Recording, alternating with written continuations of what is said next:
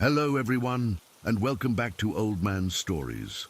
I'm aware that many of you use these videos to fall asleep, so before you doze off, I thought it would be a fun idea if each of you could leave a comment letting me know which part of the world you're listening from. Also, give a like and subscribe to the channel if you're enjoying the episodes, okay?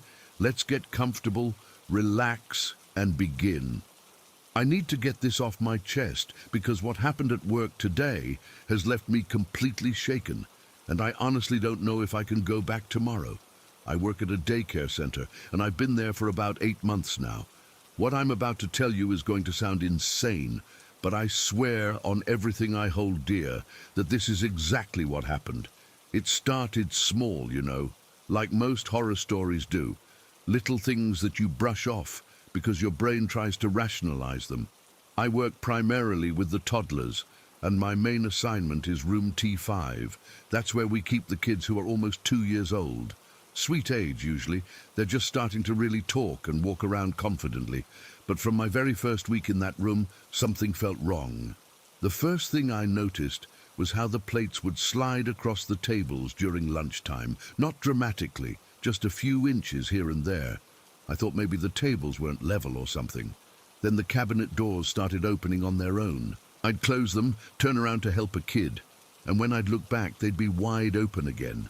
The other staff members would joke about it, saying the building was old and things just settled weird. But it wasn't just settling. I started getting these intense, dizzy spells whenever I'd spend more than an hour in T5. Like really bad ones where I'd have to grip the wall to keep from falling over. It only happened in that room. I could work anywhere else in the building just fine, but T5 made me feel like I was going to pass out. The kids felt it too. There's this little girl, Emma. She's 22 months old and barely speaking in full sentences yet. But she started doing this thing where she'd point at the door and say "ghost there" over and over again. Her mum thought it was cute, like she was playing pretend. But Emma wasn't playing. She'd get this terrified look on her face and refuse to go near that corner of the room. And there was this other thing Emma would do that made my skin crawl. She'd be playing normally, and then suddenly she'd stop and stare up at the ceiling. Not just look up, stare. Like she was watching something move across the ceiling that none of us could see. Then she'd start crying. Not the normal toddler crying when they want something or they're frustrated. This was pure terror crying. The kind that makes your heart race because you know something is genuinely wrong. I started asking around, being casual about it, trying to figure out if anyone else had noticed weird stuff. Turns out I wasn't the only one. Sarah, who's been working here for 3 years, told me she hates being assigned to T5. She said she always feels like someone is watching her in there. Mike, one of the male teachers, admitted he'd seen shadows moving in his peripheral vision when he covered that room. But nobody wanted to talk about it openly. You know how it is. You don't want to be the crazy person talking about ghosts at work. So we all just dealt with it quietly. The really messed up part is what I found out about Mrs. Henderson, the previous head teacher for T5. She'd worked here for almost 10 years before she suddenly quit about a year ago. I was talking to Janet from the front desk, and she let slip that Mrs. Henderson had gotten really into some weird stuff during her last few months here. Tarot cards, crystals, trying to communicate with spirits. Janet said she'd found Mrs. Henderson in T5 after hours one night, sitting in a circle of candles, doing some kind of ritual. Management had asked Mrs. Henderson to pack up her things the next day. Now, I'm not particularly religious or anything, but hearing that made me incredibly uncomfortable. Like, what if she'd been trying to contact something, and what if it actually worked? What if whatever she'd been messing around with was still hanging around that room? I tried to convince myself I was being ridiculous, but then today happened, and now I can't explain away what I experienced. It was nap time around 1:30 in the afternoon. We dim the lights and play soft music while the kids sleep on their little cots. It's usually the most peaceful part of the day. I was walking between the cots, making sure everyone was settled, when I felt this pressure around my neck. At first I thought my shirt collar was too tight or something, but then the pressure increased. It felt like invisible hands were wrapping around my throat and squeezing. I couldn't breathe. I tried to move, tried to call out, but nothing would come out. For 5 solid seconds, something was choking me. Then it just stopped, like someone had let go and walked away. I stumbled backward, gasping for air, my heart pounding so hard I thought it might burst. I looked around the room, expecting to see one of the kids awake and maybe playing with a jump rope or something that could have gotten caught around my neck. But all 12 kids were fast asleep, and there was nothing anywhere near me that could have caused what I just experienced. I was so shaken that I had to step out of the room for a minute to collect myself. When I came back in, Emma was sitting up on her cot, wide awake, staring at the door. She looked at me with these big, serious eyes and said, "Bad man hurt you." I knelt down next to her cot and asked her what she meant. She pointed at the door again and said, "Ghost man there. He hurt you." Then she started crying again. That same terrified crying she does when she stares at the ceiling. I picked her up to comfort her, and she buried her face in my shoulder. I could feel her little body trembling. This wasn't a toddler having a nightmare or being fussy. This was a child who had seen something that genuinely scared her. The rest of the afternoon was tense. I couldn't shake the feeling that something was watching me. Every time I turned my back, I expected to feel those hands around my throat again. The other kids seemed restless too. Even the ones who usually nap for 2 hours were wide awake and cranky. Around 4 o'clock, I was in the hallway outside T5 updating the daily report sheets when I saw something that made my blood run cold. Mr. Rodriguez, one of the teachers from the preschool room, was walking toward me down the hallway. But floating about 3 feet behind him was this black shape. It wasn't a shadow. Shadows move with you attached to your body. This was separate, floating independently behind him as he walked. It looked like a black cape or cloak, but instead of a person's head at the top, there was this skull-like shape. Not a human skull, it was too long and pointed. It looked like a bird skull, maybe a vulture or something similar. The shape was following Mr. Rodriguez step for step, staying exactly 3 feet behind him. He had no idea it was there. I wanted to call out to him to warn him, but my voice caught in my throat. I just stood there, frozen, watching this thing follow him down the hallway. When Mr. Rodriguez turned the corner toward the main office, the shape didn't follow. It stopped right in front of me and seemed to turn in my direction. I couldn't see eyes or a face, but I could feel it looking at me. The temperature around me dropped about 10 degrees, and I started shivering uncontrollably. Then it just vanished, like someone had turned off a projector. I ran into the bathroom and splashed cold water on my face, trying to convince myself I'd imagined it, but I knew I hadn't. I'd seen something, and that something had seen me too. When I went back to T5 to finish out the day, the room felt different, heavier somehow. The air was thick and I could barely breathe. My head started pounding the moment I walked through the door, and I felt this crushing weight on my chest. The kids could feel it too. They were all clingy and whimpering, wanting to be held. Around 5:15, I was helping Emma put her shoes on when she looked up at me and said, "Why is the bad man angry?" I asked her what she meant, and she pointed at the corner by the door. "He's angry because you saw him. He doesn't like that." I looked where she was pointing, but I didn't see anything. Just the empty corner where we keep the extra supplies. But Emma was staring at that spot like she was watching someone standing there. As the last parent picked up their child, and I was alone in the room, cleaning up the toys and getting ready to leave, the physical effects got worse.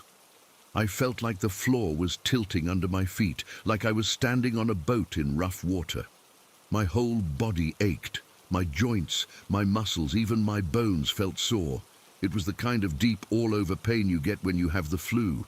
But the worst part was the depression that started creeping in.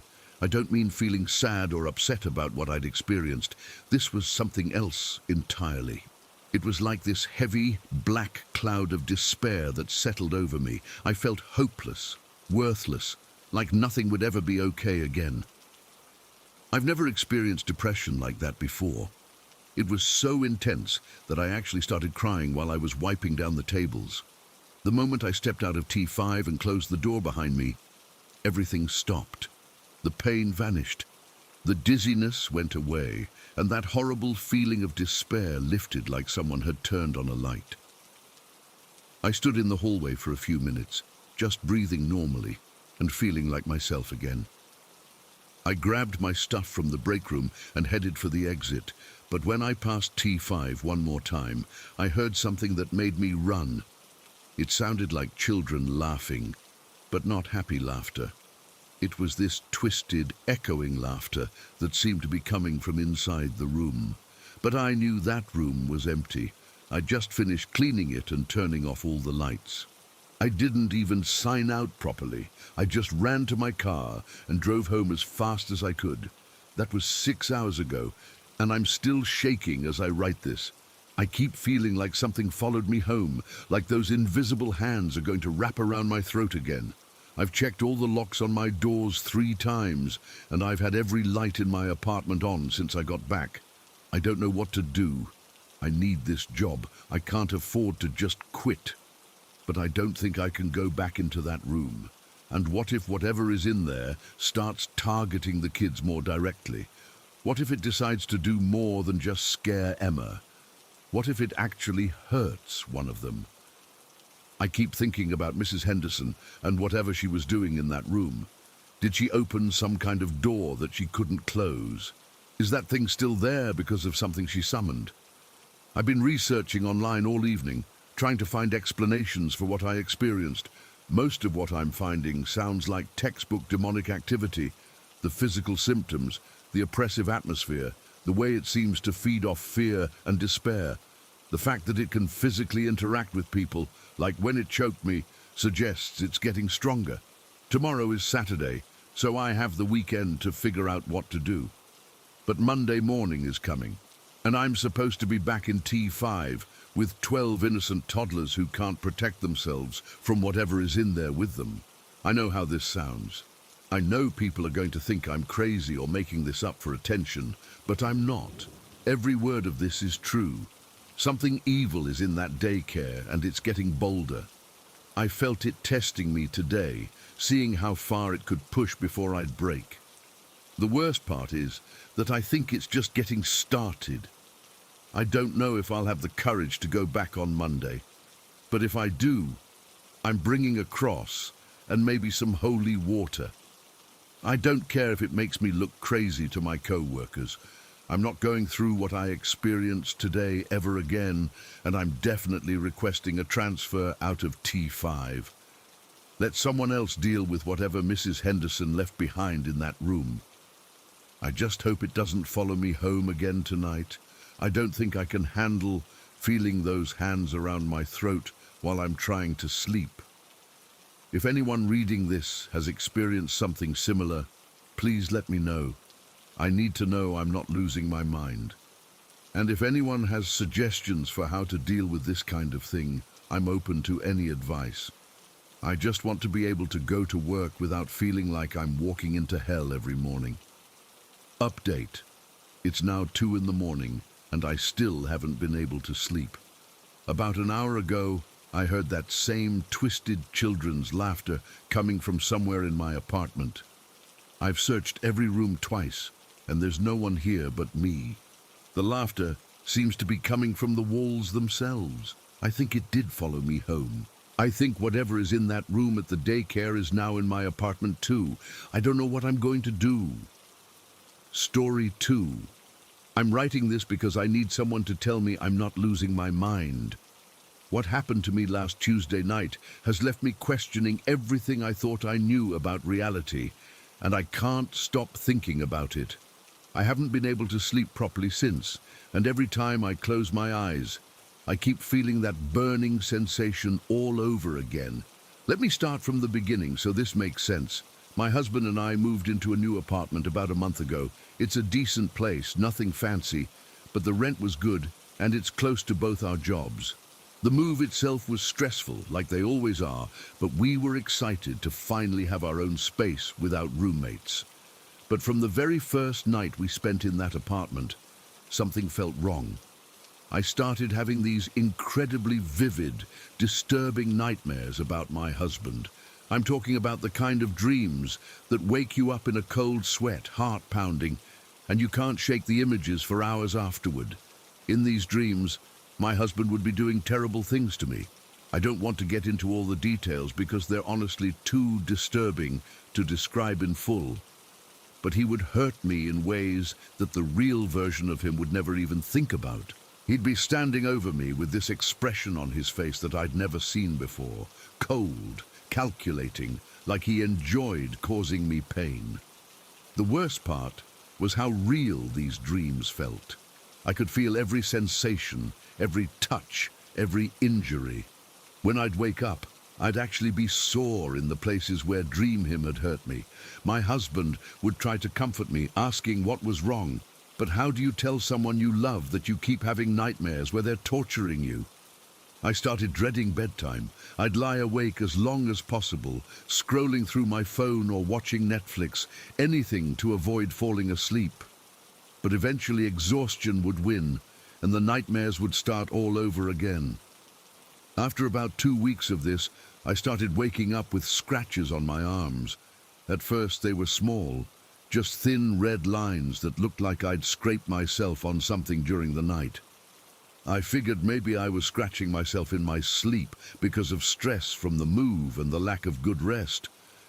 I tried cutting my nails really short, thinking that would solve the problem, but the scratches kept appearing. They started getting deeper, more pronounced. Some mornings I'd wake up and find 4 or 5 parallel scratches running down my forearm, like something with claws had dragged across my skin. My husband was concerned, obviously. He suggested I see a doctor, maybe talk to someone about the stress and the nightmares. But I kept putting it off, thinking it would eventually stop on its own once we got more settled in the new place. The scratches were always in places where I could have theoretically done it to myself while sleeping. My arms, my shoulders, once across my collarbone.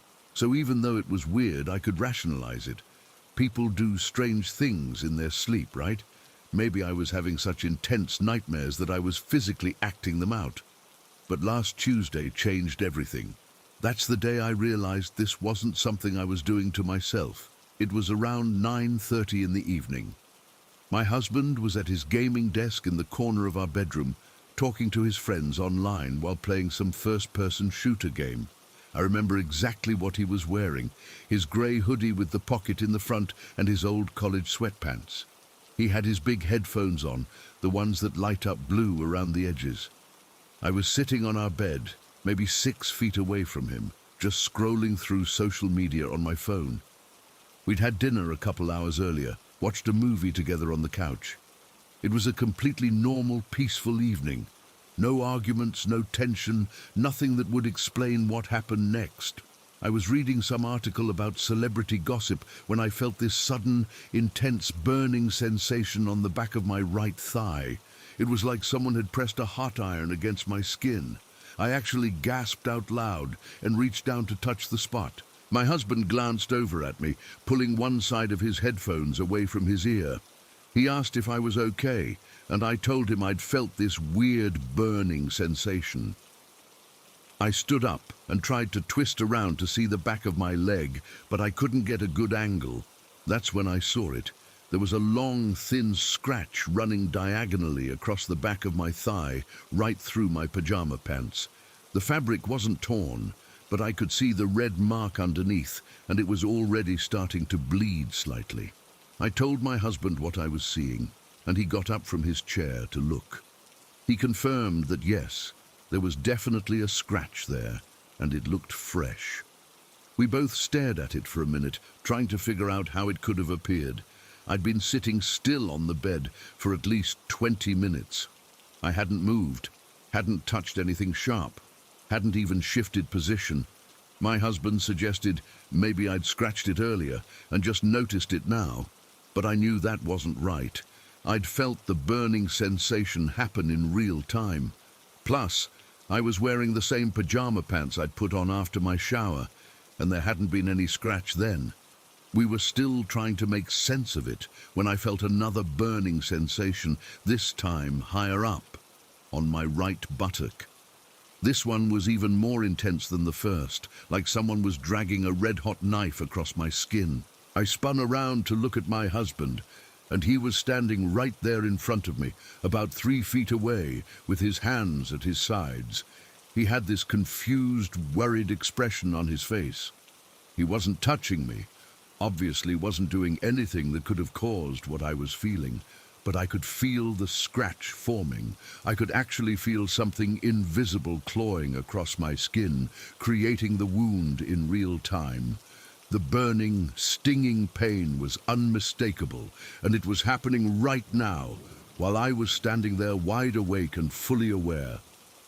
I ran to the full-length mirror we have attached to the inside of our closet door. I turned around and pulled down the back of my pajama pants to look at the spot where I'd felt the burning. There it was, a fresh scratch, maybe 4 inches long, running parallel to the first one but higher up. It was already welting up and starting to bleed. But here's the thing that made my blood run cold. As I was looking at it in the mirror, I watched another scratch appear right above it. I'm not talking about noticing a scratch that might have already been there. I'm talking about watching it form from nothing. I saw the skin part, saw the red line appear and start to bleed, all while I was standing completely still in front of the mirror. I screamed. I couldn't help it. The combination of the physical pain and the absolute impossibility of what I was seeing made me lose control. My husband came running over, asking what was wrong, and I just pointed at the mirror. By this point, there were 4 distinct scratches across my right thigh and buttock area. They looked exactly like claw marks, 4 parallel lines, evenly spaced, like something with 4 sharp nails had raked across my skin. The spacing was too perfect, too deliberate to be random scratches. But the worst part was that they kept appearing. Even as my husband and I stood there staring at my reflection, I felt another burning sensation, and we both watched a 5th scratch materialize right next to the others. My husband went completely white. He kept looking back and forth between me and the mirror like he couldn't process what he was seeing. He reached out like he was going to touch the scratches, then pulled his hand back, scared to make contact. I was shaking uncontrollably at this point. The pain was bad enough, but the psychological terror of being attacked by something completely invisible was overwhelming. I felt like I was losing my mind. How do you fight something you can't see? How do you protect yourself from something that can hurt you, no matter where you are or what you're doing? The scratches stopped appearing after that 5th one, but the damage was done. I had 5 deep, bleeding scratches across the back of my right leg, and absolutely no explanation for how they'd gotten there. We both knew what we'd seen, but it was impossible to accept. My husband tried to come up with rational explanations. Maybe there was something sharp on the bed that I hadn't noticed.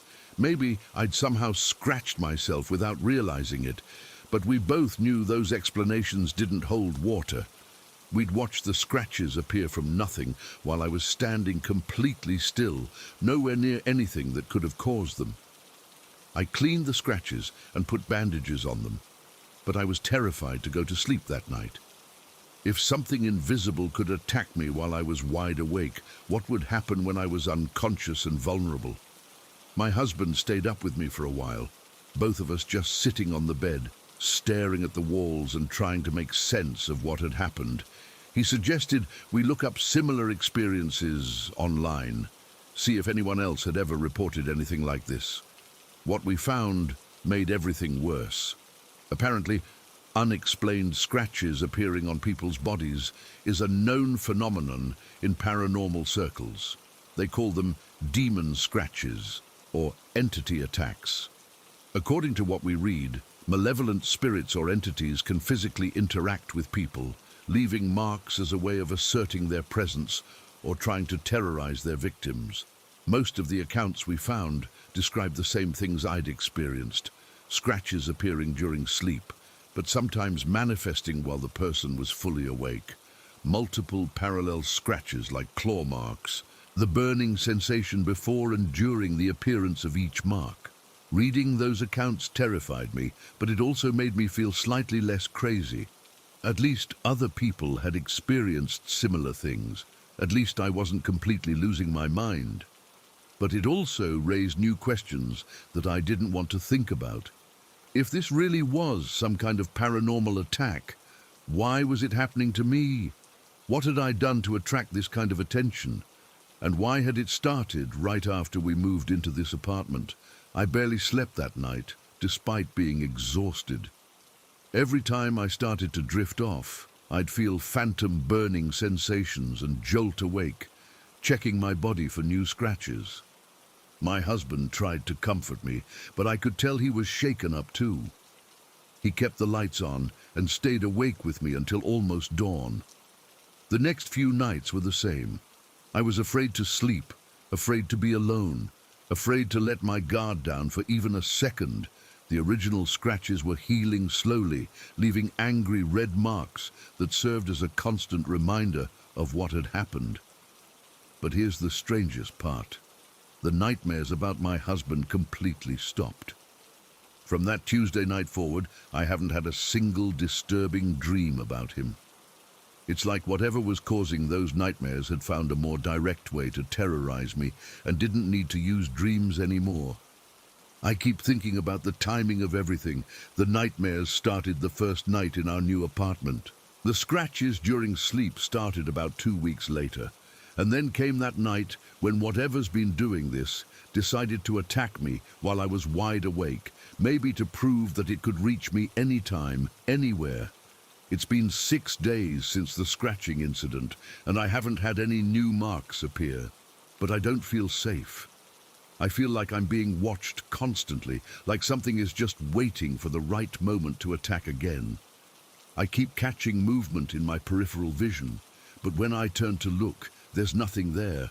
My husband has been incredible through all of this. He believes me completely, which means everything to me. Some people might think their partner was having a breakdown or making things up, but he saw it happen with his own eyes. He can't deny what we both witnessed. We've been talking about breaking our lease and moving somewhere else, but we just signed it, and we can't really afford to lose the security deposit and first month's rent. Plus, what if whatever's doing this follows us? What if it's attached to me personally rather than the apartment?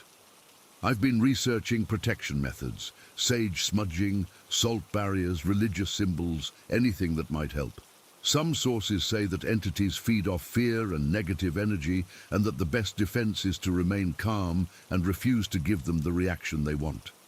But how are you supposed to stay calm when something invisible is literally carving marks into your flesh? Other sources suggest that these attacks often escalate over time if they're not addressed. The scratches might get deeper, more frequent, or start appearing in more sensitive areas. Some people report being pushed, having objects thrown at them, or experiencing more violent physical attacks. I don't want to wait around to find out if that's going to happen to me. But I also don't know how to fight something I can't see or touch or understand. The worst part is the helplessness. When someone attacks you physically, you can defend yourself, call for help, remove yourself from the situation. But how do you defend against something that exists outside the normal rules of reality? How do you escape from something that can apparently reach you anywhere? I keep replaying that moment when I watched the scratches appear in the mirror. The way the skin just parted, like invisible claws were dragging across it. The immediate pain and bleeding. The absolute certainty that something was there with us in that room. Something with the power to hurt me, but completely invisible to our eyes. My husband has started sleeping with a baseball bat next to the bed, which would be touching if it wasn't so pointless. What's he going to do, swing at empty air? But I appreciate the gesture. It shows he's taking this seriously and wants to protect me, even if we don't know how. I've been documenting everything, taking photos of the scratches as they heal, writing down exactly what happened and when. I know it sounds crazy, but I want to have proof if this continues to escalate. I want to be able to show doctors or investigators or whoever that this really happened. The scratches from that Tuesday night are almost healed now, but you can still see the faint lines where they were. They'll probably scar, leaving permanent reminders of that night etched into my skin. I don't know what's going to happen next. Part of me hopes that whatever did this has moved on, that it was just testing me and is now satisfied that it's made its point. But I have a feeling this isn't over. The way those scratches appeared was too deliberate, too controlled. It felt like a demonstration of power, like something was showing me exactly what it was capable of. I'm terrified that next time will be worse. What if it decides to scratch my face? What if it goes for my eyes or my throat? What if the scratches get infected or go deeper than just surface wounds? But even more than the physical fear, I'm terrified of the psychological impact. How do you live normally when you know that something invisible can attack you at any moment? How do you relax? How do you feel safe when the basic rules of reality have been turned upside down? Every day since Tuesday, I've woken up checking my body for new marks. Every time I feel any kind of sensation on my skin, an itch, a slight pain, even just the brush of clothing, my heart starts racing, wondering if it's starting again. I don't know if sharing this will help, but I needed to tell someone. I needed to get it out of my head and onto paper, make it real in a different way. Maybe someone reading this has experienced something similar and can offer advice. Or maybe just knowing that other people are aware of what happened will provide some kind of protection. All I know is that something invisible attacked me last Tuesday night, leaving physical evidence that my husband and I both witnessed. It carved 5 distinct scratches into my skin while I stood helplessly watching in the mirror, feeling every moment of pain as they appeared. And I have no idea when it might decide to do it again. Story 3. I need to tell someone about what happened to me when I was 12 years old, because even though it was over 15 years ago, I still can't sleep some nights thinking about it. What I experienced that night changed me permanently, and I've never been able to fully explain what I saw or what it meant. First, let me give you some context about where I lived back then. After my dad died when I was 11, my mom and I moved into this old 2-story house on Maple Street. It wasn't much to look at: white siding that was starting to peel, a front porch that creaked every time you stepped on it, and windows that rattled whenever the wind picked up. But it was what we could afford, and my mom needed to be close to her new job. The house sat really close to our neighbor's property. I'm talking maybe 10 feet between our houses, which was pretty typical for that neighborhood. Our neighbor, Mr. Garrison, was this older guy who lived alone and kept to himself mostly. He had this massive oak tree in his backyard that had been growing there for probably 50 years or more. The thing was enormous, and some of its branches stretched all the way over to our side of the property line. My bedroom was on the 2nd floor, and that oak tree grew right up to the same height as my window. During the day, it was actually kind of nice. The leaves provided shade, and it felt like having a natural privacy screen. But at night, especially when the wind was blowing, those branches would scrape against the side of the house and make these scratching sounds that kept me awake. About 3 weeks after we moved in, Mr. Garrison came over to talk to my mom. I was in the kitchen doing homework when he knocked on the door, and I could hear their conversation through the screen door. He seemed nervous, kept fidgeting with his hat and looking over his shoulder. He told my mom that he felt like he should warn her about the house, said the previous owner, an older woman named Mrs. Chen, had told him some strange things before she moved out. According to Mr. Garrison, Mrs. Chen claimed that ever since her husband died in the house 5 years earlier, she'd been experiencing what she called disturbances. Mr.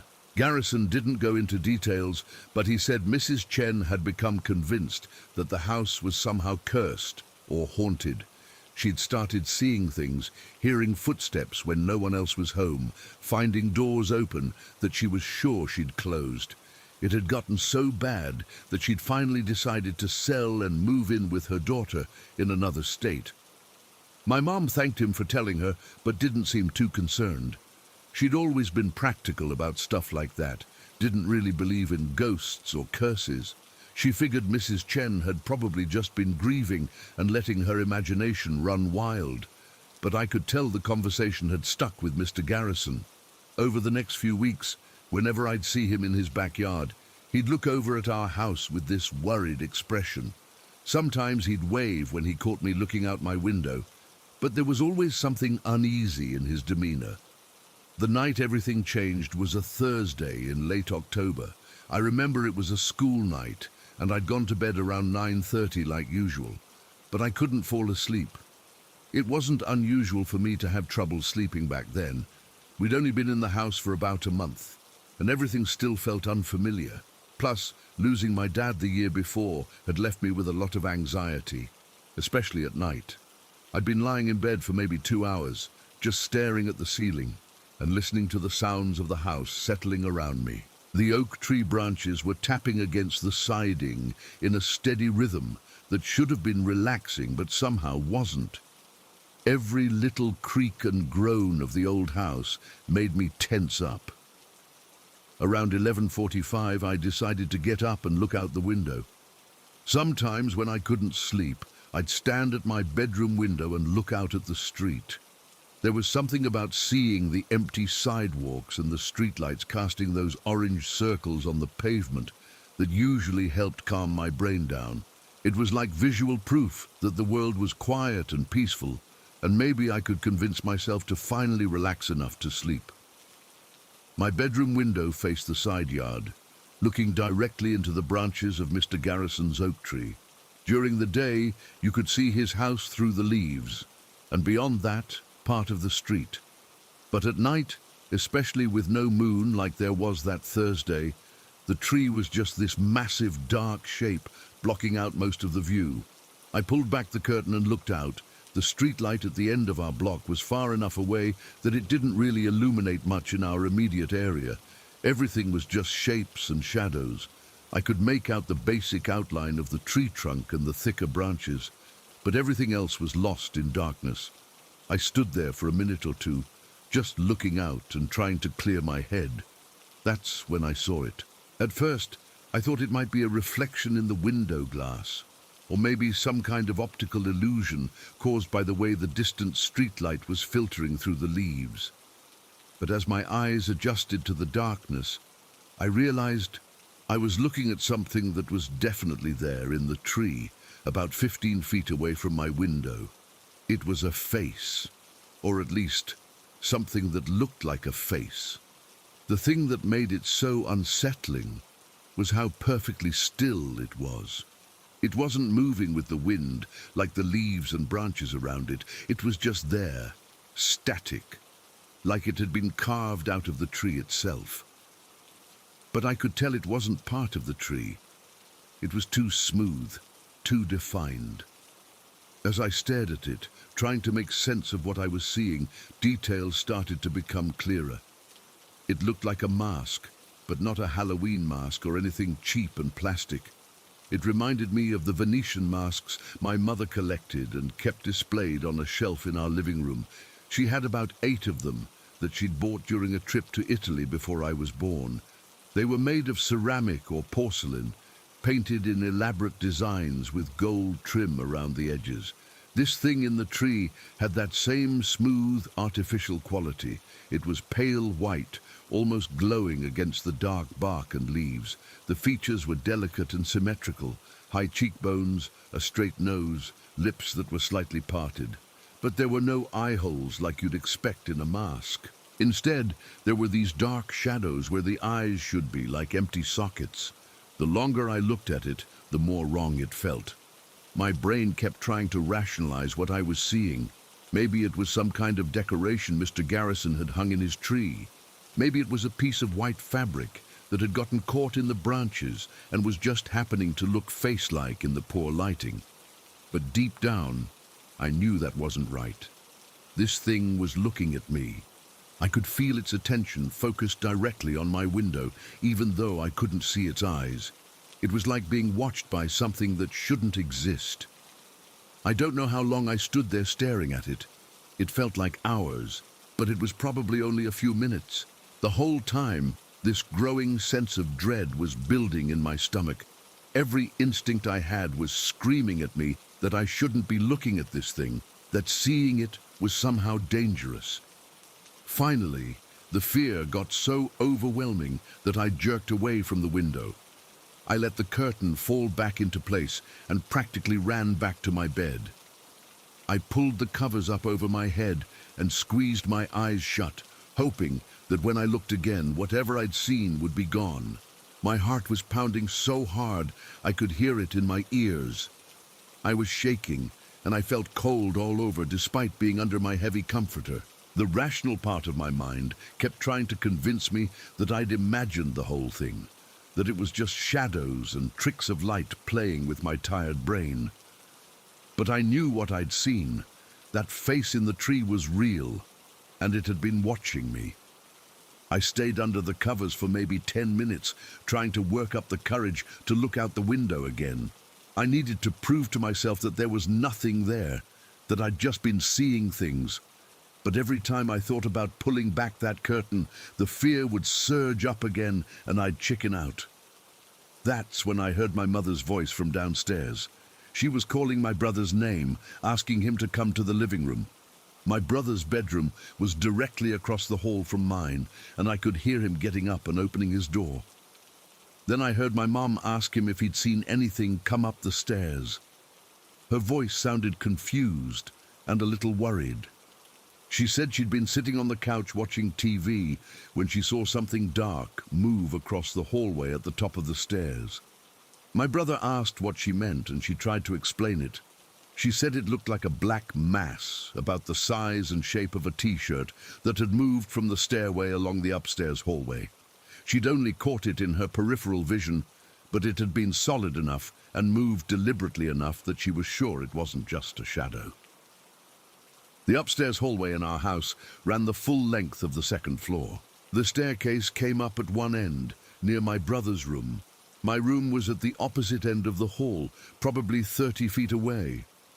As my mum described what she'd seen, I realized with absolute horror that this black mass had been moving in the direction of my bedroom. According to her description, it had traveled from the stairs, past my brother's room, and continued down the hall toward where I was lying. I felt like ice water had been poured directly into my veins. The thing I'd seen in the tree, whatever it was, had somehow gotten into our house. It had come up the stairs and was moving toward my room. I lay there frozen under my covers, listening to my mom and brother talk. My brother was saying he hadn't seen anything, suggesting maybe it had been the cat, but we didn't have a cat. My mom was insisting that what she'd seen was too big and too deliberate to be explained by shadows or reflections. While they were talking, I became hyper-aware of every sound in the house. The normal creaking and settling that I'd gotten used to now seemed ominous. Was that footstep I just heard, or just the floorboards adjusting to the temperature change? Was that scratching sound coming from the tree outside, or from something inside the walls? I wanted to call out to my mum, to tell her about what I'd seen in the tree, but I couldn't make myself speak. Part of it was fear. I was terrified that making any noise might draw attention to where I was hiding. But part of it was also the knowledge that what I'd experienced was so far outside normal reality that no one would believe me. How do you tell your mother that you saw a face in a tree that looked like one of her ceramic masks, and that somehow that face had transformed into a black mass that was now stalking through your house? It sounds insane even to me, and I lived through it. After a few more minutes, the conversation downstairs died down. I heard my brother go back to his room and close his door, The house got quiet again, but it was a different kind of quiet than before. It felt charged, like the air gets before a thunderstorm, heavy and oppressive and full of potential. I stayed under my covers for the rest of the night. I didn't sleep at all, just lay there listening and waiting for something terrible to happen. Every sound made me tense up, expecting to hear footsteps approaching my door or to feel something touch me through the blankets. But nothing happened. The hours crawled by, and eventually I started to see daylight creeping in around the edges of my curtains.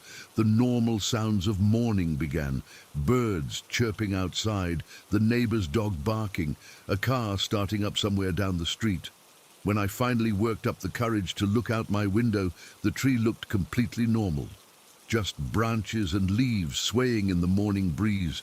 No face, no mask, nothing unusual at all. In the daylight, it was hard to believe I'd seen anything there. But I knew I had. And I knew my mom had seen something too. Something that had moved through our house in the dark and headed straight for my room. Over the next few days, I tried to convince myself it had all been some kind of coincidence. Maybe I'd been half asleep and had a weird waking dream about the face in the tree. Maybe my mom had seen a shadow or a reflection that she'd misinterpreted. Maybe there was no connection between the two events at all. But I couldn't shake the feeling that something had changed in our house that night. The atmosphere felt different, heavier. I started having trouble sleeping regularly, not just occasionally like before. I'd find myself checking and rechecking my bedroom door to make sure it was closed. I stopped opening my curtains at night, afraid of what I might see looking back at me. A few weeks later, my mom mentioned to me that she'd been having strange dreams since we moved into the house. She said she kept dreaming about my dad, but not good dreams. In the dreams, he was trying to warn her about something, but she could never understand what he was saying. She'd wake up feeling anxious and unsettled, like she'd forgotten something important. I never told her about what I'd seen that night. I was afraid she'd think I was having some kind of breakdown, or that the stress of losing my dad and moving to a new house was making me hallucinate. But part of me wondered if maybe the thing I'd seen was connected to my dad somehow. Maybe it had something to do with why Mrs. Chen thought the house was cursed after her husband died. We lived in that house for 3 more years until I turned 16 and we moved across town. Those 3 years were filled with little incidents that I never reported to anyone. Doors that I was sure I'd closed would be standing open in the morning. I'd hear footsteps in the hallway at night when everyone else was asleep. Sometimes I'd wake up feeling like someone had been standing next to my bed, watching me sleep. But nothing ever happened that was as clear and undeniable as what I experienced that October night when I was 12. Nothing that I couldn't explain away or dismiss as imagination or coincidence. We never talked about it as a family, but I got the impression that my mom and brother had their own strange experiences in that house. Sometimes I'd catch my mom pausing at the bottom of the stairs, like she was listening for something. My brother started keeping his bedroom door locked at night, which was something he'd never done before.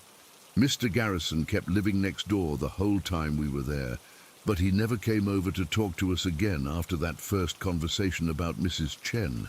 Whenever I'd see him in his yard, he'd nod politely, but there was always something wary in his expression, like he was keeping his distance on purpose.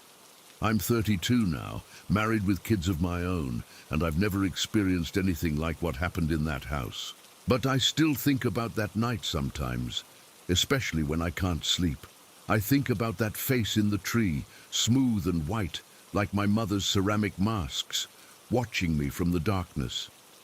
And I think about the black mass my mum saw moving through our house, traveling deliberately down the hallway toward my room. What would have happened if I hadn't hidden under my covers? What would I have seen if I'd been brave enough to look? I don't have answers to those questions, and honestly, I'm not sure I want them. Some things are better left unknown, but what I can tell you is that what happened that night was real. and it left me with the unshakable belief that there are things in this world that exist just outside our normal understanding. Sometimes, late at night, when I'm having trouble sleeping, I'll find myself at my bedroom window, looking out at the trees in my own backyard. And every time, I'm relieved when all I see are branches and leaves moving in the wind. Nothing else, nothing watching me back. At least, not yet. Story 4. I'm finally writing this down because I need someone else to know what happened to me that night. And maybe, if I get it all out, I'll finally be able to sleep normally again. This happened when I was 17, about 8 years ago now, but I still remember every single detail like it happened yesterday. I've never experienced anything like it before or since, and I honestly hope I never do again. It was a Friday night in November, and I remember being exhausted from a long week at school. I'd had 2 tests that week, a big project due, and I'd been staying up way too late trying to keep up with everything. By the time Friday evening rolled around, I was completely drained. I ate dinner with my parents, watched maybe an hour of TV, and then went upstairs to my room around 10:30. I was so tired that I thought I'd fall asleep the moment my head hit the pillow. I changed into my pajamas, brushed my teeth, and climbed into bed. My room was on the 2nd floor of our house, facing the backyard, and it was always pretty quiet at night, the perfect setup for getting good sleep. But instead of falling asleep right away like I expected, I found myself lying there wide awake, staring at the ceiling. You know how sometimes when you're overtired, your brain just won't shut off? That's what was happening. My mind was racing, thinking about school stuff, weekend plans, just random thoughts bouncing around. I probably lay there for about an hour before I finally started to drift off. The last thing I remember before falling asleep was looking at my alarm clock and seeing that it was 11:47. That's when the nightmare started. I found myself standing in a cemetery at night, but not like any cemetery I'd ever seen before. The whole place was bathed in this eerie green light that seemed to be coming from the tombstones themselves. Every headstone, every statue, every marble column was glowing with this pale green luminescence, like they were made of some kind of radioactive material. The light was bright enough that I could see everything clearly, but it cast these weird shadows that moved and shifted even though there was no wind. The air felt thick and humid, like right before a thunderstorm, and there was this smell, musty and damp, like old wet leaves mixed with something metallic. I was walking down what seemed to be the main path through the cemetery. The tombstones on either side of me were old-fashioned, the kind you see in really old graveyards with elaborate carved angels and ornate writing. But the dates on them were all wrong. Some of them showed death dates that were years in the future, which should have been a clue that I was dreaming, but in the dream it seemed completely normal. As I walked deeper into the cemetery, the green light got brighter and the shadows got darker. I could hear sounds coming from somewhere ahead of me. Not scary sounds exactly, just voices murmuring and what sounded like footsteps on gravel, like there were other people in the cemetery, but I couldn't see anyone. At the far end of the cemetery, past all the tombstones, there was this house. It was small and looked really old, made of weathered blue wood that was peeling and faded. The windows were dark, and the front door was standing wide open like it was inviting me in. I knew I shouldn't go in there. Every instinct I had was telling me to turn around and walk back the way I came. But in dreams, you don't always get to control what you do, you know? It was like my feet were moving on their own, carrying me up the creaky wooden steps and through that open doorway. The inside of the house was completely dark, except for the green glow coming in through the windows from the cemetery outside. The floorboards creaked under my feet, and I could smell dust and decay, like the place had been abandoned for decades. I found myself in what must have been the living room. There was hardly any furniture, just an old rocking chair positioned in front of a stone fireplace. The chair was the old-fashioned kind, with a high back, and carved wooden arms. The fireplace was cold and dark, filled with what looked like years' worth of ash and debris. I stood there for a minute, looking around the room and trying to figure out why I was there. The whole place felt wrong, like something bad had happened in that house, and the feeling was still lingering in the air. Then there was this flash of lightning. It came from outside, lighting up the whole room for a split second, and in that moment of bright light, I saw that the rocking chair had started moving. It wasn't rocking gently like someone was sitting in it and pushing with their feet. It was rocking violently, back and forth, like an invisible person was throwing their whole body weight into it. The wooden runners were slamming against the floor with each rock, making this loud banging sound that echoed through the empty house. At the same time, the fireplace suddenly roared to life. Flames shot up from the cold ashes, bright orange and red, casting dancing shadows on the walls. The fire was so intense that I could feel the heat on my face from across the room. That's when I saw her. There was an old woman sitting in the rocking chair. I don't know how I hadn't seen her before, but there she was, rocking back and forth with this wild look in her eyes. She was probably in her 70s or 80s, with long grey hair that hung down around her shoulders and this old-fashioned nightgown that looked like it was from 100 years ago. She was staring directly at me, and her mouth was moving like she was trying to tell me something, but I couldn't hear any words over the sound of the chair banging against the floor. Then she raised her arm and pointed at the wall behind me. I turned to look where she was pointing, and the walls were covered with something red. It was dripping down from the ceiling, running in thick streams down to the floor. At first I thought it was paint, but as I watched, I realized it was too dark, too thick. It was blood, fresh blood, and it was covering every inch of the walls. The smell hit me then, metallic and warm, so strong that I gagged. The blood was still dripping, making these wet splashing sounds as it hit the floor. And the old woman just kept pointing and rocking, her eyes boring into mine like she was trying to tell me something important. I tried to scream, but no sound came out. I tried to run, but my legs wouldn't move. I was trapped there, watching the blood pour down the walls, while this terrifying old woman stared at me from her rocking chair. That's when I woke up. I bolted upright in bed, gasping for air and drenched in cold sweat. My heart was pounding so hard I thought it might burst out of my chest. I looked around my room wildly, trying to convince myself that I was back in the real world, that it had just been a dream. The clock on my nightstand said 12:53.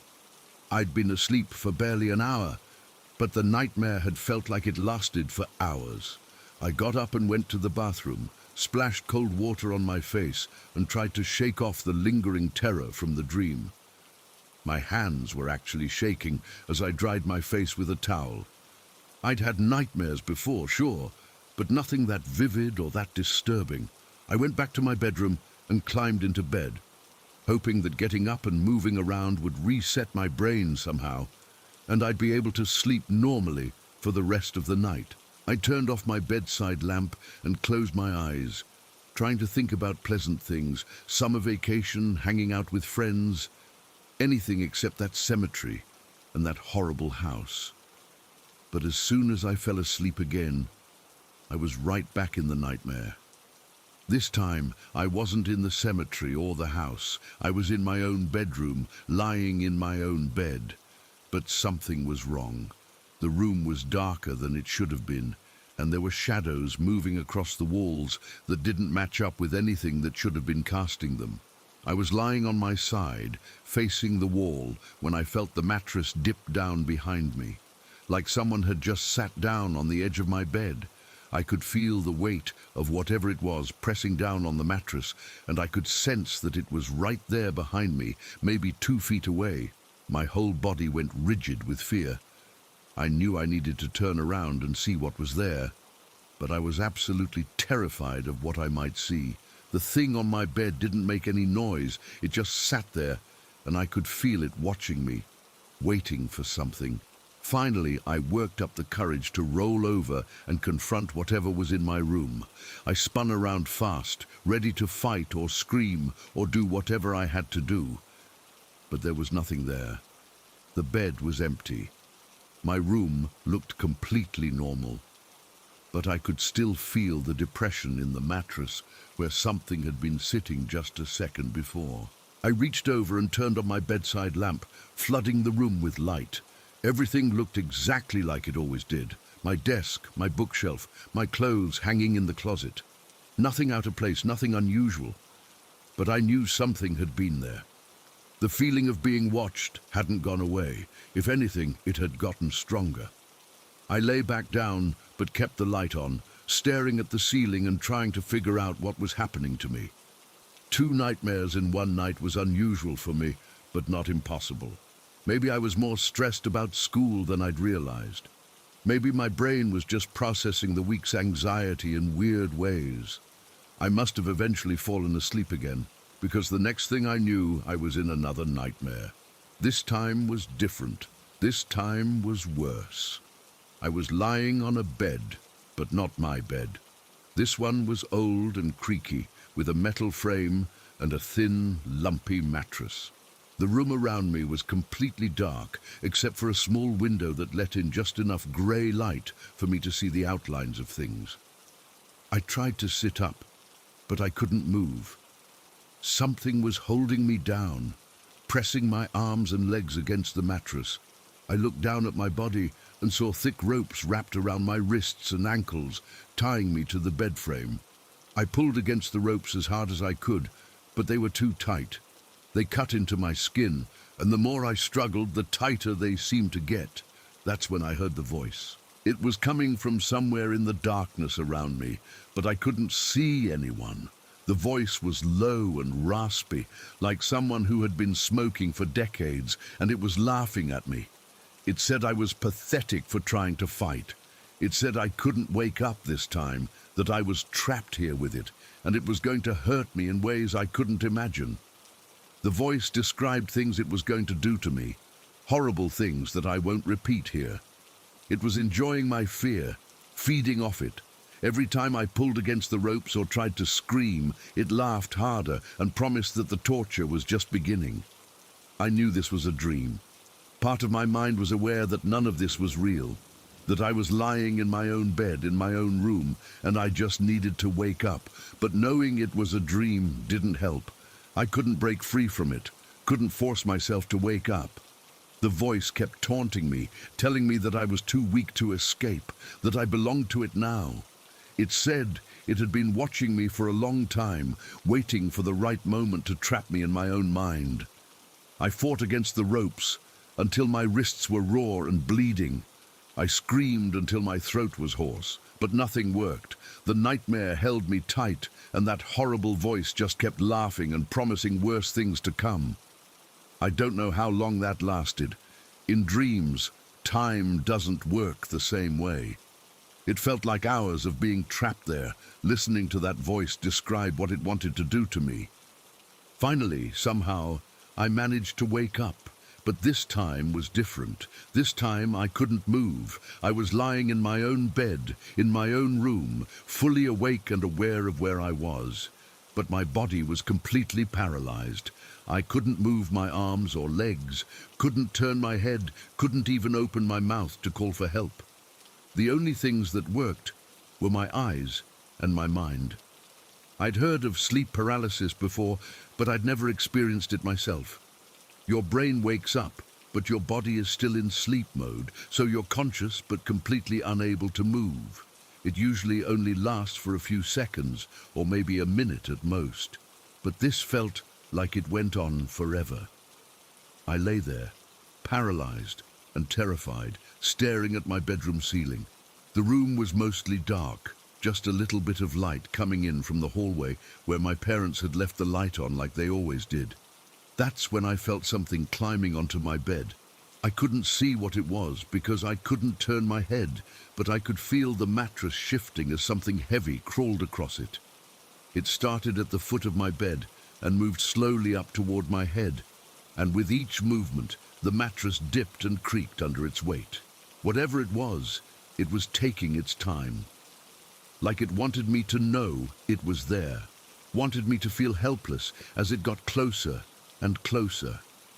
I tried to scream, tried to move, tried to do anything to break free from the paralysis, but nothing worked.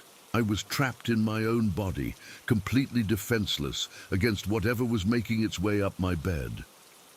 The thing reached my chest and stopped. I could feel it there, heavy and warm, pressing down on me. Then it started moving again, crawling up toward my face. I could hear breathing now, slow, deliberate breaths right next to my ear. The sound was wet and raspy, like someone with severe lung problems trying to get air. The breathing got louder and closer until I could feel warm air hitting the side of my face. Whatever was on my bed had brought its face right next to mine, so close that I could smell its breath. It smelled like decay, like something that had been dead for a long time. Then it whispered in my ear. I can't remember exactly what it said, but I remember the voice. It was the same voice from the third nightmare, the one that had taunted me while I was tied to the bed, low and raspy and full of malice. It told me that it wasn't done with me yet, that this was just the beginning, that every night from now on it would be waiting for me in my dreams. I could feel its breath on my neck as it spoke, and the smell got so strong that I thought I was going to vomit. But I still couldn't move, couldn't even close my eyes to shut out what was happening. The breathing continued for what felt like hours. Sometimes it would whisper things I couldn't understand, words that didn't sound like any language I'd ever heard. Other times it would just breathe, slow and steady, making sure I knew it was there. The worst part was the waiting, not knowing when it would decide to do something worse, when the breathing would stop being the extent of the horror. I kept expecting to feel hands on my throat, or claws raking across my skin, or something even more terrible, but it just breathed and waited and made sure I knew how helpless I was. Finally, after what felt like an eternity, I started to see light creeping in around the edges of my bedroom curtains. Dawn was coming, and as the room gradually got brighter, I could feel my ability to move slowly returning. The breathing stopped first, then the weight lifted off my chest, and I could tell that whatever had been on my bed was gone. When I could finally move again, I sat up fast and looked around my room. Everything appeared normal, but I could still smell that decaying odor lingering in the air. I got up and turned on every light in my room, then checked under the bed, in the closet, behind the curtains. I needed to prove to myself that there was nothing there, that whatever I'd experienced was just the sleep paralysis playing tricks on my mind. But I couldn't shake the feeling that I was still being watched. Even with all the lights on, even in the growing daylight, I felt like something was lurking just out of sight, waiting for another chance to get to me. I didn't go back to sleep that night. I sat in my desk chair with the lights on until my parents woke up and started moving around downstairs. Only then did I feel safe enough to lie back down, and even then I only dozed fitfully for a couple hours. The weirdest part is that after that night, it never happened again. No more nightmares, no more sleep paralysis, no more feeling like something was watching me in the dark. It was like whatever had been tormenting me that night had accomplished what it set out to do and then just disappeared. But I've never forgotten the sequence of those dreams, the way each one led into the next, building up to that final terrifying experience with the sleep paralysis. It felt too coordinated to be random, too purposeful to be just my brain processing stress. Sometimes I wonder if maybe I really was being targeted by something that night, something that exists in that space between sleeping and waking where our minds are most vulnerable. Something that feeds off fear and helplessness and found me at exactly the right moment. I still don't sleep as well as I used to. Even now, 8 years later, I sometimes lie awake at night remembering that breathing in my ear and that voice promising it wasn't done with me yet. So far, it seems like it was lying about that part, but I still check my room before I go to bed every night, just to be safe. and I never sleep without some kind of light on anymore, just in case it decides to come back. Story 5. I've been putting off writing about this for years because, honestly, I'm not sure anyone will believe me, but I need to get it out of my head, and maybe writing it down will help me understand what the hell happened to me as a kid. This is about a series of nightmares I had when I was between 7 and 11 years old, but I'm going to focus on the last time it happened because that's the one that still keeps me up at night sometimes. First, let me explain what these dreams were like, because they weren't normal nightmares. They happened maybe once or twice a month for those 4 years, and they were always exactly the same. Same sequence of events, same choices, same outcomes. It was like my brain was playing the same horror movie over and over again. The dream always started the same way. I'd be in our living room with my family, my parents and my younger sister. We'd be doing normal family stuff, watching TV or just hanging out, and everything would feel completely normal and safe. Our house was this ranch-style place with a big living room that had sliding glass doors leading out to the backyard.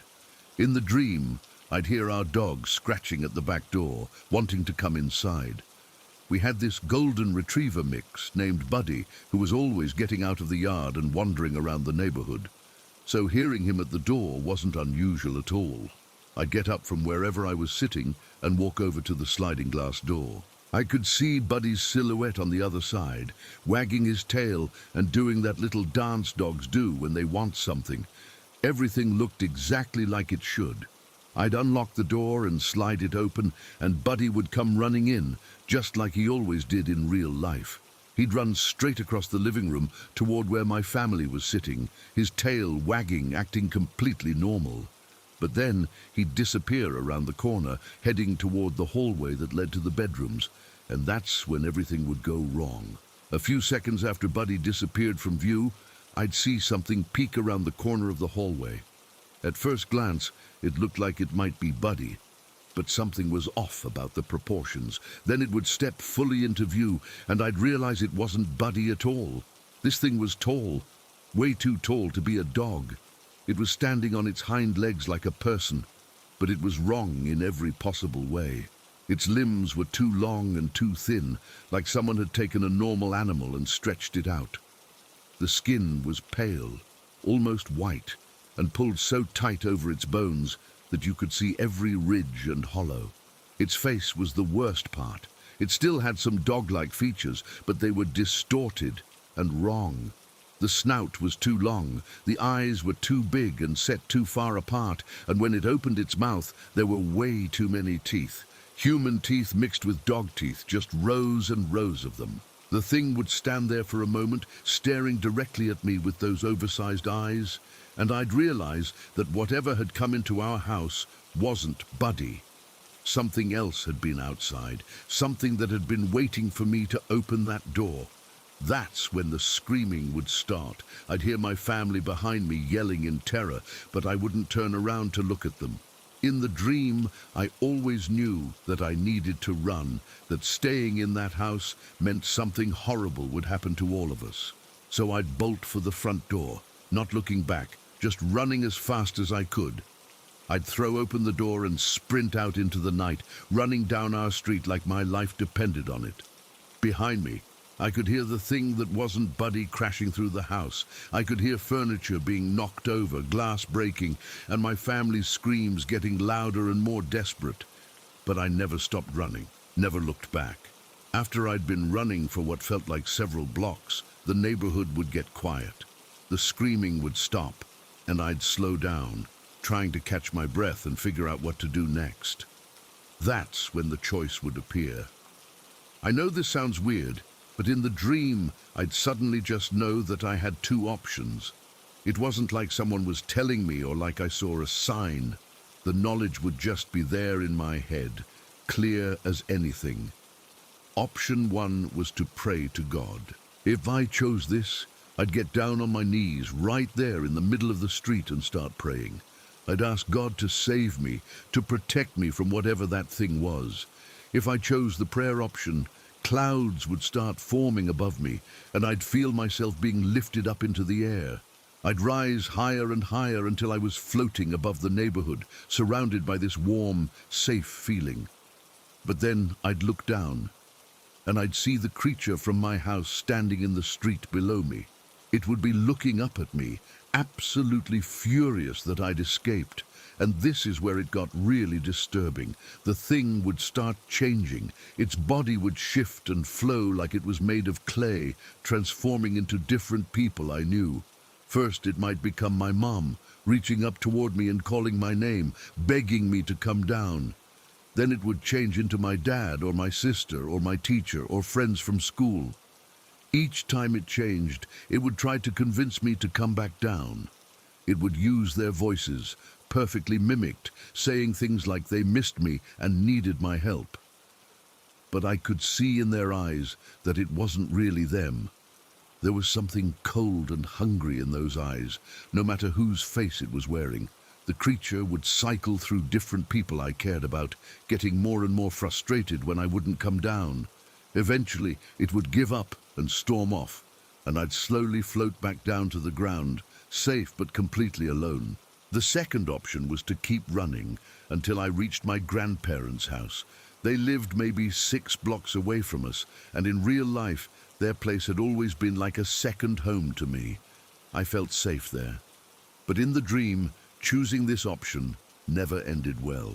I'd run through the dark streets, past all the sleeping houses, until I reached my grandparents' neighborhood.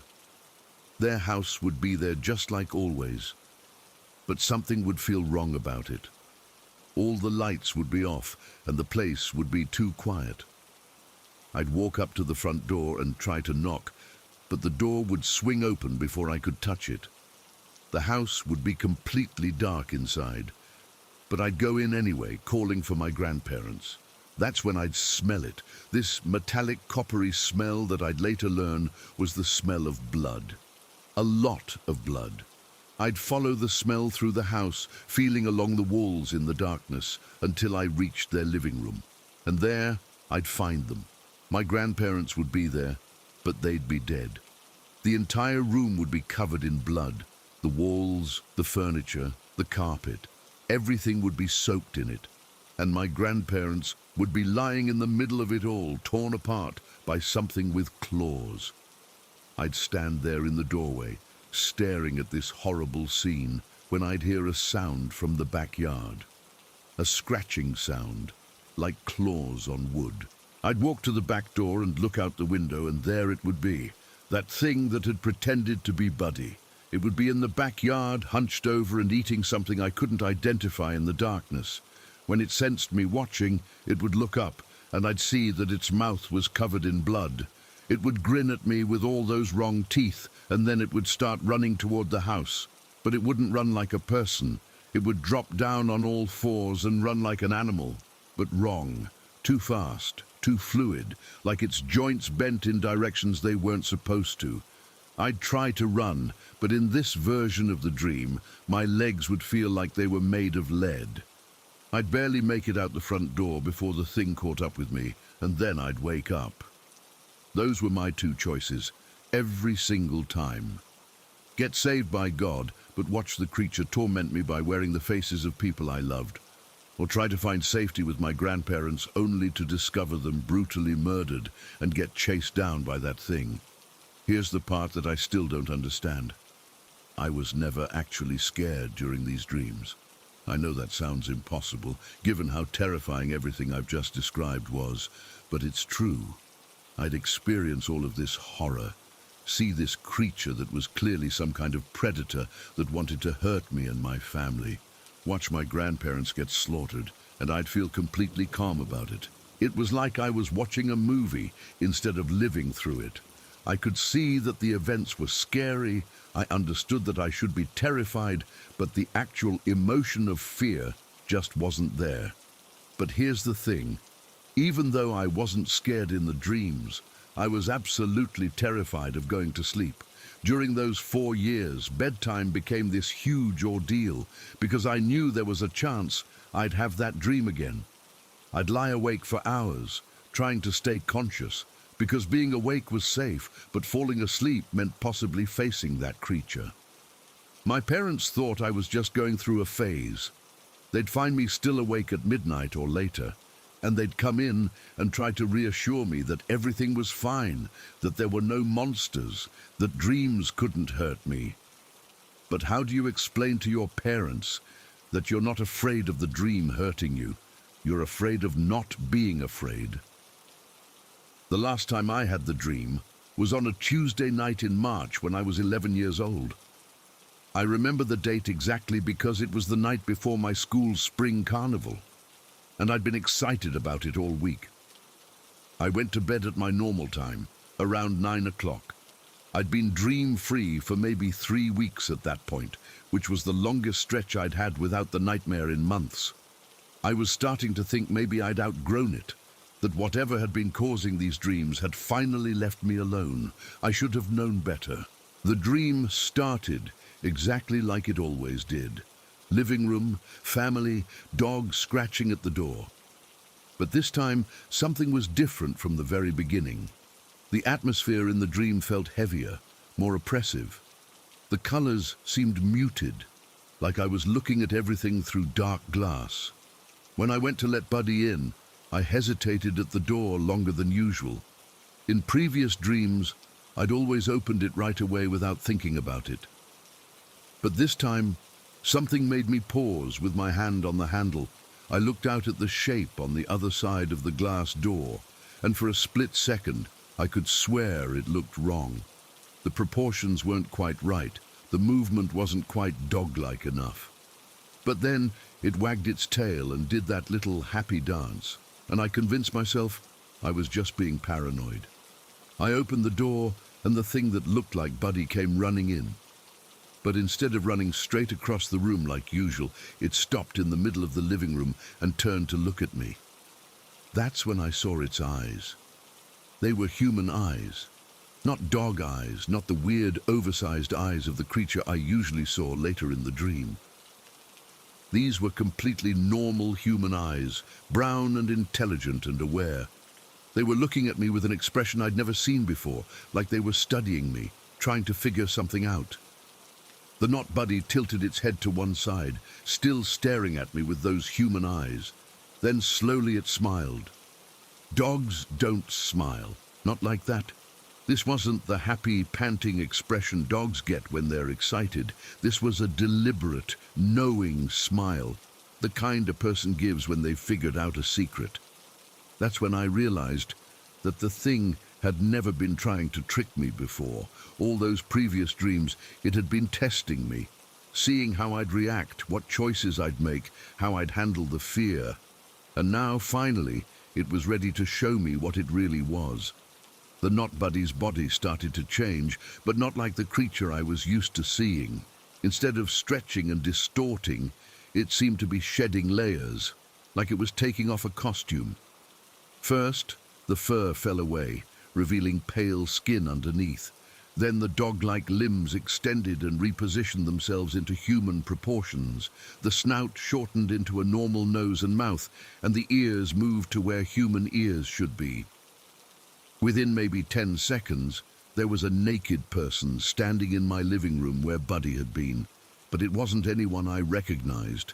It looked like a middle-aged man with average features and short, dark hair, completely ordinary in every way except for those eyes, the same brown eyes that had been staring at me from the dog's face. The man looked around the living room at my family, who were all frozen in place like statues. Then he looked back at me and spoke. His voice was perfectly normal, conversational, like we were old friends chatting about the weather. He told me that he'd been visiting my dreams for years, studying me, and he was impressed by how I'd handled his tests.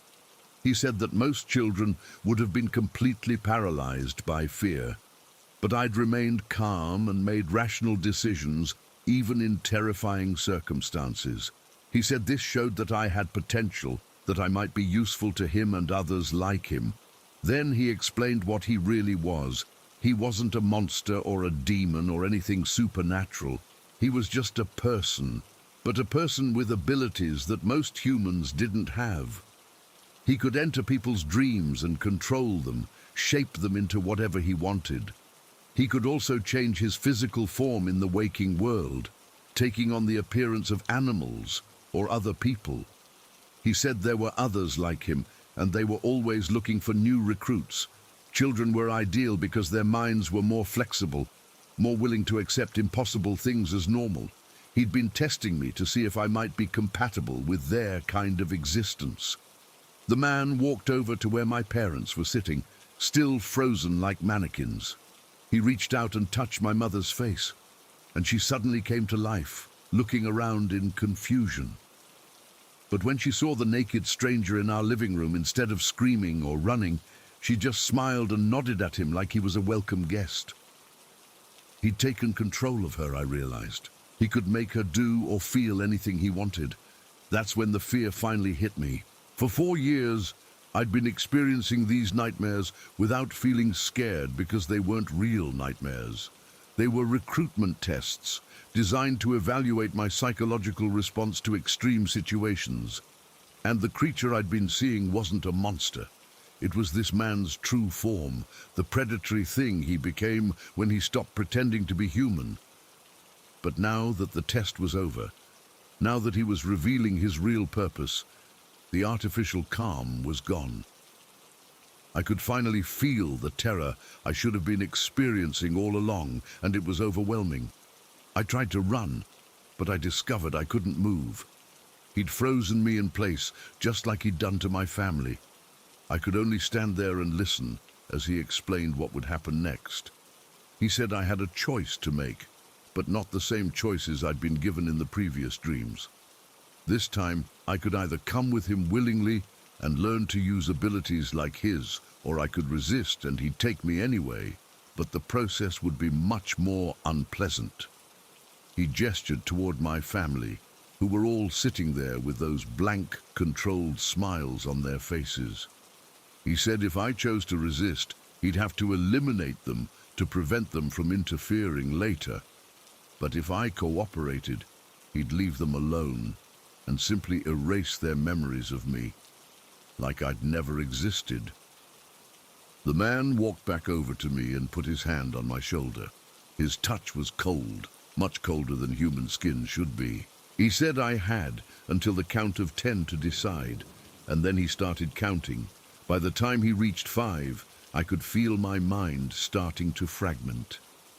The artificial calm was completely gone now, replaced by pure terror, and I couldn't handle the contrast. 4 years of suppressed fear was hitting me all at once. At 7, I felt something inside my head snap. It was like a rubber band that had been stretched too far finally breaking. The fear disappeared again, but this time it was replaced by something else. A cold, detached feeling that was almost like the calm from before, but sharper. When he reached 10, I looked him in the eyes and told him no. Not because I was brave, not because I thought I could fight him, but because something in that snapping feeling had shown me the truth. He wasn't as powerful as he'd pretended to be. The tests, the dreams, the gradual revelation, it was all theater, designed to make me think he was in complete control. If he could really do everything he'd claimed, he wouldn't have needed to spend 4 years testing me. He would have just taken me. The man's confident expression faltered for just a second, and in that moment of uncertainty I woke up. But this time was different from all the other times. Usually when I woke up from the nightmare, I'd feel relieved and safe in my own bed. This time, I woke up feeling like something fundamental had changed inside me. The fear was gone, but not in the artificial way it had been absent during the dreams. It was gone because I understood now that the fear had been the whole point. He'd been feeding off it, using it to maintain his connection to my mind. Without the fear, he had no power over me. I never had that dream again. In fact, I barely had any dreams at all for the next several months. When I finally started dreaming normally again, they were just regular dreams. The kind everyone has, random and meaningless and quickly forgotten.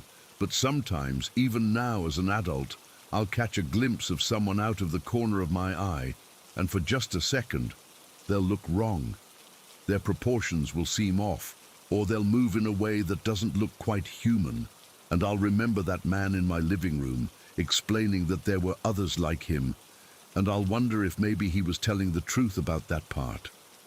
I'll wonder if they're still out there, looking for children to recruit, using dreams to test them and fear to control them. And I'll wonder what would have happened if I'd said yes. Story 6. I've lived with this memory for over 20 years now, and I still get goosebumps every time I think about what my friend and I saw that afternoon in Scotland. I was 10 years old in 2003, and what happened that day changed how I think about the world in ways I'm still trying to understand. We were living in this small town outside Glasgow at the time, because my dad's job had relocated our family there for a couple years. It was a pretty typical Scottish town. Lots of hills, old stone buildings, and weather that seemed to change every 10 minutes. I'd gotten used to the accent, and even started picking up some of the local slang, but I was still very much the American kid trying to fit in. I joined the local youth football club, what Americans call soccer, partly because my parents thought it would help me make friends, and partly because I'd always loved the sport. Training sessions were twice a week on Tuesdays and Thursdays at this community centre about a 15-minute walk from our house. The route I usually took was pretty straightforward. Down our street, left at the main road, then straight until you hit the community centre. But there was a shortcut that some of the local kids had showed me that could save about 5 minutes if you cut through this area where they had some tennis courts. The tennis courts were part of an older recreational facility that didn't seem to get used much anymore. The courts themselves were in decent shape, but the surrounding area had this abandoned feel to it. There were overgrown grass areas, some scattered trees, and this general sense that the place had seen better days. My friend, I'll just call him my friend since I don't want to use his real name without permission, had been the one to originally show me the shortcut. He was a local kid, maybe a year older than me, and he knew all the best ways to get around town quickly. His family lived near mine, and we'd gotten close over the months since I'd started at the local school. On this particular Thursday in late September, we were running a bit later than usual for training. I think we'd gotten distracted playing video games at his house after school and lost track of time. When we realized what time it was, we grabbed our football boots and sprinted out of his house, knowing we'd have to hustle to make it to training on time. The weather was typical for Scotland in fall, overcast, cool, with that kind of dampness in the air that makes everything feel a bit heavy. It wasn't raining, but it felt like it could start at any moment. The sky was this uniform grey colour that seemed to stretch on forever. We were jogging along at a pretty good pace, cutting through the tennis court area to save time. The shortcut involved walking along the side of the courts, then cutting across a grassy area, and finally hopping a low fence that led directly to the back of the community centre. As we approached the tennis courts, I could see the familiar layout, 2 courts side by side, surrounded by chain-link fencing. Beyond the courts was this open grassy area, maybe 50 meters wide, with a small cluster of trees on the far side. It was a gentle, upward slope from the courts to the trees, nothing dramatic, just a gradual incline. We were walking along the length of the first tennis court when my friend suddenly stopped.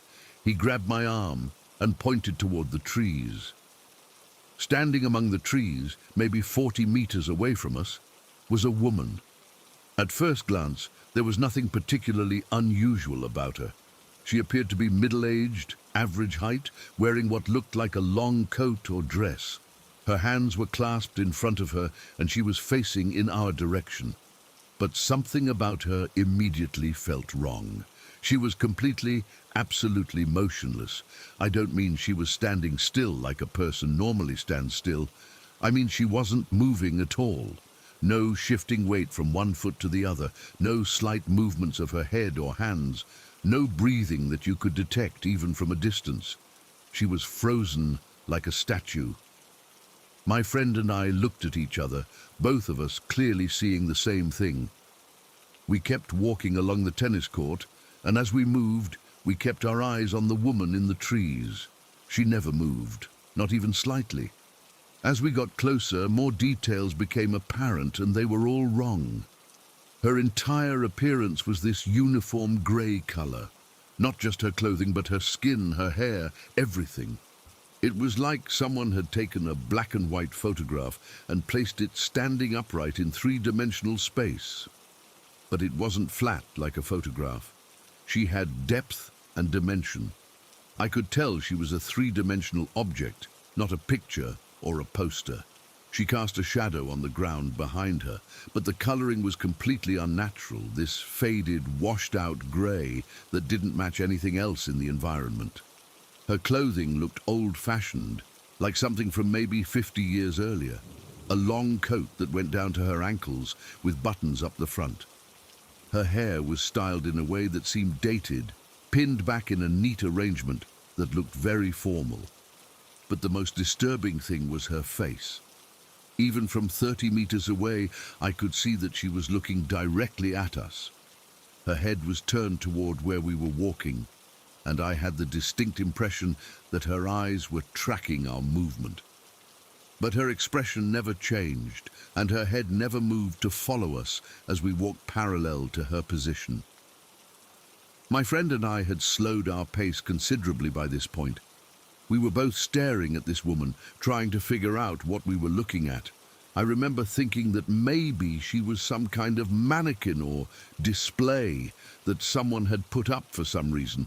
But what would be the point of putting a mannequin in a cluster of trees in an abandoned recreational area? We reached the end of the tennis court and started across the grassy area that would take us closer to where she was standing. At this point, we were maybe 20 meters away from her, close enough to see her features clearly. Her face was pale grey, matching the rest of her appearance. Her eyes were dark and seemed to be looking right at us, but there was no expression in them. No curiosity, no acknowledgement that she saw us, nothing. It was like looking at a very realistic doll. The strangest part was how perfectly still she remained. In the time we'd been walking, probably 3 or 4 minutes by now, she hadn't moved a single muscle. No blinking, no breathing movements, no slight adjustments of position. Nothing. I remember feeling this growing sense of unease as we got closer. Everything about this situation felt wrong, but I couldn't put my finger on exactly why. She looked human, but she didn't act human. She was three-dimensional and solid-looking, but her coloring was impossible. When we were about 10 meters away from her, I could see every detail of her appearance with crystal clarity.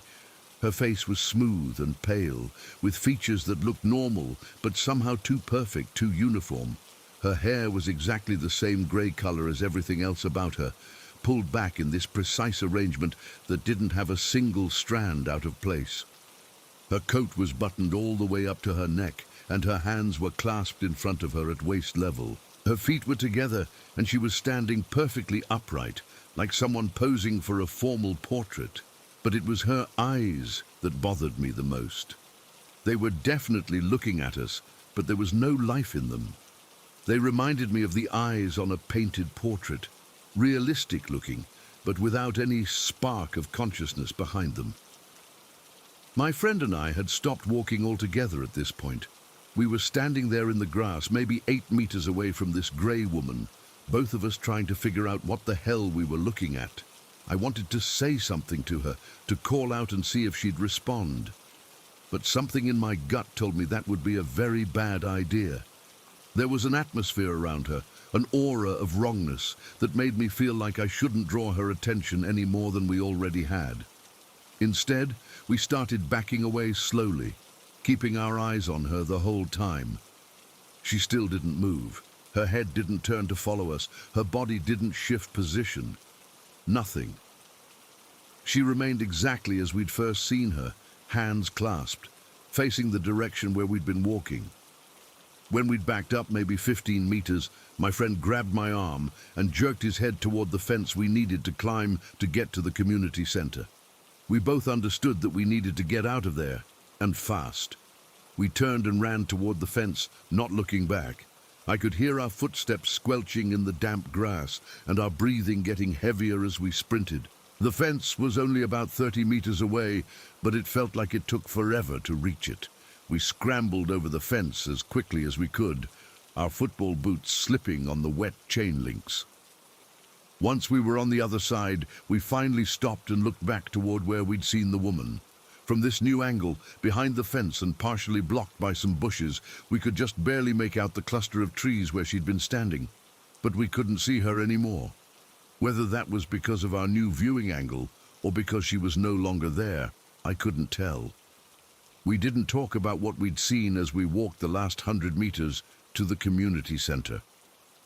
I think we were both processing what had happened, trying to make sense of it in our own minds before we tried to discuss it with each other. Training that day was a blur. I kept thinking about the gray woman, replaying every detail of her appearance in my mind. The way she'd stood so perfectly still, the uniform coloring, the sense that she'd been watching us even though her expression never changed. After training, as we were walking home, my friend finally brought it up. He asked if I'd seen what he'd seen, and I described exactly what I'd observed. Our descriptions matched perfectly. The grey coloring, the old-fashioned clothes, the complete motionlessness, the feeling that she was watching us, but neither of us had any explanation for what she could have been. We went through all the possibilities we could think of: a statue, a mannequin, some kind of art installation, even the idea that it might have been a real person who was just very good at standing still. But none of those explanations held up. A statue would have been made of stone or metal and wouldn't have had that grey, faded appearance. A mannequin would have looked more obviously artificial, and who would put a mannequin in a cluster of trees anyway? An art installation didn't make sense in that location, and no real person could stand that perfectly still for that long. The only explanation that made any kind of sense was one that neither of us wanted to say out loud: that we'd seen something that wasn't quite human, something that looked like a person but wasn't bound by the same physical rules that apply to living people. Over the next few weeks, we made a point of avoiding that shortcut. We'd take the longer route to training, even if it meant being a few minutes late. Neither of us said explicitly that we were scared to go back there, but we both understood that we didn't want to risk seeing that woman again. But curiosity eventually got the better of us. About a month later, we decided to go back during the daytime on a weekend, when we had plenty of time and didn't feel rushed. We wanted to see if she was still there, or if there was any evidence of what we might have seen. We approached the area carefully, walking slowly and staying alert. When we reached the tennis courts and looked toward the cluster of trees, there was nothing there. The trees looked normal, the grass was undisturbed, and there was no sign that anyone or anything had been standing there. We walked closer to investigate, going all the way to the spot where we'd seen her. There was nothing unusual about the location, just ordinary trees, ordinary grass, ordinary ground. No indentations where someone might have been standing, no objects left behind. Nothing. But even though there was no physical evidence of what we'd seen, the place still felt wrong. There was an atmosphere there, a heaviness in the air that made both of us uncomfortable. We didn't stay long. That became the pattern for the next several years. I'd occasionally go back to that area, drawn by curiosity and a need to understand what I'd experienced. But I never saw the grey woman again, and the place always made me feel uneasy. When we moved back to the United States 2 years later, I thought I'd be able to put the whole experience behind me, but it stuck with me in ways I hadn't expected. For years afterward, whenever I'd see someone standing very still in my peripheral vision, I'd get this jolt of recognition and fear, remembering that afternoon in Scotland. Even now, as an adult, I sometimes find myself thinking about what we saw. I've researched stories of ghost sightings and paranormal experiences, trying to find accounts that match what my friend and I witnessed. There are some similarities in other people's stories: the grey or faded appearance, the complete motionlessness, the sense of being watched. But I've never found anything that matches exactly what we experienced. Most ghost stories involve apparitions that move, that interact with people, that appear and disappear. Our grey woman did none of those things. She was just there, perfectly still, watching us with those empty eyes. I went back to Scotland for a visit about 5 years ago, and I made a point of revisiting that area. The tennis courts were gone, replaced by new housing development. The cluster of trees had been cleared away to make room for more houses. There was no trace left of the place where we'd had that encounter, but standing there, looking at the new houses where those trees used to be, I could still feel the memory of that afternoon as clearly as if it had happened yesterday. The overcast sky, the damp grass under our feet, the growing sense of unease as we realized we were looking at something that shouldn't exist. I never found out what the grey woman was, or why she was there, or what she wanted. Maybe she wasn't wanting anything at all. Maybe she was just trapped somehow, frozen in that moment, standing in those trees for reasons I'll never understand. All I know is that what my friend and I saw that day was real. It wasn't our imagination. It wasn't a trick of the light. And it wasn't something we made up or exaggerated over time. We both saw the same impossible thing, and it changed how I think about what's possible in this world. Sometimes I wonder if she's still there somehow, even though the trees are gone and houses have been built where she used to stand. Maybe she's in one of those houses now, standing perfectly still in someone's living room or bedroom, grey and motionless, and watching with those empty eyes. I hope not. I hope whatever kept her trapped in that place was released when the trees were cut down. But I honestly don't know. What I do know is that there are things in this world that don't follow the rules we think we understand. Things that can look human, but aren't quite human.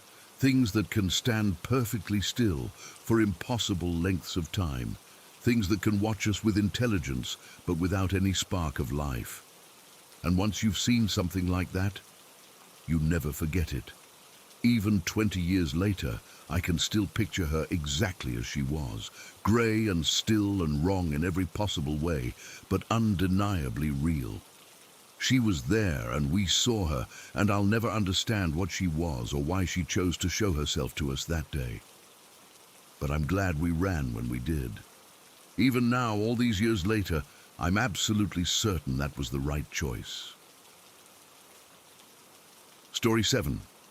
I've never told anyone the full story of what happened during those 5 months we lived in that house, because honestly, who would believe me? But I need to get this out of my head, especially after what happened on that last day we were there. Even now, 3 years later, I still can't go into a kitchen alone without checking every reflection, every shadow, every corner.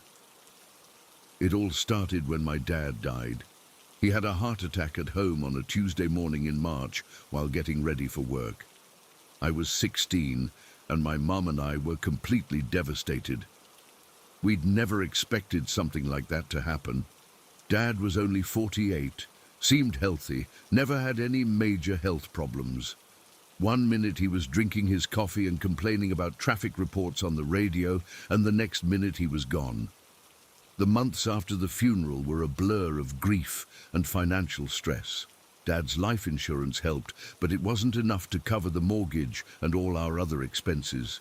My mum was working part-time at a dentist's office, and even with me picking up hours at a local grocery store, we couldn't make ends meet.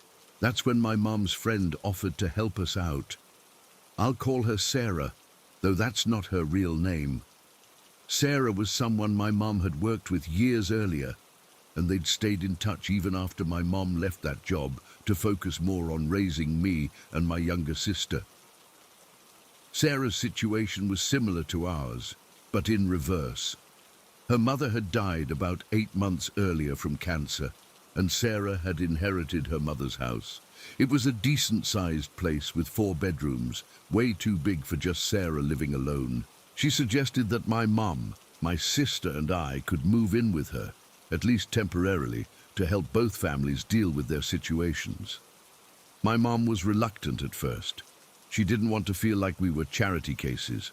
But Sarah explained that she'd actually feel better having people in the house, that it felt too empty and sad with just her there.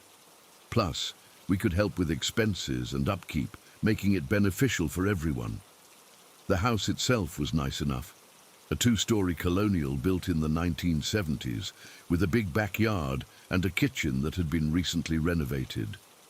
Sarah's mother had taken good care of the place, and everything was clean and well maintained. But from the very first night we moved in, I knew something was wrong with that house. We'd spent all day moving our stuff, and by evening everyone was exhausted. Sarah showed us to our rooms. I got a small bedroom on the second floor that had been used as a guest room.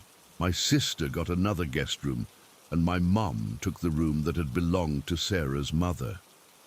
I remember Sarah hesitating when she showed my mum to that room. She stood in the doorway for a minute, looking around like she was seeing it for the first time. Then she told my mum that she'd cleaned everything out except for the furniture. But if my mum wanted to rearrange anything or move stuff around, that was totally fine. The room had this big wooden armoire against one wall, the kind with double doors that swing open to reveal hanging space and shelves inside. Sarah mentioned that the doors sometimes came open on their own, something about the latch not catching properly, and she'd been meaning to get it fixed. That first night I barely slept. It wasn't just because I was in a strange place, though that was part of it. The house made sounds I wasn't used to, creaking, settling noises that seemed too loud and too frequent. But more than that, I kept feeling like someone was moving around the house when everyone else was asleep. I'd lie there listening, trying to figure out if what I was hearing was just normal house sounds, or if someone was actually walking around downstairs. A few times I almost got up to check, but I didn't want to wake anyone else if I was just being paranoid. Around 3 in the morning, I heard my mum's voice from across the hall. She was talking to my sister, asking if she'd gotten up during the night. I could hear my sister's groggy response that she'd been asleep the whole time. Then my mum said something that made my skin crawl. She said the armoire in her room kept coming open, even though she'd closed it firmly before going to bed. She'd gotten up twice to close it, and both times she could swear she'd pushed the doors shut and made sure they were latched. But she'd wake up an hour later and they'd be standing wide open again. My sister suggested that maybe the latch really was broken, like Sarah had said. But my mum's voice had this edge to it when she said that she'd tested the latch before going to bed, and it seemed to be working fine. The conversation died down after that, but I lay awake for another hour, thinking about what I'd heard. There was something about the way my mum had described the armoire doors that bothered me. She hadn't sounded frustrated like you would if you were dealing with broken hardware. She'd sounded scared. Over the next few weeks, strange things kept happening, but they were small enough that we could rationalize them away. Doors would be open that we remembered closing. Items would be moved slightly from where we'd left them. The house always felt cold, even when the heating was working properly. The backyard was another source of unease. The kitchen had these big sliding glass doors that looked out onto a patio and the yard beyond. During the day, it was a nice view. Sarah's mother had been into gardening, and there were flower beds and a small vegetable garden that Sarah was trying to maintain. But at night, every time I walked past those glass doors, I'd see movement in the yard, just quick glimpses in my peripheral vision, a shadow moving behind the shed, or what looked like a person walking between the trees at the back of the property. The first few times it happened, I convinced myself it was just my imagination or maybe a neighbor's cat. But it kept happening, always the same quick movement just at the edge of my vision, always gone when I looked directly. One night I stood at the glass doors for 10 minutes, staring out into the yard, trying to catch whatever I was seeing in the corner of my eye. The yard was lit by a security light on the side of the house, so I could see everything clearly. There was nothing there, no cats, no people, no logical explanation for the movement I kept detecting. But as I stood there watching, I started to get this overwhelming feeling that something in the yard was watching me back. Not just looking at me, but studying me with an intelligence that felt hostile. I backed away from the doors and avoided the kitchen for the rest of that night. Sarah seemed unaware of most of these incidents, but I started noticing that she had her own ways of avoiding certain parts of the house at certain times. She never went upstairs after dark unless she absolutely had to. She'd make excuses to stay in the living room until bedtime, then go straight to her room without lingering in the hallway. And she always kept her bedroom door locked at night, something I only noticed because her room was next to the bathroom and I'd see her unlocking it when she needed to get up. The incident that really shook me happened about 6 weeks after we'd moved in. It was a Saturday afternoon, and I was in the kitchen making a sandwich for lunch. My mom and sister had gone to the grocery store, and Sarah was outside working in the garden. I was standing at the counter spreading peanut butter on bread when I heard a voice from the other side of the kitchen. It was an older woman's voice, calling for someone named Lady.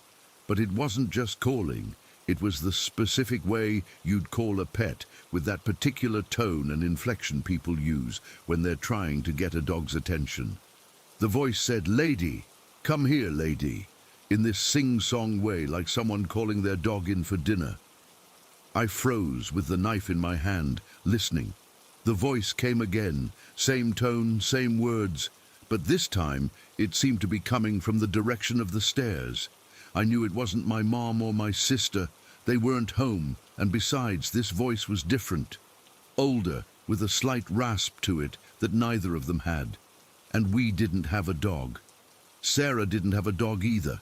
But I knew that Sarah's mother had owned a dog named Lady. Sarah had mentioned it a few times, how hard it had been to find a new home for Lady after her mother died because the dog was old and set in her ways. I put down the knife and walked quickly to the front of the house, looking out the window to make sure Sarah was still in the garden. She was there, kneeling by the flower beds with her back to the house, completely focused on her work. I went back to the kitchen, but I couldn't shake the feeling that someone else was in the house with me. The voice hadn't been my imagination. It had been too clear, too distinct, but there was no logical explanation for who could have been calling for a dog that no longer lived there. I finished making my sandwich as quickly as possible and took it outside to eat on the front porch, where I could see other people and feel less isolated. When my mum and sister got back from the store, I mentioned what I'd heard. My sister just shrugged it off, but my mum got this thoughtful look on her face. She asked me to describe exactly what the voice had sounded like. After I finished describing it, she was quiet for a minute.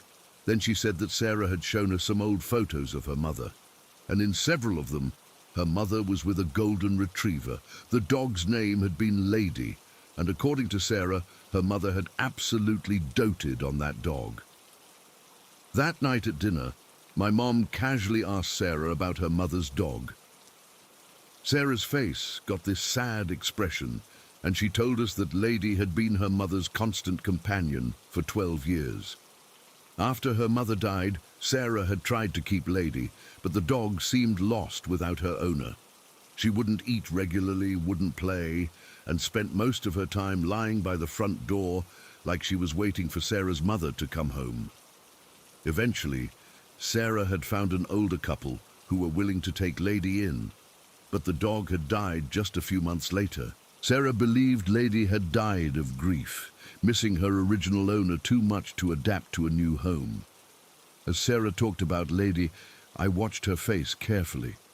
There was genuine sadness there, but also something else, a kind of nervousness, like she was holding something back. After dinner, I helped clean up the kitchen while Sarah went upstairs to take a shower.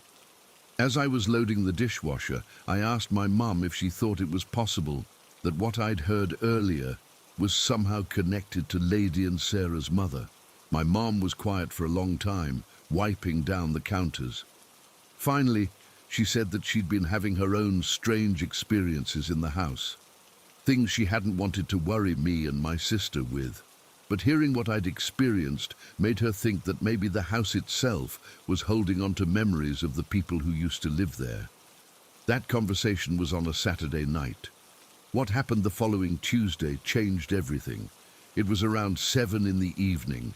My sister was upstairs doing homework, Sarah was in the living room watching TV, and my mum had gone out to meet with someone about a possible full-time job. I was in the kitchen, cleaning up after dinner and getting ready to start on my own homework. I was standing at the sink, rinsing dishes, when I felt someone touch my shoulder. It wasn't a light brush or an accidental contact. It was a deliberate touch, firm and warm, like someone had placed their hand on my left shoulder to get my attention. I spun around immediately, expecting to see my sister or Sarah behind me, but there was no one there. The kitchen was empty except for me. My heart started pounding, but I tried to rationalize what had happened. Maybe I'd imagined it, or maybe something had fallen from the counter and hit my shoulder. I looked around the floor, checking to see if anything had dropped, but everything was in its place.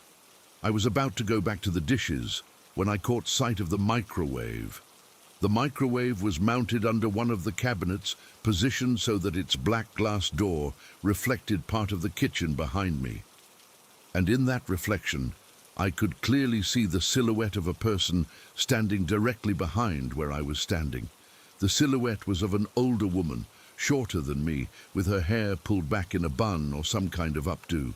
She was wearing what looked like a long robe or house dress, and she was standing close enough to me that she could have easily reached out and touched my shoulder. But when I spun around to look behind me again, there was still no one there. I stared at the microwave reflection, and the silhouette stared back. It wasn't moving, just standing there like it was waiting for something.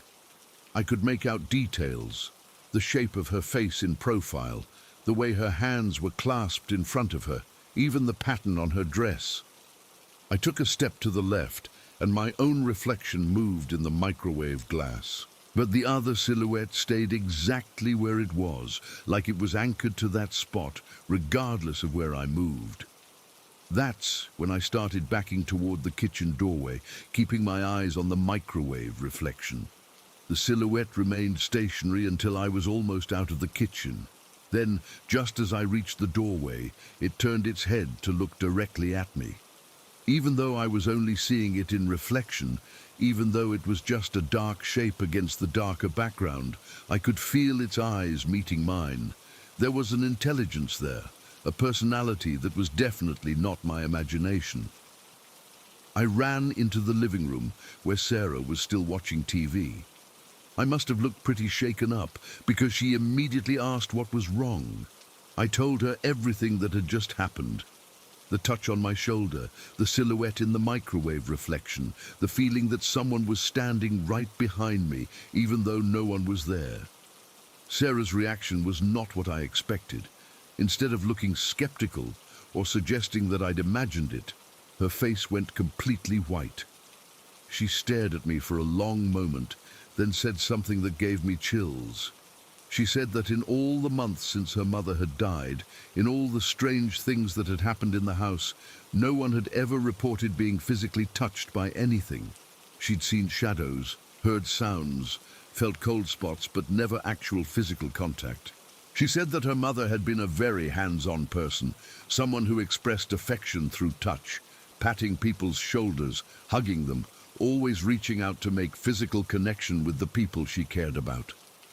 The fact that I'd felt someone touch my shoulder, and that the silhouette in the microwave had been positioned exactly where someone would need to stand to do that, meant that whatever presence was in the house was getting stronger, or more desperate to make contact. Sarah suggested that maybe we should have someone come look at the house, someone who specialized in this kind of thing. But before we could discuss it further, my mum came home. and we filled her in on what had happened. My mum's reaction was immediate and decisive. She said we were leaving that house that very night if possible, but definitely within the next few days. She'd been trying to make the living situation work because of the financial help and because she didn't want to seem ungrateful to Sarah. But she wasn't willing to put her children at risk for the sake of saving money. Sarah was understanding about our decision to move out, but she also seemed relieved. She admitted that having us in the house had seemed to increase the activity, like the presence that lived there was reacting to having new people in its space. We spent the next 3 days packing our stuff and finding a small apartment we could afford. It wasn't ideal financially, but my mum said she'd rather work 3 jobs than have us stay in a house where invisible hands were reaching out to touch her children. On our last night in Sarah's house, I made the mistake of going into the kitchen alone to get a glass of water before bed. I'd avoided being alone in there since the shoulder-touching incident, but it was late. Everyone else was asleep, and I figured it would be fine for just a minute. I walked into the kitchen, flipped on the light, and went straight to the sink to fill my water glass. I was being as quick as possible, not looking around, not checking reflections, just focusing on the task at hand. But as I was filling the glass, I heard that voice again. "Lady, come here, lady." This time it was much closer, like someone was standing right next to me. I could even hear the intake of breath before each call, the way a real person's voice sounds when they're speaking right next to your ear. I didn't turn around. I didn't look in any reflective surfaces. I set down the glass and walked quickly toward the doorway. But just as I reached the edge of the kitchen, I felt that touch on my shoulder again. This time, it was more insistent, like someone was trying to turn me around to face them. I pulled away and ran upstairs without looking back. I didn't go back into that kitchen for the rest of the night, and I didn't tell anyone else what had happened. We were moving out the next day anyway, and I didn't want to scare my mom or my sister any more than they already were. The weird thing is, after we moved out of Sarah's house, all the strange experiences stopped completely. No unexplained sounds, no mysterious movements, no feeling of being watched. It was like whatever had been happening was tied specifically to that house and didn't follow us to our new place. Sarah sold the house about 6 months after we moved out. She said the new owners were a young couple with no knowledge of what had happened there, and she didn't feel obligated to tell them. As far as I know, they're still living there and haven't reported any problems. But I still think about that last night, about the voice calling for lady and the feeling of someone trying to get my attention. I think about the silhouette in the microwave reflection and how it had turned to look at me like it recognized me. Sometimes I wonder if Sarah's mother was trying to communicate something specific, if there was a reason she kept reaching out to touch me. Maybe she was confused about where she was, or maybe she was trying to ask for help with something. But honestly, I'm glad I never found out what she wanted. Some things are better left unknown, especially when they involve people who are supposed to be dead, but apparently don't realize it yet. I just hope that wherever she is now, she's finally found peace, and that she's been reunited with Lady, because it was clear from the way she kept calling for that dog that she missed her terribly. As for me, I still check behind me whenever I'm in a kitchen alone. Old habits die hard, and some experiences change you in ways that never fully go away. But I've never felt that touch on my shoulder again, and I've never seen another silhouette that didn't belong to a living person. And I plan to keep it that way. Story 8. I'm writing this because what happened to me last Tuesday night has left me questioning whether I'm safe in my own home, and I need someone else to know about it in case something worse happens. I've been dealing with this thing, this presence, for years now, but what occurred that night was different. It was like whatever's been haunting my dreams finally decided to stop playing games. Let me start from the beginning so this makes sense. About 4 years ago, my wife and I were living in her apartment downtown. It was a nice place, second floor of an older building. Nothing fancy, but comfortable enough for two people. We'd been together for about 2 years at that point and had just started talking seriously about getting married. The apartment had always felt a little off to me, but I couldn't put my finger on exactly why. It wasn't anything obvious. No strange noises, no cold spots, nothing you'd typically associate with a haunted place. It was more like a feeling in the air, a heaviness that seemed to settle over the place after dark. My wife had lived there for 3 years before I moved in, and she'd never mentioned anything unusual about it. But about 6 months after I started staying there regularly, we both began having disturbing dreams. Hers were always about intruders. She'd dreamed that someone had broken into the apartment and was moving around in the dark, searching for something or someone. In the dreams, she'd be paralyzed with fear, unable to move or call for help, just listening to footsteps moving through the rooms. My dreams were different, but they had the same underlying feeling of menace. I'd find myself in the apartment, but it would be wrong somehow.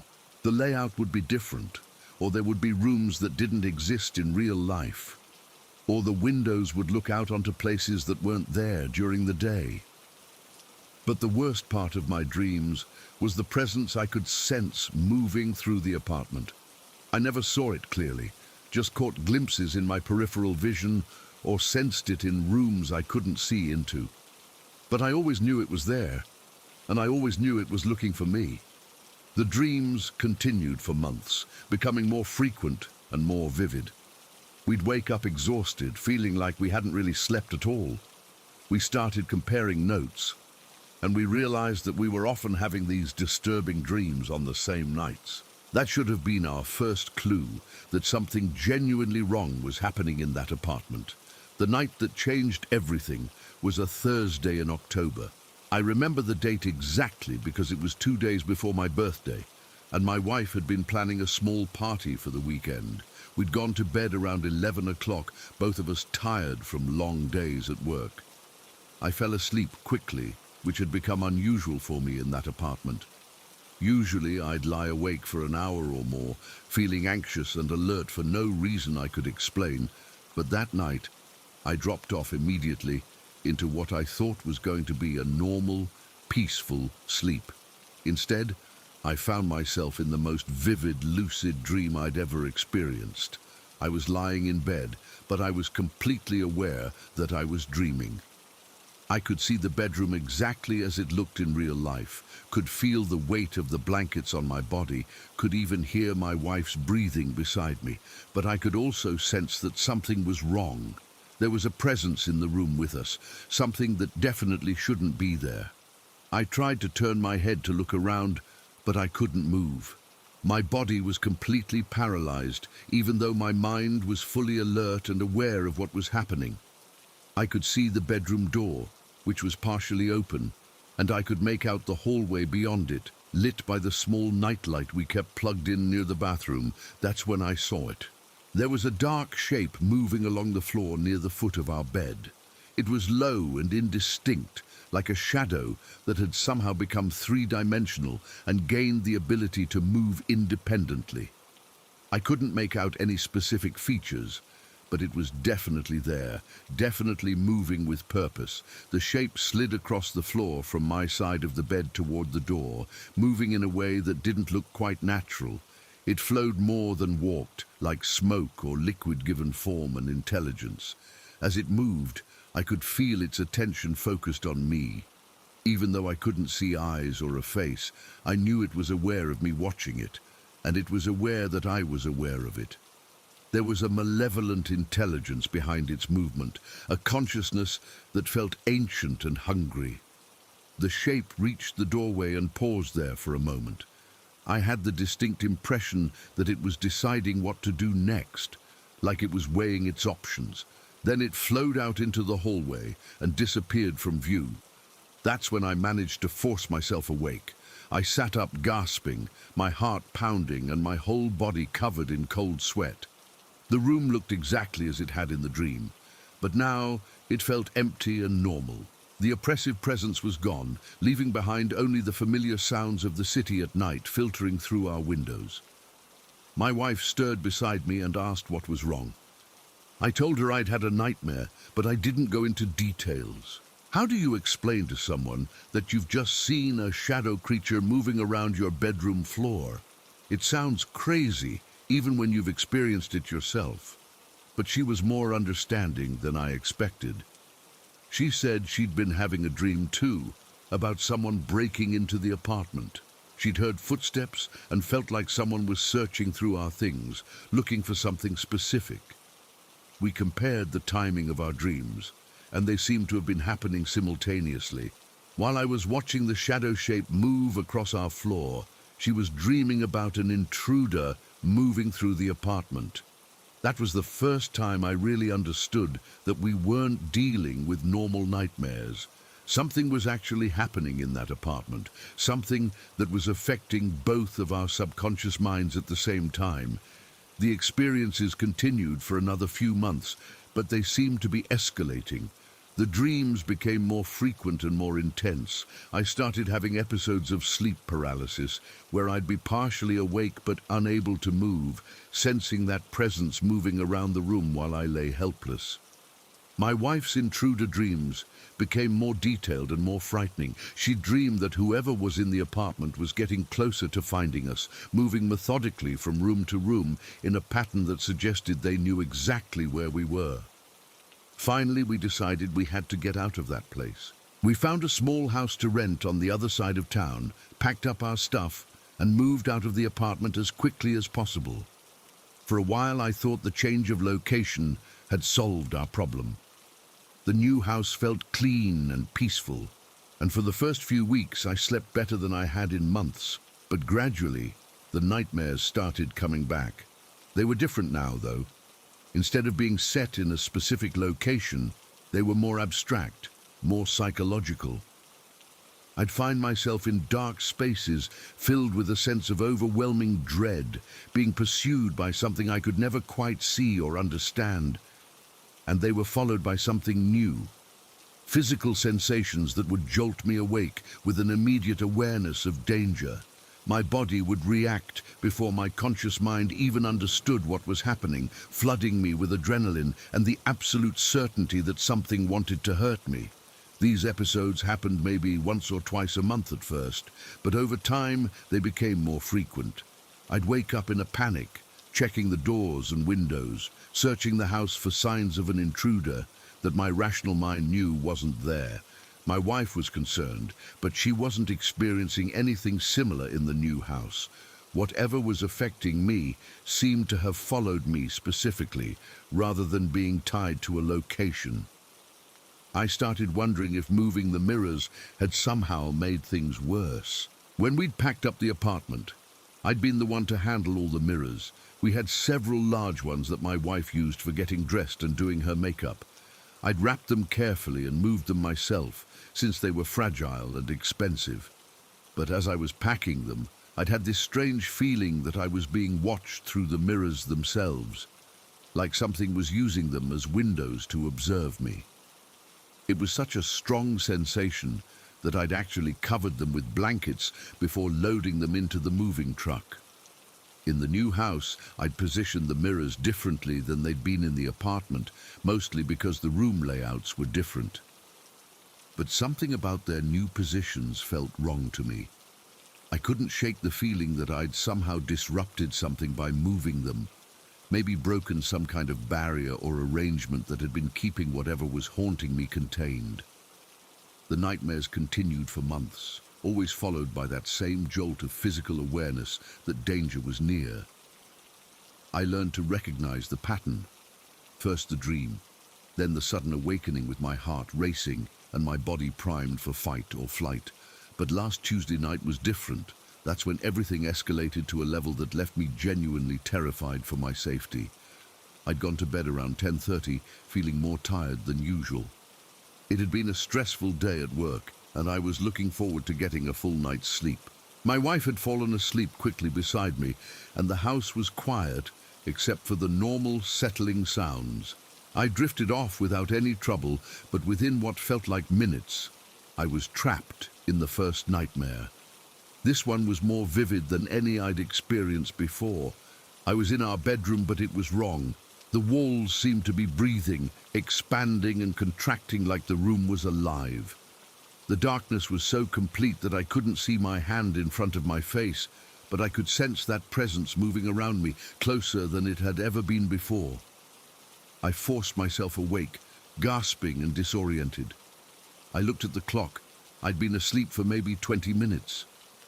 My wife was still sleeping peacefully beside me, undisturbed by whatever I'd experienced. I tried to calm myself down, took some deep breaths, and eventually managed to fall back asleep. Immediately, I was in another nightmare. This time I was in our hallway, but it stretched on impossibly far in both directions. The presence was behind me, following me as I tried to find my way back to the bedroom. I could hear its movement, not footsteps exactly, but a sliding, scraping sound like something heavy being dragged across the floor. I woke up again, more shaken than before. The clock showed that only 15 minutes had passed since the last time I'd looked at it. This pattern continued 5 times over the course of an hour. Each time I'd fall asleep, I'd immediately be plunged into a vivid nightmare featuring that same menacing presence. And each time I'd wake up more terrified and exhausted than before. But it was the 5th nightmare that really got to me, because that's when I realized the presence had changed. In this final dream, I was lying in bed exactly as I was in real life. But I could sense something approaching the bed from my wife's side, moving slowly and deliberately around to my side. This time, the presence felt different. In previous dreams and experiences, it had seemed like a wild animal, dangerous and frightening, but operating on instinct rather than intelligence. Like encountering a raccoon or a possum in your house, scary because it's unpredictable and potentially harmful, but not necessarily malicious. But this time, there was a malevolent intelligence behind its movement. It wasn't just wandering randomly or reacting to my presence. It was hunting me specifically, with purpose and intent. I could feel it moving closer to my side of the bed, and I knew with absolute certainty that it meant to do me serious harm. This wasn't just about scaring me anymore. It wanted to hurt me, maybe even kill me. I tried to move, tried to wake myself up, but I was completely paralyzed. All I could do was lie there and feel this thing approaching, knowing that when it reached me, something terrible was going to happen. It stopped right beside the bed, at the exact spot where I was lying. I could sense it looming over me, could feel its attention focused completely on my prone body. The malevolence radiating from it was so intense that it felt like a physical weight pressing down on my chest. That's when I managed to force myself awake through sheer terror and willpower. I sat up so violently that I nearly fell out of bed, my heart hammering and my whole body shaking. The room was dark and quiet, but I could still feel the lingering presence of whatever had been standing beside the bed just moments before. But here's the part that really scares me. Even though I was awake, even though the nightmare was over, I could still sense that thing in the room with me. It was fainter than it had been in the dream, but it was definitely still there. I looked around the bedroom, trying to pinpoint where the feeling was coming from. My eyes had adjusted to the darkness enough that I could make out the basic shapes of the furniture, but everything looked normal, except for the large mirror on my wife's dresser. There was something wrong with the reflection in that mirror. It looked deeper than it should have, like I was looking into a tunnel instead of seeing a reflection of the room. And there was movement in that depth, something shifting and flowing just beyond where I could see clearly. I stared at the mirror for several minutes, and the longer I looked, the more certain I became that whatever had been stalking me in my dreams was somehow connected to that reflection, like it was using the mirror as a doorway between the dream world and the physical world. That's when I realized that moving the mirrors when we'd relocated from the apartment might have been a huge mistake. Maybe I'd disrupted some kind of containment, broken a barrier that had been keeping this thing limited to dreams and sleep paralysis. Maybe by rearranging them in our new house, I'd given it more access to our physical space. I got out of bed as quietly as possible, being careful not to wake my wife, and went to the bathroom to splash cold water on my face. When I came back to the bedroom, the mirror looked normal again, just reflecting the dark room like mirrors are supposed to do.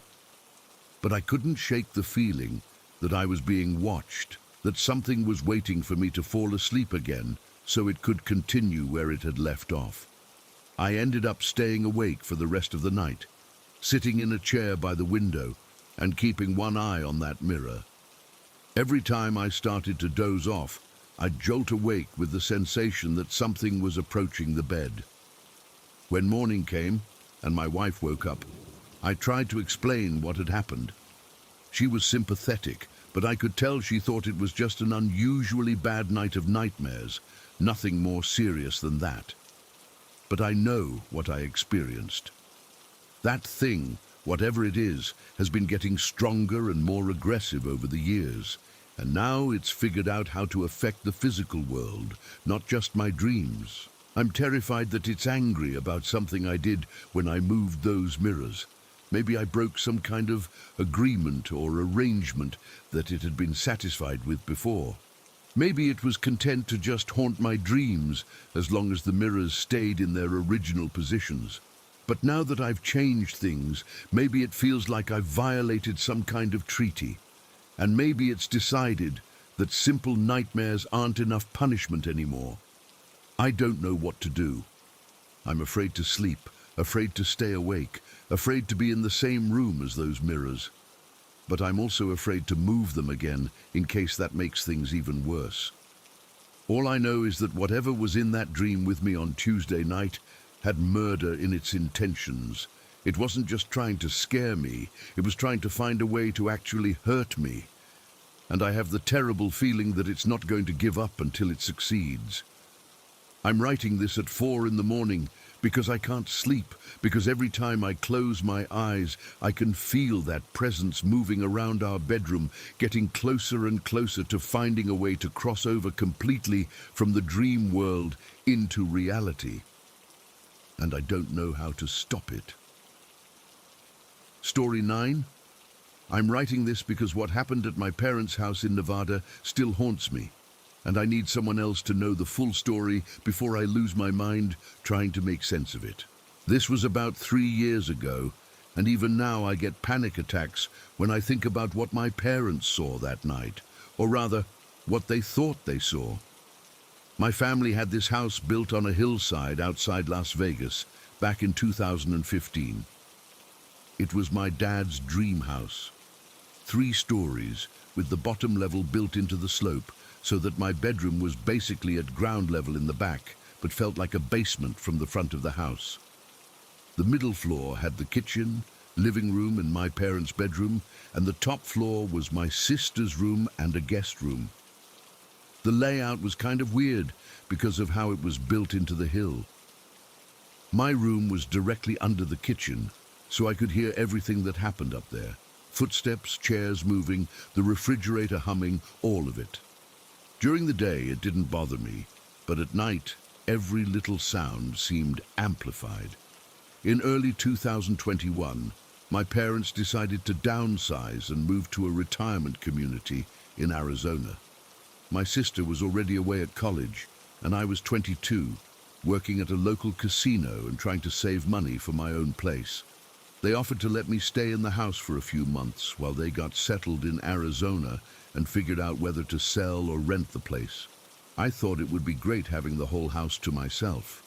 I'd lived there since I was 16, knew every corner of the place, and figured I'd enjoy the independence and space. I should have known something was wrong from the very first night I was alone there. I was down in my room watching Netflix on my laptop, probably around 10:30 at night. It was a Tuesday in March, and the weather was still a bit cool, so I had the sliding glass door to my patio closed and the curtains drawn. I was maybe halfway through some action movie when I felt this weird sensation, like the air in my room had suddenly become charged with electricity. You know that feeling you get right before a thunderstorm, when the hair on your arms stands up and the air feels heavy and crackling? It was exactly like that, but there wasn't a cloud in the sky. I looked down at my arm and watched the hair literally stand on end, like someone had rubbed a balloon on it. The feeling was so strong that I actually paused the movie and sat up in bed, trying to figure out what could be causing it. That's when I noticed the sliding door. It was closing by itself, not fast, not dramatically, just sliding slowly and steadily along its track from fully open to completely closed. I could hear the rollers moving in the track, that familiar scratching sound the door made when it needed to be cleaned. But there was no wind, no reason for it to move at all. I got up and walked over to the door, thinking maybe I'd left it unlatched and it was just settling into place due to gravity or something. But when I checked, the latch was fine and the door had definitely been fully open when I'd last looked at it. I opened it back up and sat down on my bed, keeping my eye on it. For about 10 minutes, nothing happened. The electrical feeling in the air faded away and everything seemed normal again. I convinced myself that I'd imagined the whole thing, or that there was some logical explanation I hadn't thought of. Old houses settle, doors shift on their tracks. Maybe there'd been a small earthquake I hadn't felt, but over the next few weeks, weird things kept happening. Always small stuff that I could rationalize away if I really tried, but collectively, they were starting to make me uncomfortable.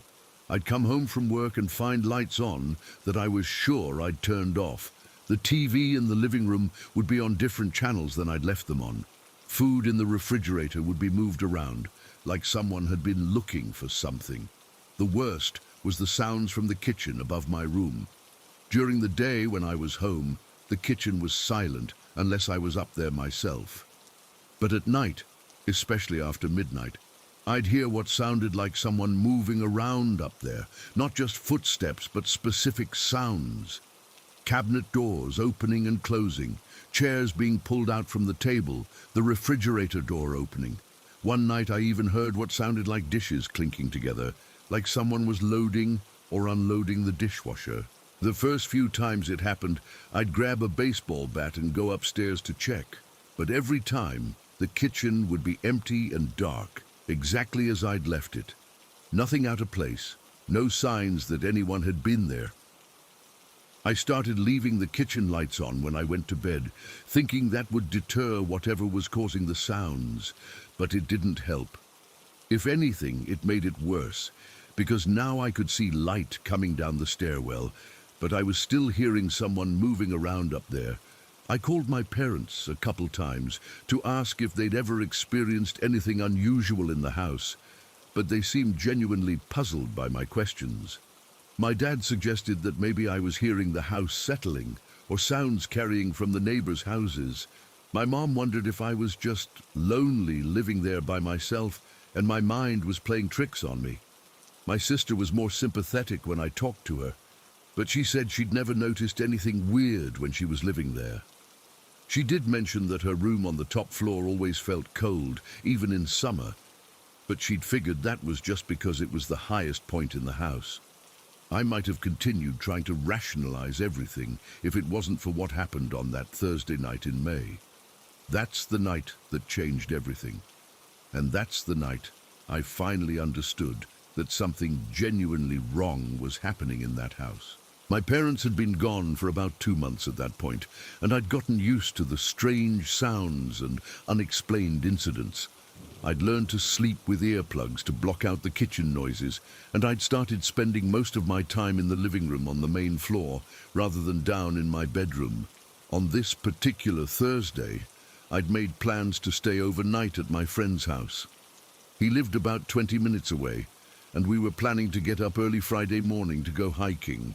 I packed a small bag, made sure all the lights and appliances were turned off, and locked up the house before driving to his place.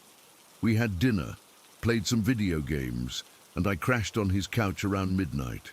I slept pretty well, better than I had in weeks, probably because I wasn't listening for strange noises all night. The next morning, I woke up to my phone ringing. It was my mom calling from Arizona, and she sounded upset. She asked me if I was okay, if anything had happened during the night. I told her I was fine, that I'd spent the night at my friend's house and everything was normal.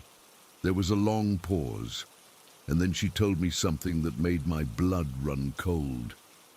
She said that around 2:30 in the morning, Arizona time, which would have been 3:30 Nevada time, my dad had woken up because he heard a sound in their bedroom. When he opened his eyes, he saw me standing at the foot of their bed. Not someone who looked like me, not a shadow or a figure he mistook for me. Me, specifically, wearing clothes he recognized, standing perfectly still and staring down at them. My dad had tried to talk to me, asking what was wrong and why I was there. But I hadn't responded, hadn't moved, hadn't acknowledged his voice at all. I just stood there watching them for what he estimated was about 5 minutes. Then, without saying anything, I turned around and walked out of their bedroom, closing the door behind me. My dad had gotten up to follow me, thinking maybe I was sleepwalking or having some kind of emergency that had brought me to Arizona in the middle of the night. But when he opened the bedroom door and looked down the hallway, there was no one there. He'd checked the entire house, the living room, kitchen, guest rooms, even the closets. All the doors were locked, the security system was still armed, and there were no signs that anyone had been in the house. But both my parents insisted that they'd seen me clear as day, standing in their bedroom in the middle of the night. My mom asked again if I was sure I'd been at my friend's house all night, if there was any possibility I'd driven to Arizona without remembering it. I told her there was absolutely no way.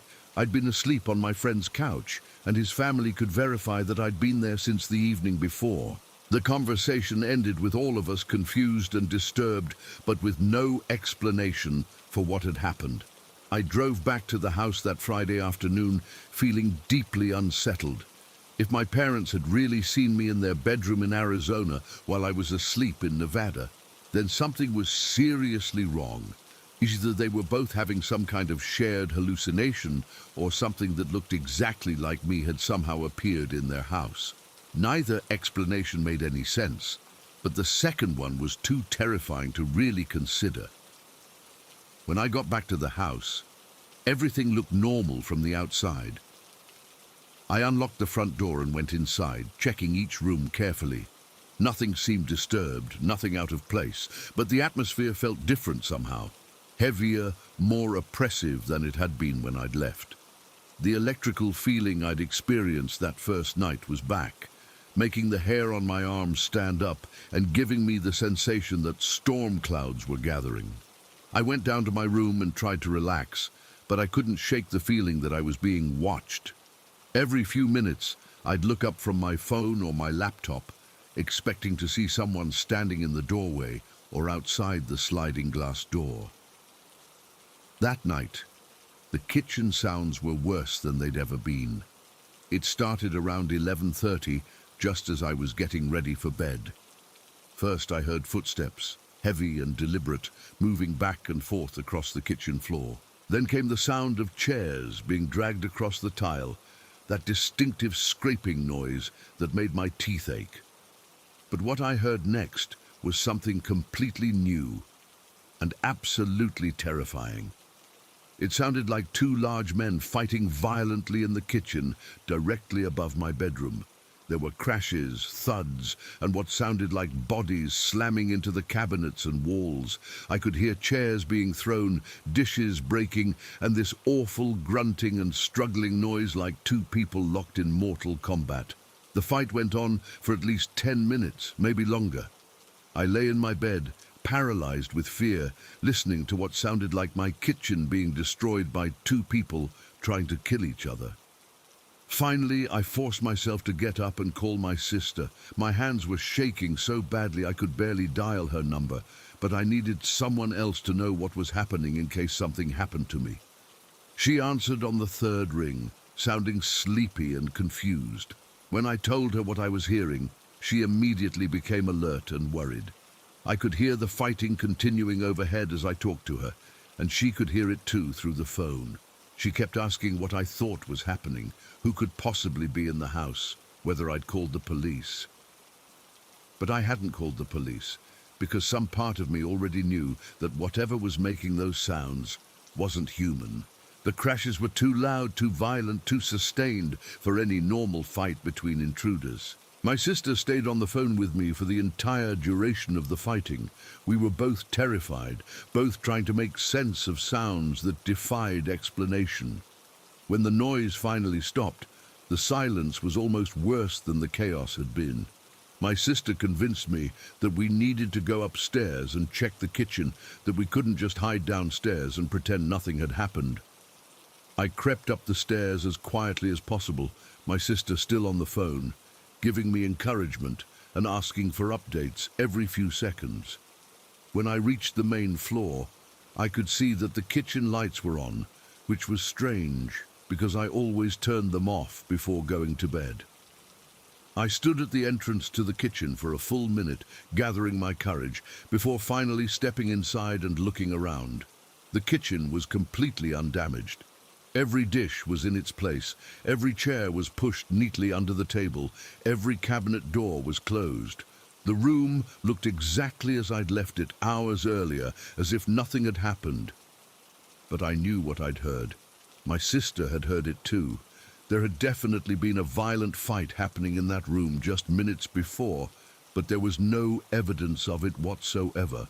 I stayed on the phone with my sister until almost dawn, both of us trying to figure out what could have caused the sounds we'd heard. She offered to drive down and stay with me, but I told her I'd be okay until morning. The next day, I called my parents and told them about the kitchen incident. When I described the fighting sounds, my dad got very quiet. Then he told me something that made everything even more frightening. He said that the night they'd seen me standing in their bedroom, the same night I'd been at my friend's house, they'd been woken up, not just by the sight of me, but by the sound of a violent fight happening in their house. They'd heard crashing, shouting, and what sounded like furniture being thrown around. That's what had woken my dad up in the first place, before he'd seen me standing at the foot of their bed. But when he'd searched the house after I disappeared, everything had been in perfect order, just like what I'd found in the kitchen. So on the same night, at approximately the same time, both my parents in Arizona and I in Nevada had experienced violent fighting sounds with no visible source. And my parents had seen something that looked exactly like me while I was definitely somewhere else. I moved out of that house the following week. I couldn't stand being there anymore, couldn't sleep knowing that something was mimicking me, appearing in other places while I was unaware of it. My parents ended up selling the house about a month later. They never told the buyers about what we'd experienced, and as far as I know, the new owners haven't reported any problems. But I still think about that night constantly. What had my parents really seen in their bedroom? If it looked like me, moved like me, and was wearing my clothes, what was it? And why had it appeared to them while I was asleep 20 minutes away? The thing that terrifies me most is wondering if it's still out there somewhere, still wearing my face, still appearing to people I care about.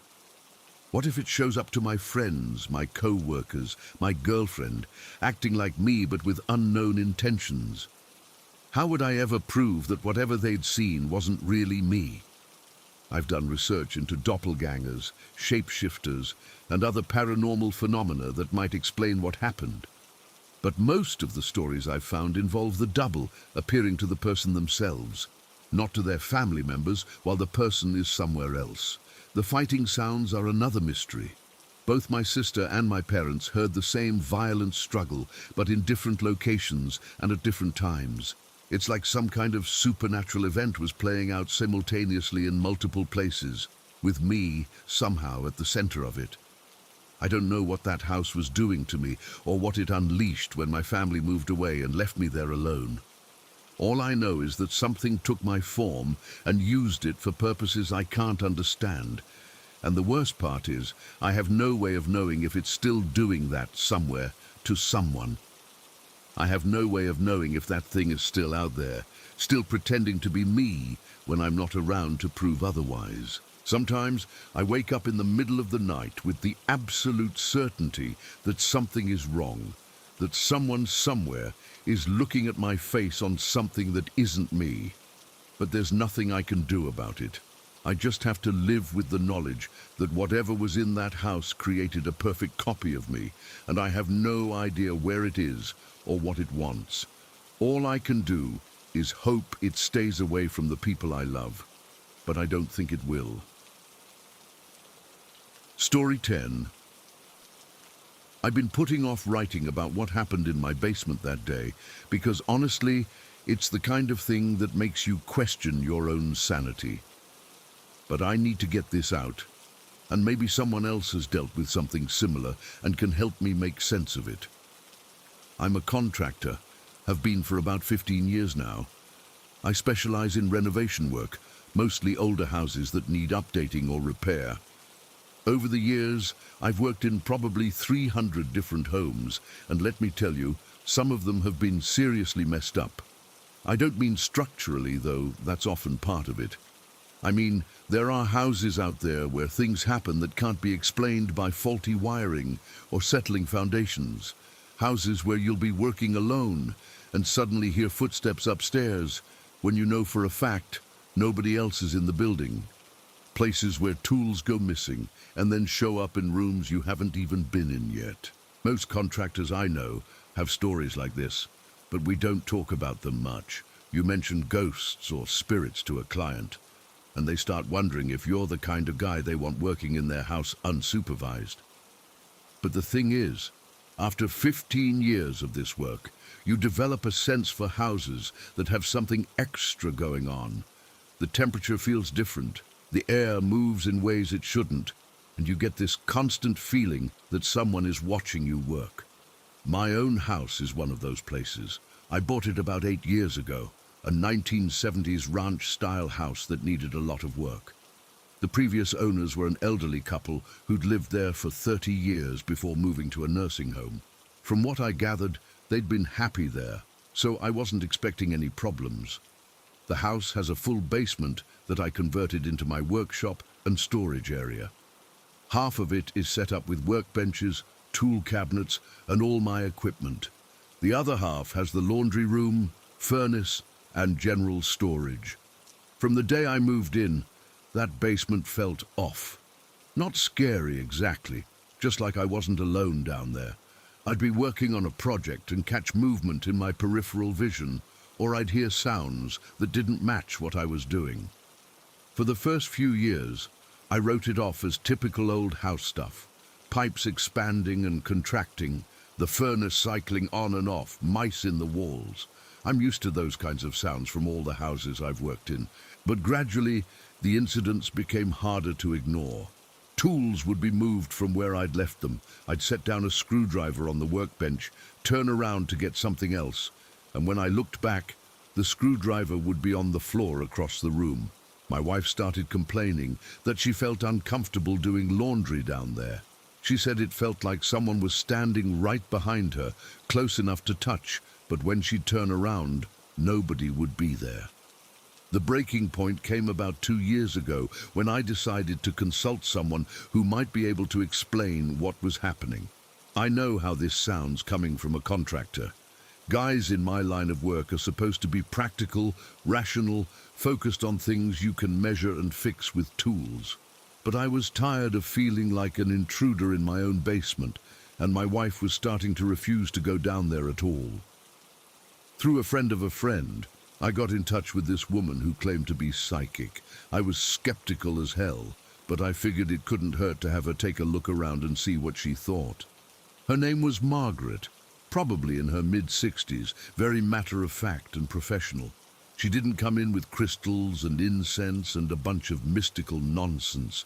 She just walked through the house like she was doing an inspection, paying attention to things I couldn't see.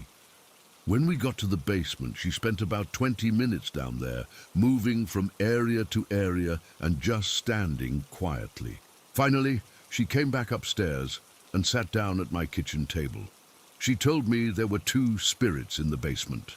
An elderly woman who spent most of her time in my workshop area, and a young boy, maybe 8 or 9 years old, who stayed near the laundry room. According to Margaret, the woman had been the previous owner, the lady who'd lived in the house for 30 years before moving to the nursing home. She'd passed away about 6 months after moving out, and part of her had come back to the house where she'd been happiest. The boy was different.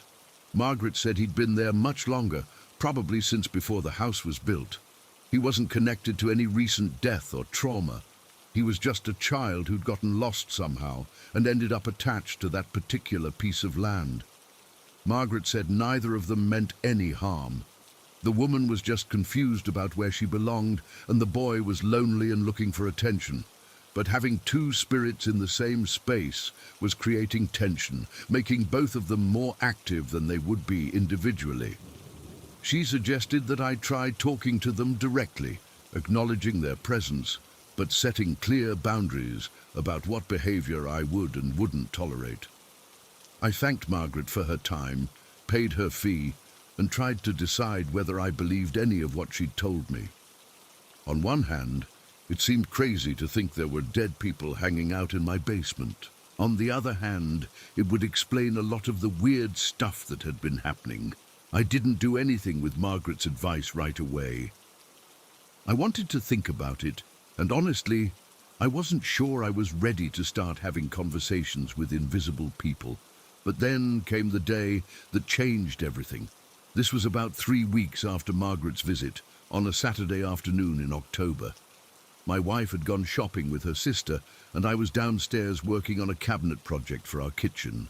I'd been at it for a couple hours and was getting pretty hot and sweaty, so I decided to take a break and change into a cleaner shirt. I went over to the laundry area where my wife keeps clean work clothes for me, and I started changing. I was halfway through pulling off my old shirt when I heard this massive metallic crash from behind me. It was loud, like someone had dropped a toolbox full of wrenches onto a concrete floor.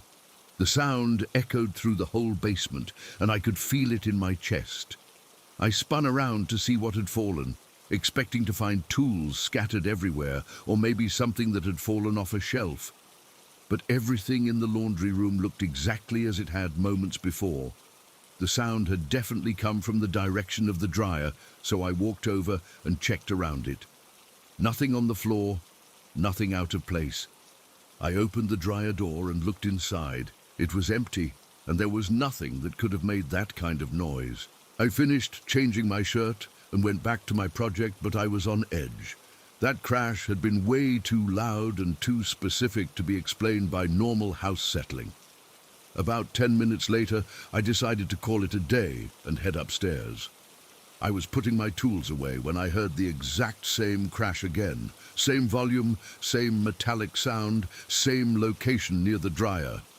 But this time, I was looking directly at that area when it happened, and I could see that nothing had moved or fallen. I stood there for a minute, staring at the dryer and trying to process what I'd just heard. Then I walked over and opened the dryer door again, checking for anything that might be loose inside the drum. Nothing. I ran my hand around the inside of the dryer, checking for loose screws or pieces that might have come apart. Everything felt solid and secure. That's when it hit me. If this was the boy that Margaret had mentioned, the one who stayed near the laundry room, then maybe he was trying to get my attention. Maybe he was tired of being ignored and was escalating his efforts to make me notice him. The thought should have been comforting.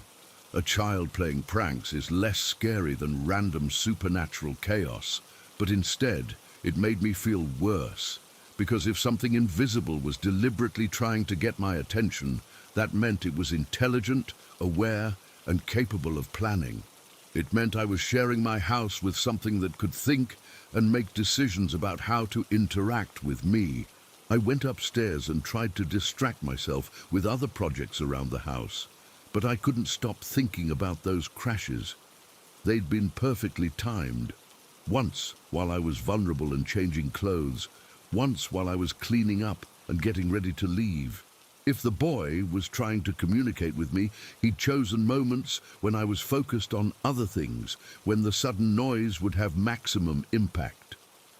That evening, after my wife got home, I told her about what had happened.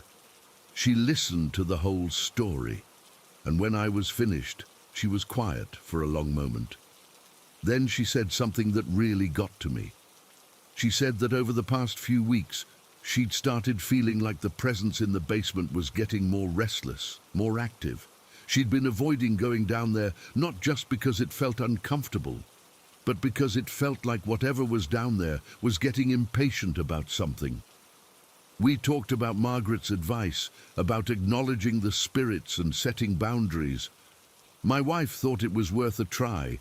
She said we couldn't live in our own house feeling like we were being watched and manipulated by invisible housemates. But I wanted to think about it more. The idea of talking out loud to empty air, addressing spirits I couldn't see or prove existed, felt like crossing a line I wasn't sure I wanted to cross.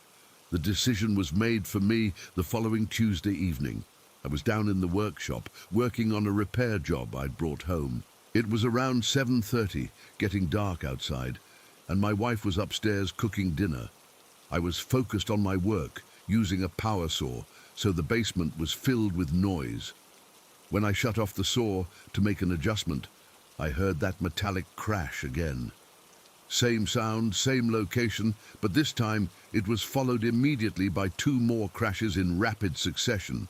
Bang, bang, bang. 3 identical metallic crashes, each one as loud as the first ones had been, coming from the laundry room area.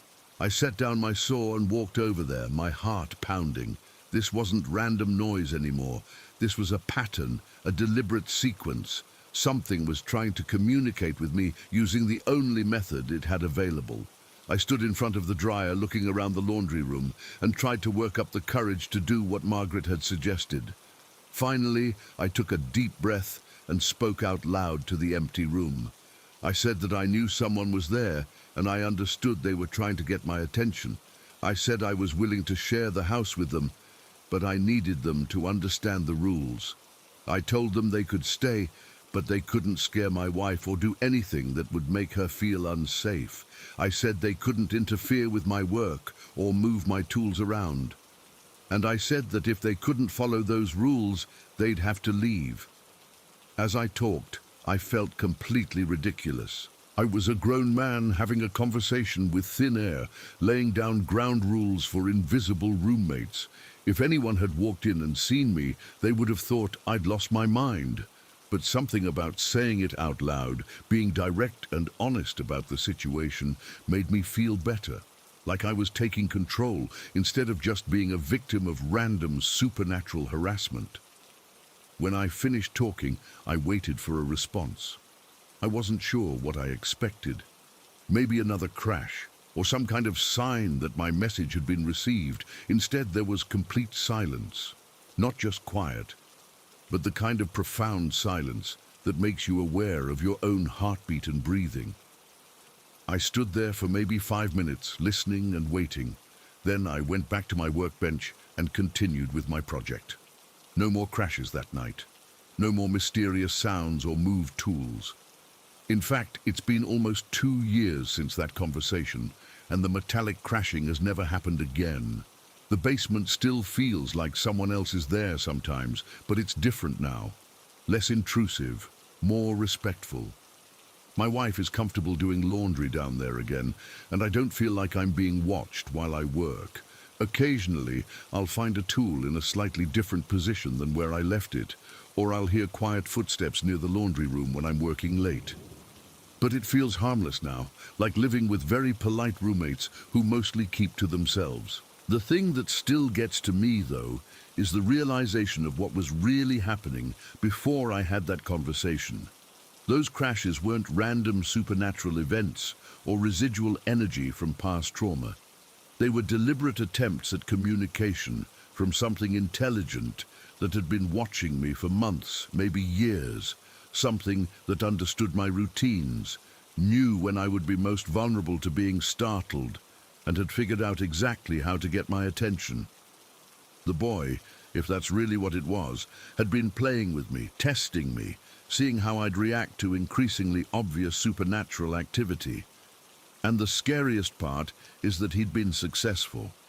He'd gotten me scared enough and frustrated enough that I finally broke down and acknowledged his presence directly, which means that whatever is sharing my basement with me is smart enough to manipulate human behavior, patient enough to carry out a plan over weeks or months, and aware enough of my emotional state to know exactly when I'd reached my breaking point. I keep my end of the bargain we made that night. I don't bother them. I treat the basement respectfully, and I make sure my wife feels safe down there. But sometimes when I'm working late and I hear those quiet footsteps near the laundry room, I wonder what would have happened if I hadn't been willing to negotiate. What would that intelligent, patient, invisible child have done next to get my attention? I'm glad I don't have to find out. But I also know that whatever arrangement we have now exists entirely at his discretion. If he ever decides the rules need to change, there's not much I can do to stop him.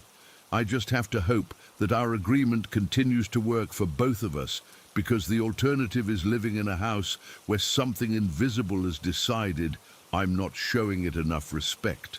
And based on what I experienced before we reached our understanding, I know he's creative enough and persistent enough to make my life very uncomfortable if he wants to. The crashes stopped, but the intelligence behind them is still there, still watching, still deciding whether I'm holding up my end of the deal. Every time I go down to the basement, I'm reminded that I'm not really the only one living in this house. I'm just the only one paying the mortgage. Story 11. I'm finally writing about what happened to me when I was 10 years old because I've never been able to forget it, and I think I need to get it out of my head before it drives me completely crazy. This was back in 2006, and I was babysitting for the first time at this house way out in the country. What happened that night still makes me question whether I can trust my own senses. The family I was babysitting for lived about 15 minutes outside of town, down this long gravel road that wound through farmland and thick woods. Their house was this old 2-story farmhouse that had been in their family for generations. It was the kind of place that looked charming during the day, but felt isolated and vulnerable at night. I was watching 2 girls. I'll call them A and Y, since I don't want to use their real names. A was 10 like me, and Y was 7. Their parents were going to dinner and a movie in town, which meant they'd be gone until probably 11:30 or midnight. I'd known this family for a couple years through church, and the girls were sweet kids. A was responsible and mature for her age, the kind of kid who could help me keep Y in line if needed. Y was more energetic and mischievous, but she usually listened when A told her to do something. The plan was simple: keep the girls entertained until 8:30, get Y into bed by 9, and then A could stay up until 9:30 reading or watching TV quietly. Their parents had left detailed instructions about bedtime routines, emergency numbers, and where everything was in the house. They also had this old golden retriever named Buster, who was supposed to stay inside with us. Buster was getting up there in years and moved pretty slowly, but the parents said he was a good watchdog and would bark if anyone came around the house. The evening started out completely normal. We played some board games, watched a Disney movie, and had popcorn for a snack. Y was in a good mood and wasn't giving me any trouble about following the rules. It was helpful and mature, making sure Y brushed her teeth and got into her pajamas without me having to nag. Around 8:45, I got Y settled into her bed. She shared a room with A, and they had bunk beds. Y slept on the bottom, A on the top. Their room was at the end of the hallway on the 2nd floor, and it had this big window that looked out over the backyard and the woods beyond. Y fell asleep almost immediately. She'd had a busy day and was clearly exhausted. Within 10 minutes of her head hitting the pillow, she was breathing deeply and completely out cold. A was more reluctant to go to bed, which I'd expected. She kept asking for just a few more minutes to read, or if she could get a drink of water, or if she needed to use the bathroom again. Normal kid stalling tactics. I was sitting on the edge of A's bunk bed, trying to convince her that it really was time to go to sleep, when we both heard it. The front door opened.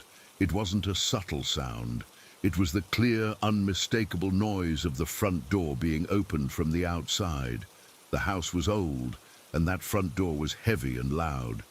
When it opened, you could hear it from anywhere in the house. Buster, who had been lying on the floor next to the bunk beds, immediately jumped up and started barking. Not his usual lazy bark when he heard a car outside, but alert, aggressive barking like he sensed an intruder. I sat up in bed and asked if it was her mom and dad coming home early. I looked at the clock on her nightstand. It was only 10:05, way too early for them to be back. We both listened as we heard the front door close, and then the inner door opened with its distinctive creaking sound. The house had this weird setup where there was a front door that led into a small enclosed porch area, and then a second door that led into the main part of the house. Both doors had their own unique sounds, and I'd heard both of them in sequence. Buster was still barking, but now he was also whining and pacing around the room like he didn't know whether to be excited or alarmed. I told A to stay in bed and be quiet while I went to see who was downstairs. My heart was starting to race, but I figured it had to be her parents coming home early for some reason. Maybe their dinner plans had fallen through, or maybe one of them wasn't feeling well. I walked down the hallway toward the stairs, with Buster following behind me, still making agitated noises. The hallway was dark, except for a small nightlight near the bathroom, but I could see the staircase leading down to the main floor. That's when I heard the voice. It was A and Y's mother, calling up from the bottom of the stairs, but she was whispering like she was trying not to wake anyone up. She just said hello in this soft, quiet voice that I recognized immediately. It sounded exactly like her, the same tone, the same inflection, the same slight accent she had. Without really thinking about it, I whispered back hi from the top of the stairs. It seemed like the natural thing to do, since she was obviously trying to keep her voice down so she wouldn't wake up Y. I expected her to come up the stairs, or to call up and ask how the girls were doing, or to explain why they were home early. Instead, there was just silence. I stood at the top of the stairs for maybe 30 seconds, waiting for her to say something else, or to come up and check on the kids. When nothing happened, I started down the stairs to see what was going on. The staircase was one of those old farmhouse types, steep and narrow, with a banister on one side and a wall on the other.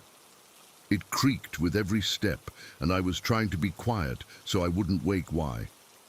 When I got about halfway down, I could see into the living room and the front entryway. The lights were off, but there was enough light coming in from outside that I could make out the basic shapes of the furniture. There was nobody there. I got to the bottom of the stairs and looked around. The front door was closed, and when I checked it, still locked with the deadbolt engaged. The inner door was also closed and latched. Buster had followed me downstairs, and now he was just standing in the living room looking confused. He wasn't barking anymore, but he kept looking toward the front door like he expected someone to come through it. I checked the kitchen, the dining room, and the small bathroom on the first floor. All empty. I looked out the windows to see if there were any cars in the driveway or anyone outside. Nothing. The whole house was exactly as it had been when the parents left 3 hours earlier. Nothing out of place, no signs that anyone had been inside. But I knew what I'd heard. I'd heard both doors open and close in sequence, and I'd heard their mother's voice calling up to me from the bottom of the stairs. Those weren't sounds I could have imagined or misinterpreted. I went back upstairs to check on the girls. He was still fast asleep, hadn't moved from the position she'd been in when I'd left the room. A was sitting up in her bunk, looking anxious. She asked if it had been her mom and dad, and I told her that I wasn't sure, that I hadn't found anyone downstairs. I didn't want to scare her by telling her that I'd heard her mother's voice coming from an empty house. I asked if she could come downstairs with me to look around, but I told her she needed to stay in bed and keep an eye on Y while I figured out what was going on. I spent the next 20 minutes doing a thorough search of the house. I checked every room, every closet, every possible hiding place. I looked in the basement, which was creepy as hell, but completely empty. I even went outside with a flashlight and walked around the entire perimeter of the house. Nothing. No signs of anyone having been there. No footprints in the mud around the doors. No cars on the road. But here's the thing that really got to me. When I went back inside and locked the front door behind me, I realized that I'd heard those doors open and close from inside the house. If someone had actually opened them and then left, the doors would have been standing open when I got downstairs.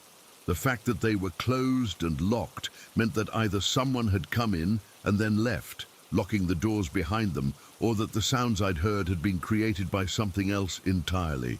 The first explanation didn't make any sense. Why would someone break into a house, not take anything or hurt anyone, and then carefully lock up on their way out? The second explanation was even worse, because it meant that something had perfectly mimicked the sounds of those doors opening and closing, and had somehow produced an exact replica of their mother's voice. I was starting to get really scared at this point, but I didn't know what to do. I couldn't call the parents because what was I going to tell them? That I'd heard doors opening and their voices. But when I investigated, there was nobody there. I went back upstairs and sat in the hallway between the girls' room and the staircase. I figured if anything else happened, I'd be in position to protect the kids and get us all out of the house if necessary. They kept asking me what was going on, and I kept telling her everything was fine, that it had probably just been a neighbor or someone who'd gotten confused and gone to the wrong house. But I was watching that staircase like my life depended on it. Every little sound the old house made, the creaking of floorboards, the settling of walls, the hum of the refrigerator, made me jump. Around 10:30, I heard a car coming up the gravel driveway. Real car sounds this time. The engine, the tires on the gravel, doors slamming. I looked out A's bedroom window and saw the parents' car parked in the driveway. I was so relieved I almost started crying. I ran downstairs and met them at the front door, and they could immediately tell something was wrong. The mother asked if everything was okay, and I tried to explain what had happened without sounding like a crazy person. I told them I'd heard the doors open and thought they'd come home early, but when I went to check, nobody was there. They looked at each other with this expression I couldn't quite read. Not disbelief exactly, but like they were concerned about something they didn't want to tell me. The father went through the house doing his own search, checking all the same places I'd already looked. When he came back, he confirmed that everything was secure and there were no signs of anyone having been inside. The mother asked me exactly what I'd heard, and I described the sequence. Front door, inner door, and then her voice calling hello from the bottom of the stairs. That's when she told me something that made my blood run cold. She said she'd never whispered hello like that in her life. When she came home, she always called out in her normal voice to let everyone know she was there. The whispering wasn't something she would ever do, especially not when she knew there was a babysitter in the house who might be startled by unexpected sounds. More importantly, she said that if she'd actually come home and called up to me, she would have expected a response. She would have come upstairs immediately to check on the girls and talk to me about how the evening had gone. The idea that she would call hello and then just stand silently at the bottom of the stairs didn't match her personality or her normal behavior at all. We talked about it for another 10 minutes, and I could tell they were taking what I'd said seriously. They weren't treating me like a kid who'd gotten scared and imagined things. Finally, the father asked if I'd heard any other voices or if the hello I'd heard could have come from somewhere else. Maybe a neighbor outside, or a TV or radio in another room. But I knew what I'd heard. The voice had come from the bottom of the staircase, and it had sounded exactly like the mother. Not similar to her voice, not like someone doing an impression. It had been her voice, with all the subtle characteristics that make one person's voice unique. The father drove me home that night, instead of having me wait for my own parents to pick me up. During the drive, he told me that old farmhouses sometimes had acoustic quirks that could make sounds seem to come from different places than they actually originated. He also mentioned that the area around their house had a lot of wildlife, and that sometimes animals could make sounds that resembled human voices, especially at night when your hearing was more sensitive to unusual noises. I nodded and thanked him for the explanations, but I didn't believe either of them.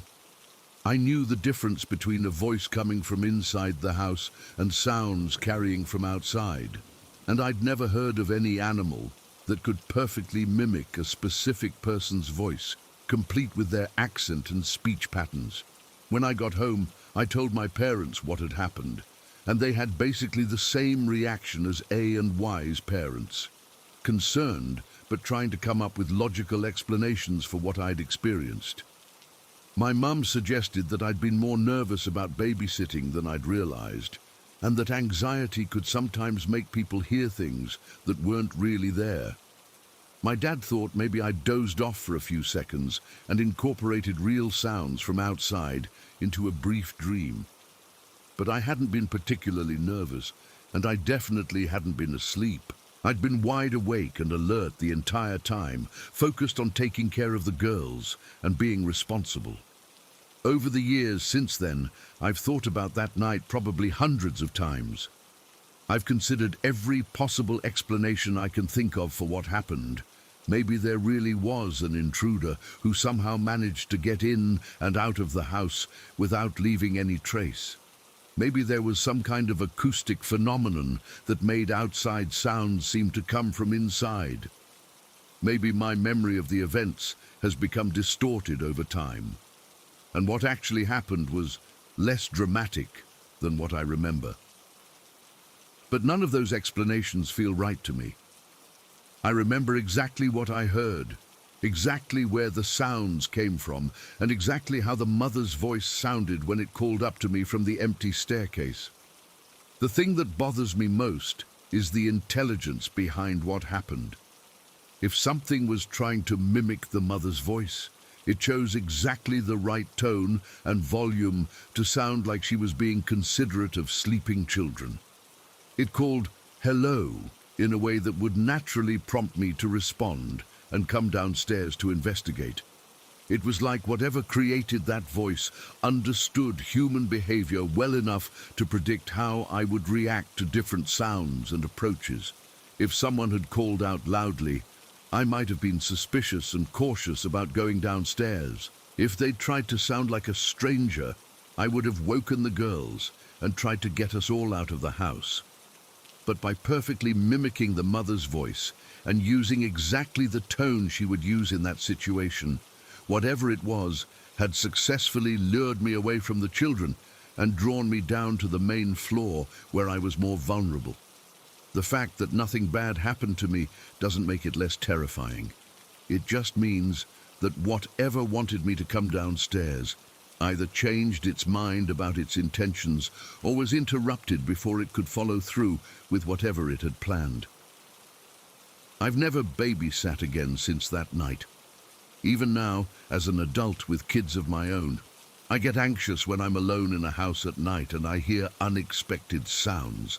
Every time I hear a door open when I'm not expecting someone, every time I hear a voice calling from another room, I remember that night and how perfectly normal everything had sounded, right up until the moment I realized I was responding to something that shouldn't have existed. The worst part is that I'll never know what would have happened if I'd been braver or more curious that night. What if I'd called out and asked why they were home early? What if I'd gone all the way downstairs immediately instead of stopping halfway and looking around first? Would whatever was mimicking the mother's voice have tried to continue the conversation? Would it have attempted to physically appear as her, Or would the illusion have broken down once I was close enough to see that nobody was actually there? I'm glad I didn't find out, but the questions still haunt me. Somewhere out there, something exists that can perfectly replicate human voices and use them to manipulate people's behavior. And on that rainy night in 2006, it decided to use that ability on a 10-year-old kid who was just trying to do a good job taking care of two little girls. I have no idea why it chose me, why it chose that night, or what it wanted to accomplish. All I know is that when I heard that voice calling hello from the bottom of those stairs, I was hearing something that had no right to exist, something that understood me well enough to know exactly how to get me to do what it wanted. And even though nothing terrible happened that night, I've spent the last 18 years knowing that somewhere in the dark, something is out there that can sound exactly like the people we trust most. Something that knows how to make us come when it calls. Story 12, Meister des Baus. I'm writing this because what happened to me at 3:33 in the morning last Saturday has left me questioning everything I thought I knew about the world. I've always been a rational person, someone who looks for logical explanations for things that seem strange or unexplainable. But what I experienced that night has shattered my ability to rationalize away the things that go bump in the dark. To understand what happened, I need to give you some context about what my family had been going through in the months leading up to that night. It started in January when my mom had a massive stroke. She was only 52, had no history of heart problems or high blood pressure, and had always been in pretty good health. But one Tuesday morning, she collapsed in her kitchen while making breakfast, and by the time the paramedics got there, half of her body was paralyzed. The stroke left her unable to speak clearly and needing round-the-clock care. My dad was trying to work full-time while also being her primary caregiver, and the stress was destroying him. My younger brother, who was still living at home, was struggling to deal with seeing our mom in that condition. Then, in March, my brother was in a car accident. He was driving home from work late one night when a drunk driver ran a red light and slammed into the passenger side of his car. My brother was lucky to survive.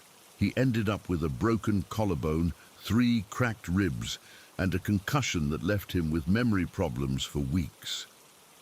The accident happened exactly 2 months after my mom's stroke, almost to the day. In April, my grandmother on my mom's side had a brain aneurysm. She was 81 and had been in declining health, but this came out of nowhere. She was talking to my aunt on the phone one minute, and the next minute she was unconscious on her kitchen floor. The doctors said it was a miracle she survived at all, but she was left in a vegetative state. 3 major medical emergencies in 4 months, all happening to people in my immediate family. By May, we were all emotionally and financially devastated. My dad was drowning in medical bills.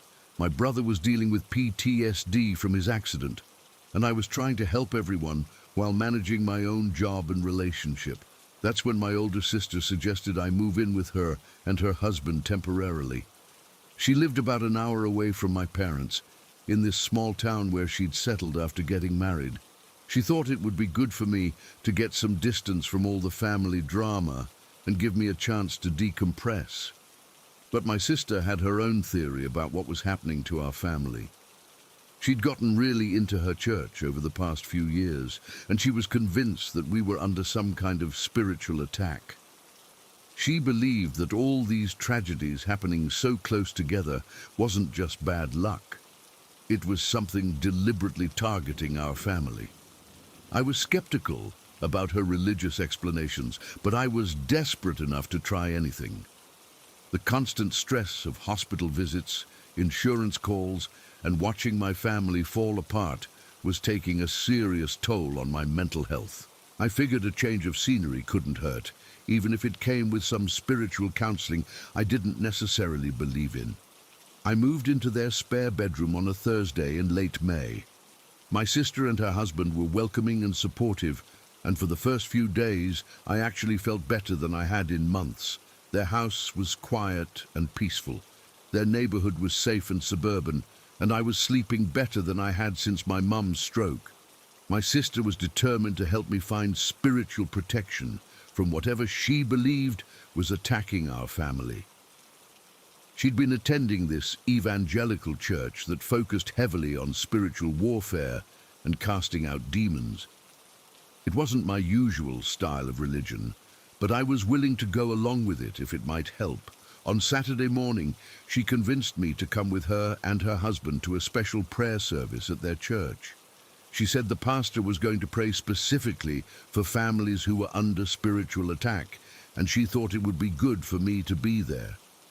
I agreed, mostly because I didn't want to seem ungrateful for their help.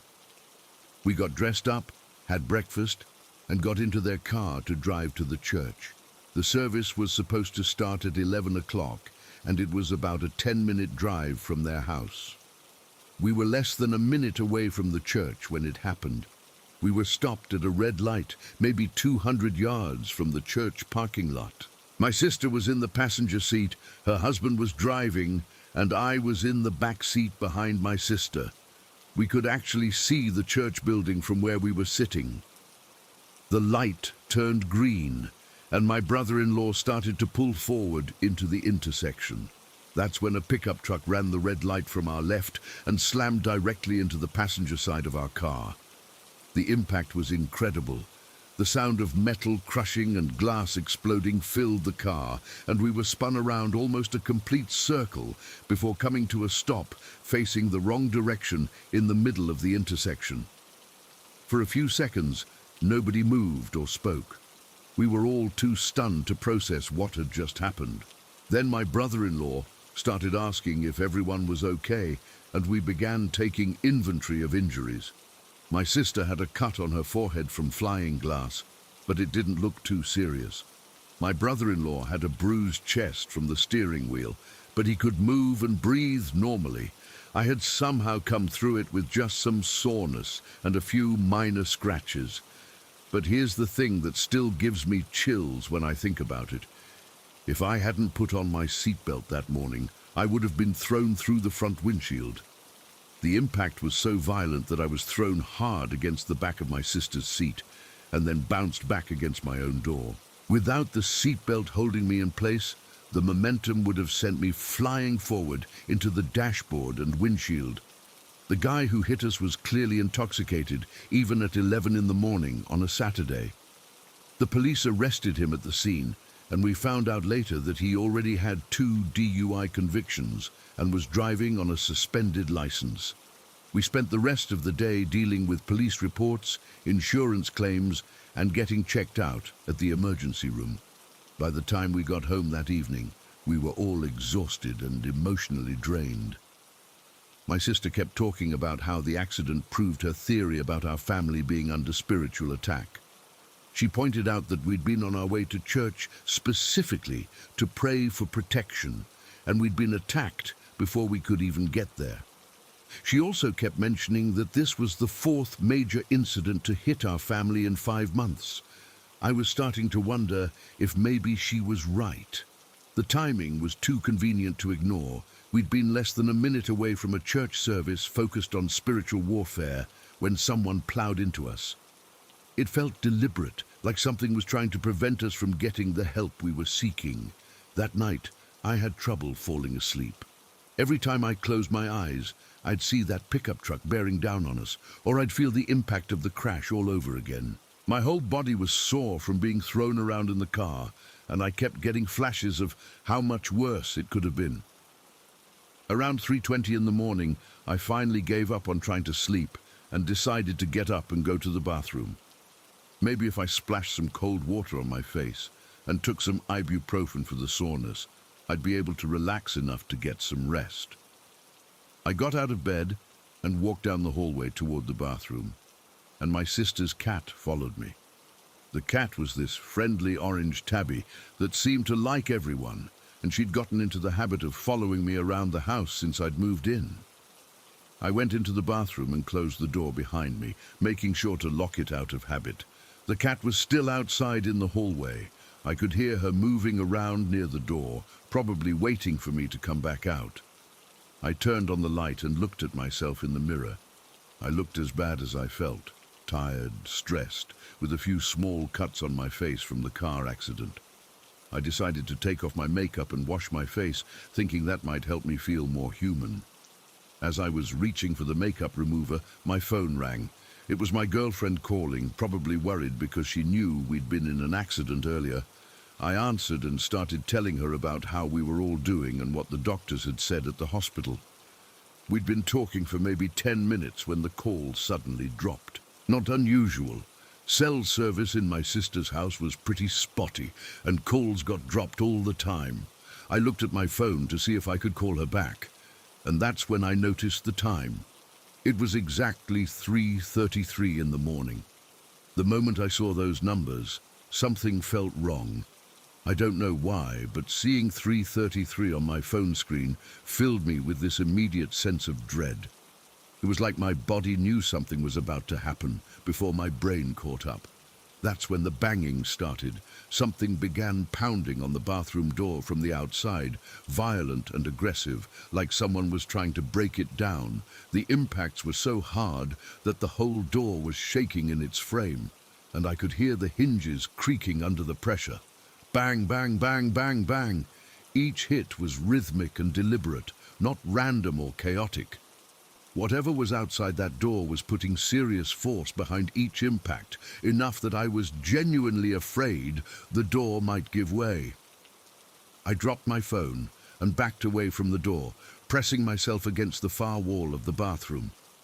My heart was racing, and I was trying to figure out who could possibly be pounding on the door like that. My sister and her husband should have been asleep in their bedroom at the other end of the house. The banging continued for maybe 30 seconds, then stopped suddenly. In the silence that followed, I could hear the cat outside the door, making these weird chittering noises like she was playing with something. I pressed my ear against the door and listened. The cat was definitely right outside, and it sounded like she was batting at something with her paws. She was making those excited hunting sounds that cats make when they're chasing a toy or a bug. But there was something else. I could hear what sounded like fingers or claws tapping against the bottom of the door, like something was playing with the cat from the other side. The cat would pounce and make her hunting noises, then whatever was on my side of the door would tap or scratch back. This went on for several minutes, and it was almost more terrifying than the violent banging had been. The banging had been aggressive and hostile, but this was playful, intelligent. Something was deliberately interacting with my sister's cat, engaging in a game through the gap under the bathroom door. I was sitting on the bathroom floor now, hugging my knees and trying not to make any noise. I wanted to call out to my sister, but I was afraid that drawing attention to myself would make whatever was outside the door turn its focus back to me. Then the door handle started to turn. Slowly, carefully, like someone was testing to see if the door was locked. When it didn't open, the handle rattled back and forth more aggressively each time. I was staring at that handle, watching it move on its own, and I completely lost it. I started crying and shaking, and I pulled my phone off the floor where I'd dropped it. I tried calling my sister, but the call wouldn't go through. No signal. I tried calling 911. Same thing. It was like something was blocking all communication in and out of that bathroom. The handle kept rattling, and now I could hear footsteps outside the door. Not the cat. These were definitely human footsteps, pacing back and forth in the hallway. But they were wrong somehow. Too heavy, too slow, like someone was dragging their feet as they walked. I don't know how long this went on. It felt like hours, but it was probably only 20 or 30 minutes. The whole time I was pressed against the bathroom wall, crying and trying to stay as quiet as possible while this thing outside played with the cat and tried to get through the door. Finally, I heard voices from downstairs, my sister calling my name, asking if I was okay. I tried to answer, but my voice was so hoarse from crying that I could barely make any sound. I heard footsteps on the stairs. Normal human footsteps this time, and then my sister was outside the bathroom door asking what was wrong. I managed to unlock the door and practically fell into her arms. She was confused and worried, asking why I was on the bathroom floor crying, why I'd been up there so long. I tried to explain what had happened, but the words came out in this jumbled, panicked rush. I told her about the banging, about something playing with the cat under the door, about the handle turning on its own. My brother-in-law had heard the commotion and come upstairs too. While my sister was trying to calm me down, he did a search of the entire house, every room, every closet, every possible hiding place. He found nothing. No signs that anyone had been in the house besides the three of us. No evidence that anyone had been in the hallway outside the bathroom. The front and back doors were still locked. All the windows were secure. But here's what really got to me. When I asked about the cat, my sister looked confused. She said the cat had been sleeping on their bed all night, that she'd had to move her when she got up to check on me. The cat I'd heard playing outside the bathroom door, the cat I'd heard making those hunting sounds while something tapped back at her from under the door. According to my sister, she'd been asleep in the master bedroom the entire time. We all went downstairs and sat in the kitchen while I tried to process what had happened. My sister was convinced that this was another spiritual attack. More evidence that something malevolent was targeting our family. My brother-in-law was more skeptical, suggesting that the stress from the car accident and everything else going on with my family might have caused me to have some kind of panic episode or hallucination. But I knew what I'd experienced. I'd felt the door shake from those impacts, heard the footsteps in the hallway, watched the door handle turn and rattle. Those weren't symptoms of stress or hallucinations. They were physical events that had really happened. The thing that bothers me most is the timing.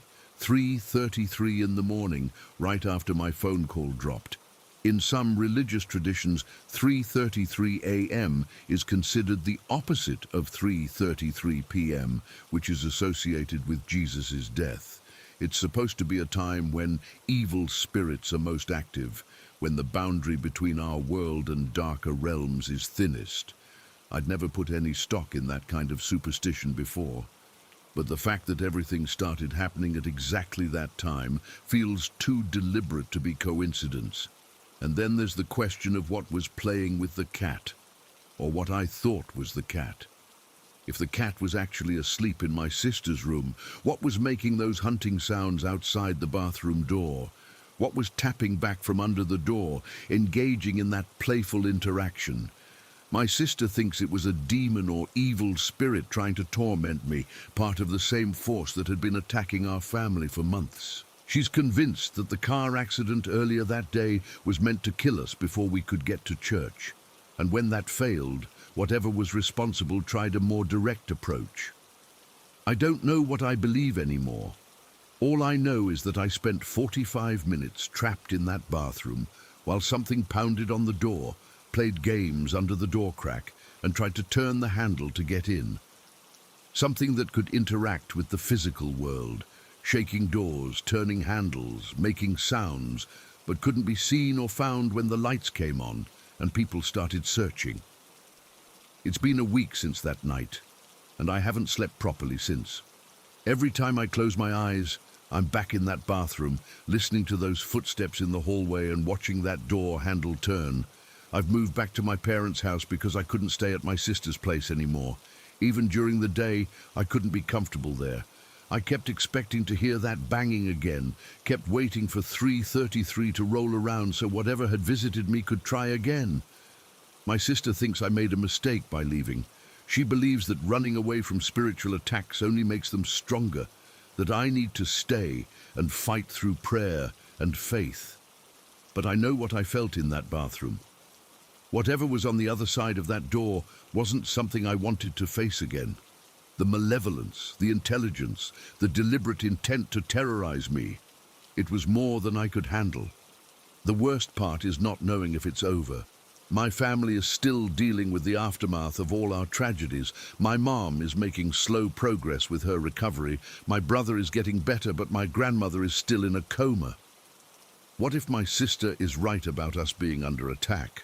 What if whatever targeted me that night is still out there, still focused on destroying my family piece by piece?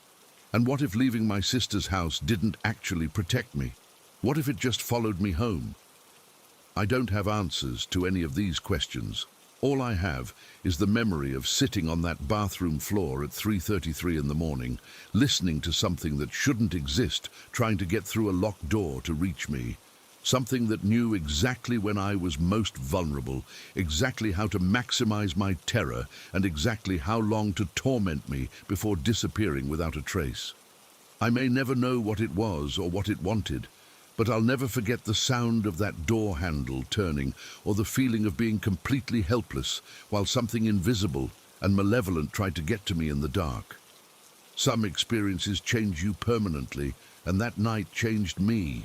I can't look at 3:33 on a clock anymore without feeling that same dread, can't be alone in a bathroom late at night without remembering how trapped I felt. Whatever visited me that Saturday night, it accomplished exactly what it set out to do. It broke something inside me, left me questioning reality and living in fear of when it might decide to come back. And the terrifying thing is, I have no way of knowing whether it's done with me yet. Story 13. I'm finally ready to write about what happened to me on that rainy Saturday afternoon 4 years ago, because I think I need to get it out of my head before it drives me completely crazy. It's not a horror story in the traditional sense. Nobody got hurt, nothing violent happened, and there was no immediate danger. But what I experienced that day shook me to my core and left me questioning whether the people we lose ever really leave us. This story starts with my friend F, who died when we were both 20 years old. F and I had been close since middle school. The kind of friendship where you spend every afternoon together doing homework, playing video games, and just talking about everything and nothing. We were in all the same classes from 8th grade through high school graduation, and we'd planned to be roommates in college. F was one of those people who seemed to have everything figured out. He was smart without being arrogant about it, funny in a way that made everyone around him feel included, and genuinely kind to people even when nobody was watching. He was the type of friend who would drive 20 minutes out of his way to pick you up when your car broke down, or stay up until 3 in the morning helping you study for a test you'd forgotten about. He died in a car accident 3 months into our sophomore year of college. A drunk driver ran a stop sign and hit F's car as he was driving home from his job at a local restaurant. The impact killed him instantly, which the doctors said meant he didn't suffer, but that didn't make losing him any easier to bear. The 4 years after F's death were the worst of my life. I dropped out of college because I couldn't focus on anything, couldn't see the point in working toward a future that F wouldn't be part of. I moved back in with my parents and took a series of dead-end jobs, never staying at any of them for more than a few months. By the time this story takes place, I was 24 and completely lost. I was working at a call center doing customer service for a cable company, a job I hated but couldn't seem to motivate myself to leave. I was barely making enough money to cover my car payment and the small amount of rent my parents charged me, and I had no savings, no prospects, and no clear direction for my life. I'd also just gone through a brutal breakup with someone I thought I was going to marry. We'd been together for 2 years, and I'd been planning to propose when she told me she couldn't handle being with someone who was still so obviously grieving a friendship from years ago. She said I talked about F too much, that I compared every experience to things F and I had done together, and that she felt like she was competing with a ghost. She wasn't wrong, but hearing it said out loud like that was devastating. It made me realize that 4 years after F's death, I still hadn't figured out how to live without him. So by that Saturday in November, I was in the darkest place I'd been since immediately after F died. I was depressed, broke, heartbroken, and starting to wonder if I'd ever be able to build a life worth living. My sister had been worried about me for months, and she'd been trying to get me out of the house more often. She'd make plans and then guilt me into coming along, claiming she needed help with errands or that she didn't want to do things alone. On this particular Saturday, she called me around noon and asked if I wanted to drive with her to this English Language Institute downtown. She needed to pick up a copy of her ID that she'd requested for some paperwork, and the office was only open for a few hours on Saturdays. I wasn't particularly interested in going, but I also didn't have anything else planned, and my sister had been persistent about trying to get me out of my parents' house. Plus, it was one of those grey, drizzly November days where staying inside felt depressing, so I figured a drive might do me some good. We left around 1:30 in the afternoon. The English Institute was in an older part of downtown, in a converted house that had been turned into office space. My sister parked on the street, and we walked up to the front door together. When we got there, we found a sign saying that the office was temporarily closed due to a staff emergency, but they'd be back in about 30 minutes. My sister was frustrated because she'd specifically called ahead to make sure they'd be open, but there wasn't much we could do except wait. The neighborhood we were in was mostly small businesses, a few restaurants, a dry cleaner, a couple of shops selling vintage clothing and antiques. My sister wanted to walk around and look at the stores to kill time, but I wasn't in the mood for shopping. I told her I'd wait by the car and just keep an eye on the institute to see when they reopened. She headed off to explore, and I leaned against our car, watching the light rain fall and feeling sorry for myself. The street was mostly empty because of the weather. Just a few people hurrying by under umbrellas, trying to get wherever they were going as quickly as possible. That's when I noticed the used bookstore.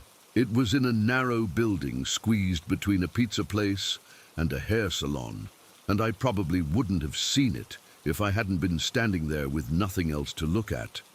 The storefront was barely 10 feet wide, with big windows that were completely packed with books. There were books stacked floor to ceiling inside, and there were probably 20 or 30 piles of books arranged outside under a small awning to protect them from the rain. The store looked like it had been there for decades. The paint on the window frames was peeling, and the handwritten signs advertising the prices were faded and water-stained. But there was something appealing about it, like a place where you might find something unexpected, some treasure that had been waiting for exactly the right person to discover it. I walked over to look at the books displayed outside. Most of them were the kind of thing you'd expect at a used bookstore. Old novels, outdated textbooks, cookbooks from the 1970s, self-help books that promised to change your life. Nothing that particularly caught my attention. But as I was scanning the piles, I noticed something strange. Out of all the hundreds of books visible both inside and outside the store, only one was lying open. It was sitting on top of a stack about waist-high, open to somewhere in the middle, with its pages fluttering slightly in the breeze. All the other books were closed, spine out or face down, but this one was displayed open, like someone had been reading it and had just stepped away for a moment. I walked over to get a closer look, and my heart nearly stopped. It was a literature textbook. Adventures in Reading or something like that. The exact same book F and I had used in 8th grade English class. I recognized the cover immediately, this blue and gold design with an illustration of kids reading under a tree. But it wasn't just the same title or edition. As I picked it up and looked more closely, I could see notes written in the margins in handwriting I recognized. F's handwriting in the blue ink he always used, making the kind of sarcastic comments about the stories that used to make me laugh during class. And there, on page 147, I found something that made me feel like I might pass out. There was my own handwriting, in pencil, from when F and I had been assigned to work together on some project about symbolism in short stories. I'd written notes about themes and character development, and F had drawn little cartoons in the margins making fun of my serious academic analysis. I could remember that assignment clearly. We'd spent an entire afternoon in F's bedroom, lying on his floor with the textbook between us, taking turns reading passages out loud and trying to figure out what our teacher wanted us to say about them. F kept getting distracted, and drawing stupid pictures, and I kept getting frustrated with him for not taking it seriously enough. It was such a specific memory, tied to a specific book. And now I was holding that exact same book in my hands 4 years after F's death, on one of the worst days I'd had in months. I flipped to the front cover to check the name written there, even though I already knew what I'd find. There it was, in F's messy handwriting, his full name, and underneath it, 8th grade Mrs. Patterson's class. This was F's actual book, the one he'd owned and used when we were 14 years old. Not just the same edition or a similar copy.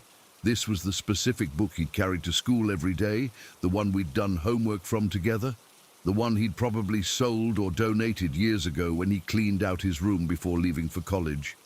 I stood there on the sidewalk, holding F's book in the light rain, and I started crying. Not just tearing up, but really crying, the kind of sobbing that makes your whole body shake. Because finding this book, at this moment, in this place, felt like the most impossible coincidence I'd ever experienced. Out of all the days I could have walked down this street, out of all the bookstores in the city, out of all the thousands of books that must pass through a place like this, I'd somehow found the one book that connected me directly to my best friend, who died 4 years ago. And it hadn't just been sitting there closed like all the other books. It had been lying open, displayed in a way that would catch my attention, like someone had deliberately positioned it so I couldn't miss it. The more I thought about it, the more incredible the coincidence became. I'd been dragged along on this errand reluctantly to a part of town I never visited, to wait outside an office that had unexpectedly closed. If my sister hadn't needed to come here, if the institute had been open when we arrived, if I'd decided to go shopping with her instead of staying by the car, I never would have seen the bookstore. And if I had seen the bookstore, what were the odds that F's specific book would have been among the small selection displayed outside? What were the odds that it would have been the only book lying open, practically calling attention to itself? I wiped my eyes and looked around, half expecting to see F somewhere nearby, like this was all an elaborate prank he'd somehow managed to pull off from beyond the grave. But the street was still mostly empty, just a few people hurrying past without paying any attention to the guy crying over a textbook in front of a used bookstore. I walked inside to ask about buying the book. The store was even more cramped than it looked from outside, with narrow aisles between towering shelves that were packed with books. The air smelled like old paper and dust, and there was barely enough room for 2 people to pass each other. The woman behind the counter was probably in her 60s, with grey hair and reading glasses hanging on a chain around her neck. She looked like she'd been running this store for decades and had probably handled every book in the place at least once. I asked her about the textbook, and she looked at it with the kind of professional assessment that comes from years of buying and selling used books. She told me it was priced at $8, which seemed like a lot for an old textbook, but was worth every penny to me. As she was ringing up the sale, I asked her if she remembered where the book had come from. She said that most of their inventory came from estate sales, donations, and people cleaning out their houses, so she couldn't say for sure. But she mentioned that they'd recently gotten a large donation from a family that was moving and getting rid of books their son had owned. She couldn't remember the family's name or any specifics, but the timeline would have been right. F's parents had moved to a different state about 2 years after his death, and they probably would have donated his books rather than try to pack and move them. So it was possible, maybe even likely, that F's book had been sitting in this store for a couple of years, waiting for someone to buy it or for me to stumble across it on exactly the day when I needed to find it most. I paid for the book and walked back outside to wait for my sister. She returned about 10 minutes later, and by then the English Institute had reopened and we were able to get her ID sorted out quickly. During the drive home, I told my sister about finding the book. She was amazed by the coincidence, but she also seemed to think it was a positive thing, a sign that maybe F was somehow still looking out for me even after all these years. I wasn't sure what I believed about that, but I knew I had to do something meaningful with the book. It didn't feel right to keep it for myself. It felt like something that belonged with F's family, something that might bring them comfort, the way finding it had affected me. That evening, I called F's mother. I hadn't talked to her in over a year, not since she'd moved away, but she remembered me immediately and seemed genuinely happy to hear from me. I told her about finding F's book, and she was quiet for a long moment. Then she told me that she'd been thinking about F a lot lately because his birthday was coming up the following week. She said she still had days when the grief felt as fresh as it had right after his death, and she'd been having a particularly hard time recently. She asked me to mail the book to her, but I told her I wanted to drive down and deliver it in person. She lived about 3 hours away, and I thought the trip might do me good. Plus, I wanted to see how she was doing and spend some time talking about F with someone who had known him as long as I had. I made the drive the following Saturday. F's mother had kept some of his things when she moved, his guitar, some photos, a few books he'd particularly loved. She showed me a small shrine she'd set up in her living room with pictures of F and some of his belongings. When I gave her the textbook, she cried as hard as I had when I first found it. She flipped through the pages, looking at his handwriting and mine, and she said it felt like getting a piece of F back that she'd thought was lost forever. We spent the afternoon looking through photo albums and sharing memories about F. She told me stories about him as a little kid that I'd never heard, and I told her about things we'd done together in high school that he'd never mentioned to his parents. It was the first time since F's death that I'd been able to talk about him with someone who missed him as much as I did, and it was incredibly healing. For the first time in years, I felt like I could remember F without it hurting quite so much. The drive home that evening was the first time I'd felt genuinely hopeful about my future since F died. I started thinking about going back to school, about finding a job I actually cared about building a life that F would have been proud of me for living. Over the next few months, things started to turn around for me. I enrolled in community college to finish my degree, found a better job, and slowly began to feel like a person with a future again. I still missed F terribly, and I always will.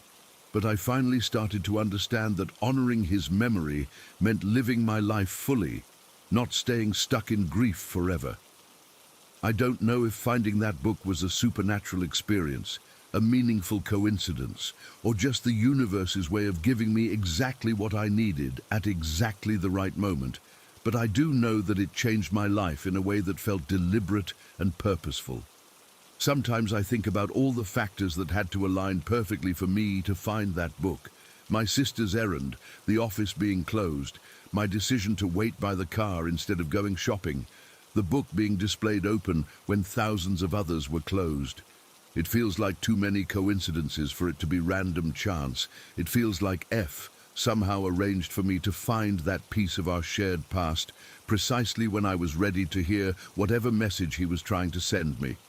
Whether it was supernatural intervention or just an incredible coincidence, finding F's book that rainy Saturday afternoon saved me from the dark place I'd been trapped in for 4 years. It reminded me that the love and friendship I'd shared with F was still real, still valuable, and still part of who I was.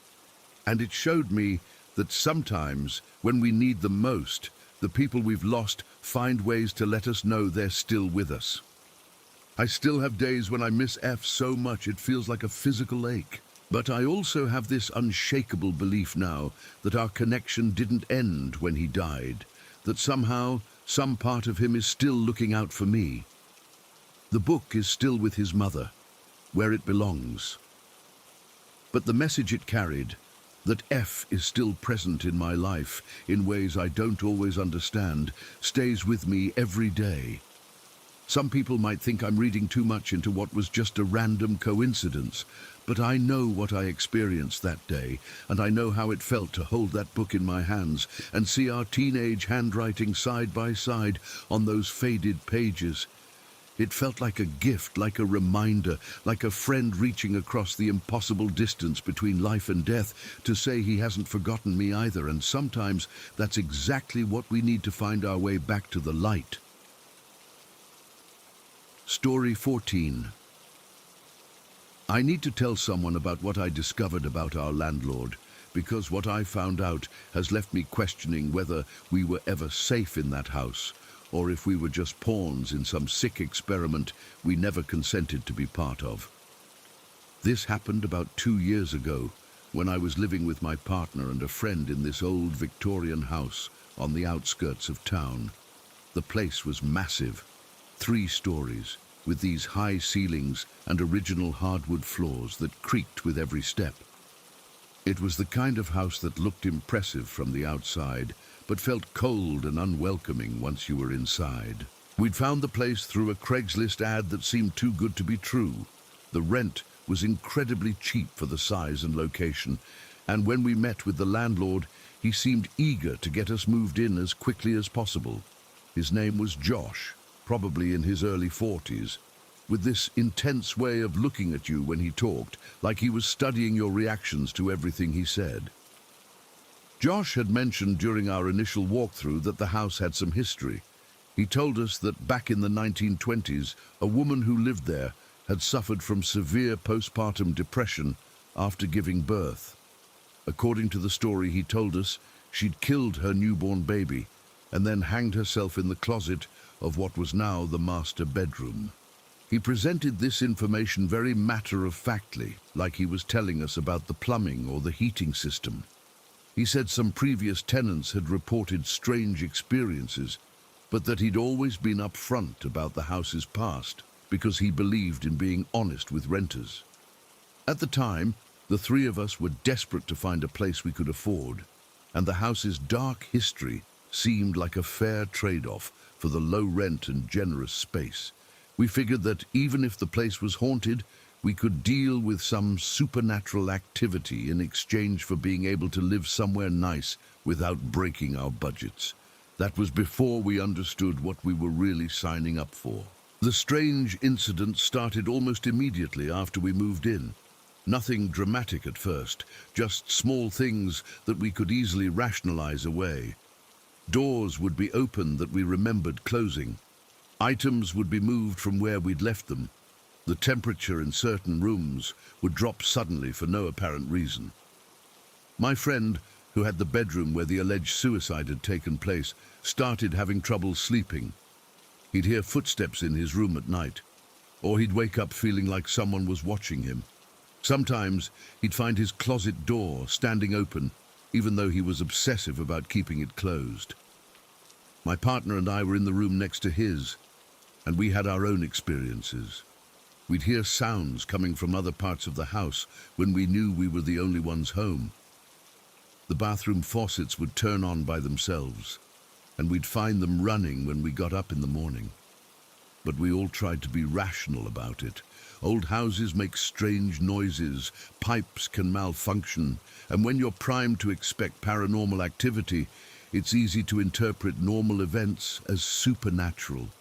The incident that changed everything happened on a Thursday night in October.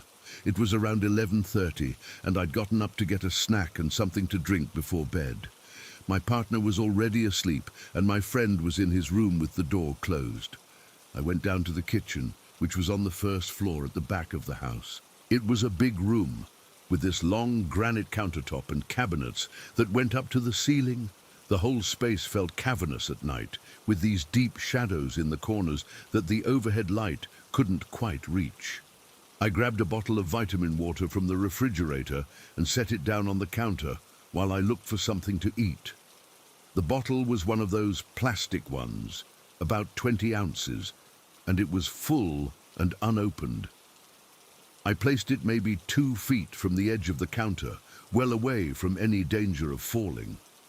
I turned toward the pantry to look for crackers or cookies, and that's when I saw it happen in my peripheral vision. The bottle didn't just fall off the counter. It launched itself off the counter, flying through the air in an arc that carried it about 4 feet away from where it had been sitting before it hit the floor. I'm not talking about sliding to the edge and tipping over or rolling off due to vibration or an uneven surface. This bottle flew through the air like someone had picked it up and thrown it as hard as they could. The sound it made when it hit the floor was loud enough that I was worried it would wake up my partner and friend upstairs. But when I looked at where it had landed, the bottle was still intact, just lying there in a puddle of vitamin water that had leaked out through the cap. I stood there staring at it for probably 30 seconds, trying to process what I'd just witnessed. There was no logical explanation for what had happened. The counter was level, the bottle had been stable, and there had been no vibration or movement that could have caused it to go flying. My hands were actually shaking as I bent down to pick up the bottle and clean up the spilled water. I kept looking around the kitchen, expecting to see someone hiding in the shadows or some evidence of what had caused the bottle to move. But there was nothing. Just me, alone in the kitchen, cleaning up vitamin water and trying to convince myself that I hadn't just seen an inanimate object defy the laws of physics. I left the empty bottle on the floor and went straight upstairs to my partner's and my bedroom. I was too shaken up to finish looking for food, and I needed to be around another person, even if they were asleep. When I got upstairs, I found my partner was actually awake, sitting up in bed looking concerned. They asked if I was okay, said they'd heard a loud crash from downstairs. I told them what had happened, and even as I was describing it, I could hear how crazy it sounded. But my partner didn't look at me like I was losing my mind. Instead, they got this worried expression and told me that they'd been hearing more activity lately, that things seemed to be escalating. They'd been keeping quiet about it because they didn't want to scare me or our friend, but they'd been experiencing their own incidents. Objects moving when no one was near them, cold spots that seemed to follow them around, and a constant feeling of being watched. The next morning, I talked to my friend about what had happened. I expected him to be skeptical or to suggest that there was some rational explanation I'd missed. Instead, he told me that he'd been having similar experiences. Just a few days earlier, he'd been in his room when a book had flown off his nightstand and hit the opposite wall. He'd also had glasses and mugs move around in the kitchen, always when he was alone and always in ways that seemed deliberately attention-getting. We spent that weekend comparing notes, and we realized that the activity in the house had been much more extensive than any of us had realized. We'd all been experiencing things, but keeping quiet about them, not wanting to seem paranoid or dramatic. But now that we were talking openly, it became clear that something in that house was becoming increasingly aggressive. The incidents were happening more frequently. They were more dramatic, and they seemed designed to frighten us rather than just make their presence known. The discovery that changed everything happened the following Tuesday. I was at work, feeling stressed and distracted by everything that had been happening at home. During my lunch break, I decided to do some research online about the house's history, thinking that maybe I could find more information about the woman who had supposedly died there. I'd been searching for about 20 minutes without finding anything useful when my mom called me. She said she'd been thinking about the stories I'd told her about our house, and she'd been doing some internet searching of her own. She told me she'd found something I needed to see, and she sent me a link to a YouTube video. The video was titled something like "Summoning Spirits in My Rental Properties," and it had been posted about 6 months earlier. When I clicked on it, I saw our landlord Josh sitting in what looked like a home office, talking directly to the camera. I watched in horror as Josh explained that he owned several rental properties around town and that he used them as locations for what he called spiritual experiments. He talked about different techniques for summoning spirits and inviting entities to inhabit physical spaces. But the worst part was when he started talking about tenants. Josh explained that having living people in the houses made the spiritual activity stronger and more focused. He said that the emotional energy from unsuspecting renters provided fuel for the entities he was trying to contact. He talked about how he'd researched the histories of his properties and deliberately chosen houses where tragic deaths had occurred, believing that these locations were more conducive to paranormal activity. And then he mentioned our house specifically. He described the layout perfectly, talked about the woman who'd killed her baby and hanged herself, and explained how he'd been working for years to strengthen the connection between our world and whatever existed on the other side. He talked about us, his current tenants, like we were lab rats in an experiment we'd never consented to participate in. Josh described how he'd been monitoring the activity in the house, how he knew when things were escalating, and how he'd been using various rituals and invocations to encourage more aggressive manifestations.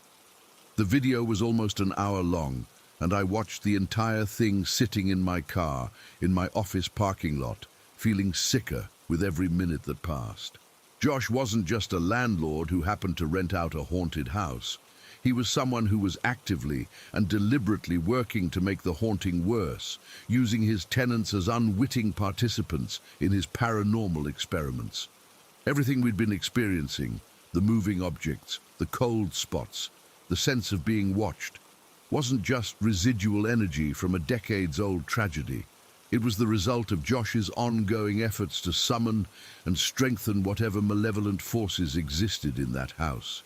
The bottle flying off the counter, my friend's books being thrown across his room, my partner's feeling of being constantly observed. All of it was being amplified and encouraged by our landlord's deliberate actions. I felt violated in a way I'd never experienced before. We'd trusted Josh to provide us with safe housing, and instead he'd been using us as fuel for his supernatural hobby. I called my partner immediately and told them to watch the video. Then I called my friend. By the time I got home from work that evening, we were all in complete agreement that we needed to get out of that house as quickly as possible.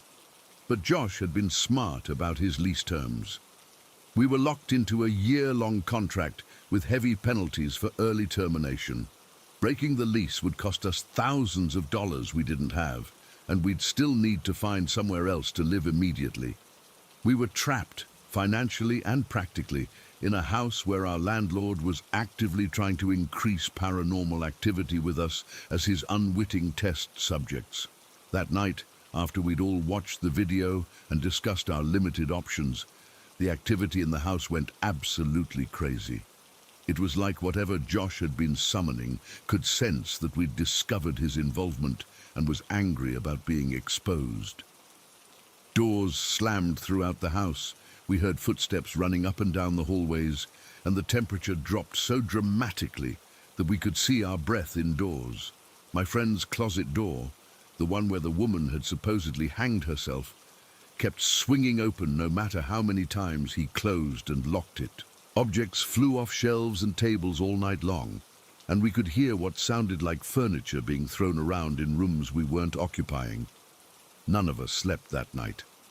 We huddled together in the living room, keeping all the lights on and trying to figure out how to protect ourselves from something we didn't understand. The next day, I called Josh and told him we knew about his YouTube channel and his spiritual experiments. I expected him to deny it, or at least seem embarrassed about being caught. Instead, he seemed pleased that we'd found out. He told me that having tenants who were aware of the house's supernatural activity often made the manifestations stronger and more interesting. He said that our fear and stress were exactly the kind of emotional energy that the entities fed on, and that knowing about his involvement would probably make our experiences even more intense. Josh also made it clear that he had no intention of letting us out of our lease early, and that if we tried to break it, he'd pursue us legally for every penny we owed him. We were stuck in that house for another 8 months, knowing that our landlord was actively working to make our lives as terrifying as possible, and there was nothing we could do about it. Those 8 months were the worst period of my life. The paranormal activity escalated to levels that were barely tolerable. We'd come home to find our belongings thrown around our rooms. We'd be woken up by violent sounds in the middle of the night. and we all developed chronic anxiety and insomnia. My friend started sleeping in the living room because his bedroom became uninhabitable. My partner and I began taking turns, staying awake at night to watch for activity and wake the other person if things got too intense. We tried everything we could think of to protect ourselves. Sage burning, protective symbols, prayers, even having a priest come to bless the house. Nothing worked, and some things seemed to make the activity worse. Josh would check on the house periodically, ostensibly for maintenance issues, but we knew he was really monitoring his spiritual experiments. He'd ask us detailed questions about what we'd been experiencing, taking notes like a researcher collecting data. The lease finally expired last January, and we moved out the same day. We'd found a new place months in advance and had everything packed and ready to go the moment we were legally free to leave.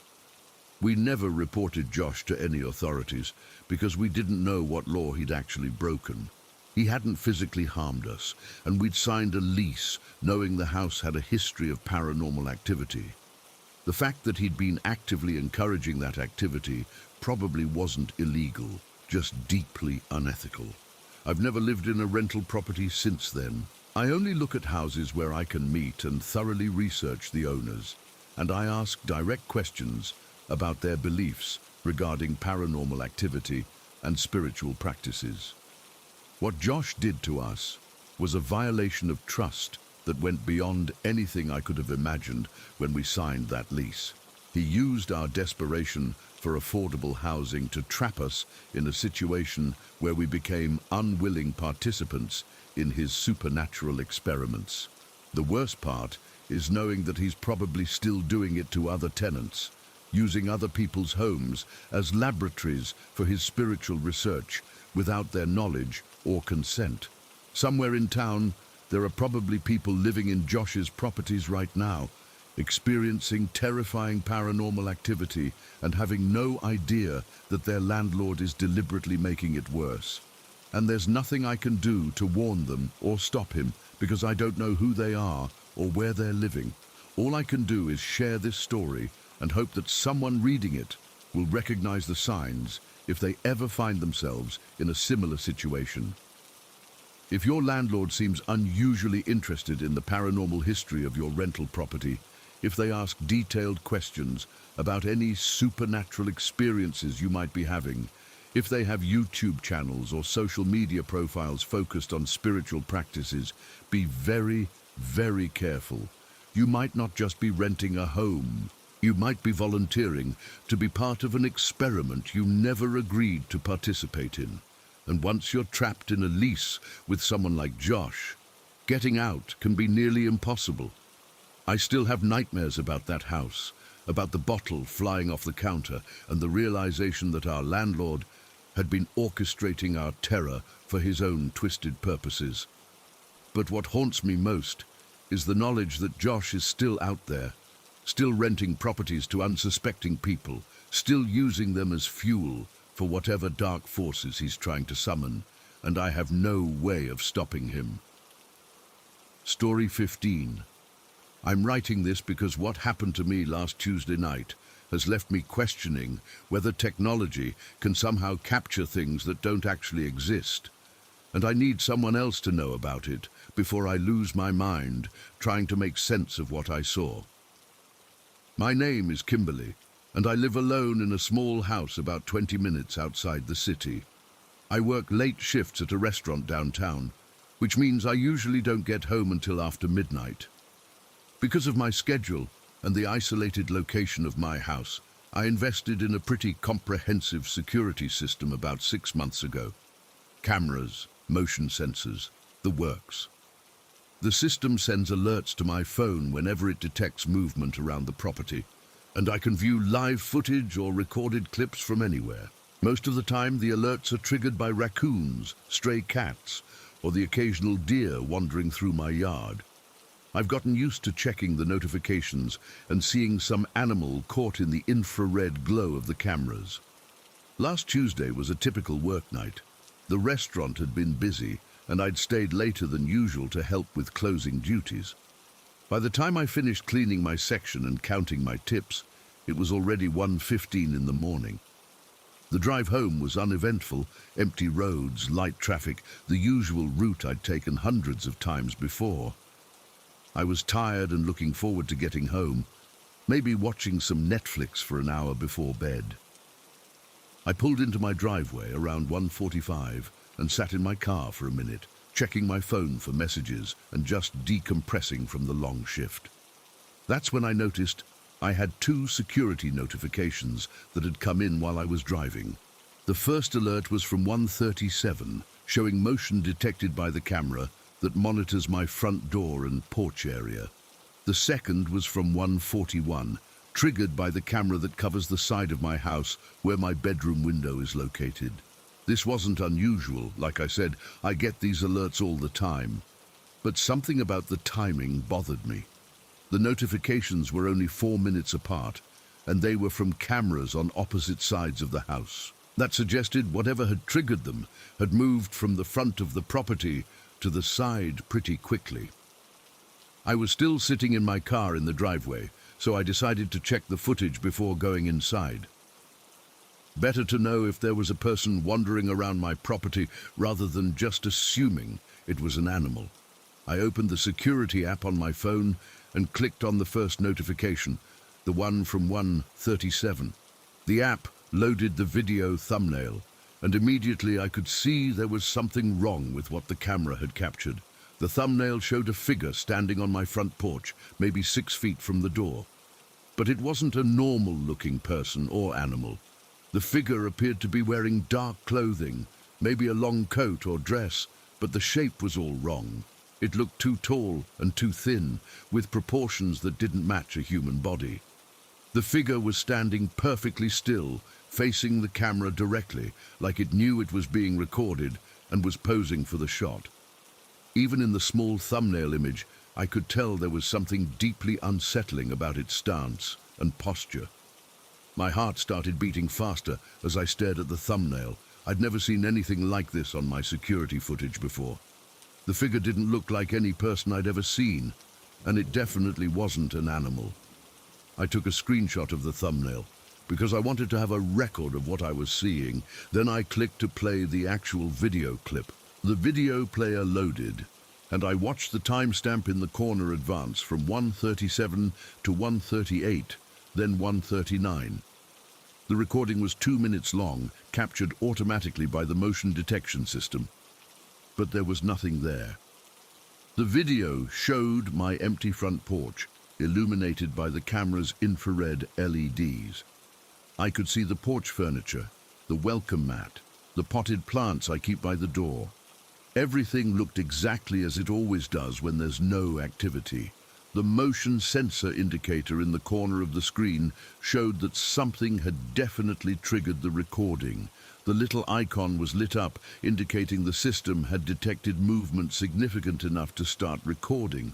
But in the actual video, there was no movement of any kind. I watched the entire 2-minute clip 3 times, looking for any sign of what could have triggered the recording. A shadow moving across the porch, an animal running through the frame, even something like a large insect flying close to the camera lens. Nothing. The porch remained completely empty throughout the entire recording. But the thumbnail still showed that figure standing there, clear as day. I switched back and forth between the thumbnail and the video player, trying to understand what I was seeing. The thumbnail image was definitely from this recording. I could see the timestamp in the corner, and the angle and lighting matched the video perfectly. But somehow, the thumbnail was showing something that didn't appear anywhere in the actual footage. My hands were shaking as I opened the second notification, the one from 141. This time, the thumbnail showed the same figure, but now it was standing beside my house near the bedroom window. Again, it appeared to be facing the camera directly in that same unnaturally still pose. I clicked to play this video, and again, the footage showed absolutely nothing. 2 minutes of empty yard, with no movement or activity of any kind. But the thumbnail clearly showed that figure standing in my yard, close enough to my bedroom window that it could have looked inside if it wanted to. I was starting to panic at this point. I was sitting in my car in my own driveway, looking at security footage that showed something impossible. The cameras had somehow captured images of a figure that existed in the preview thumbnails, but was completely invisible in the actual recordings. I tried to think of technical explanations for what I was seeing. Maybe there was a glitch in the app that was displaying thumbnails from different recordings. Maybe the timestamps were wrong, or the video files had somehow become corrupted. But I checked the file details for both recordings, and everything appeared normal. The timestamps matched the alerts I'd received. The file sizes were consistent with other 2-minute clips, and the video quality was clear and undistorted.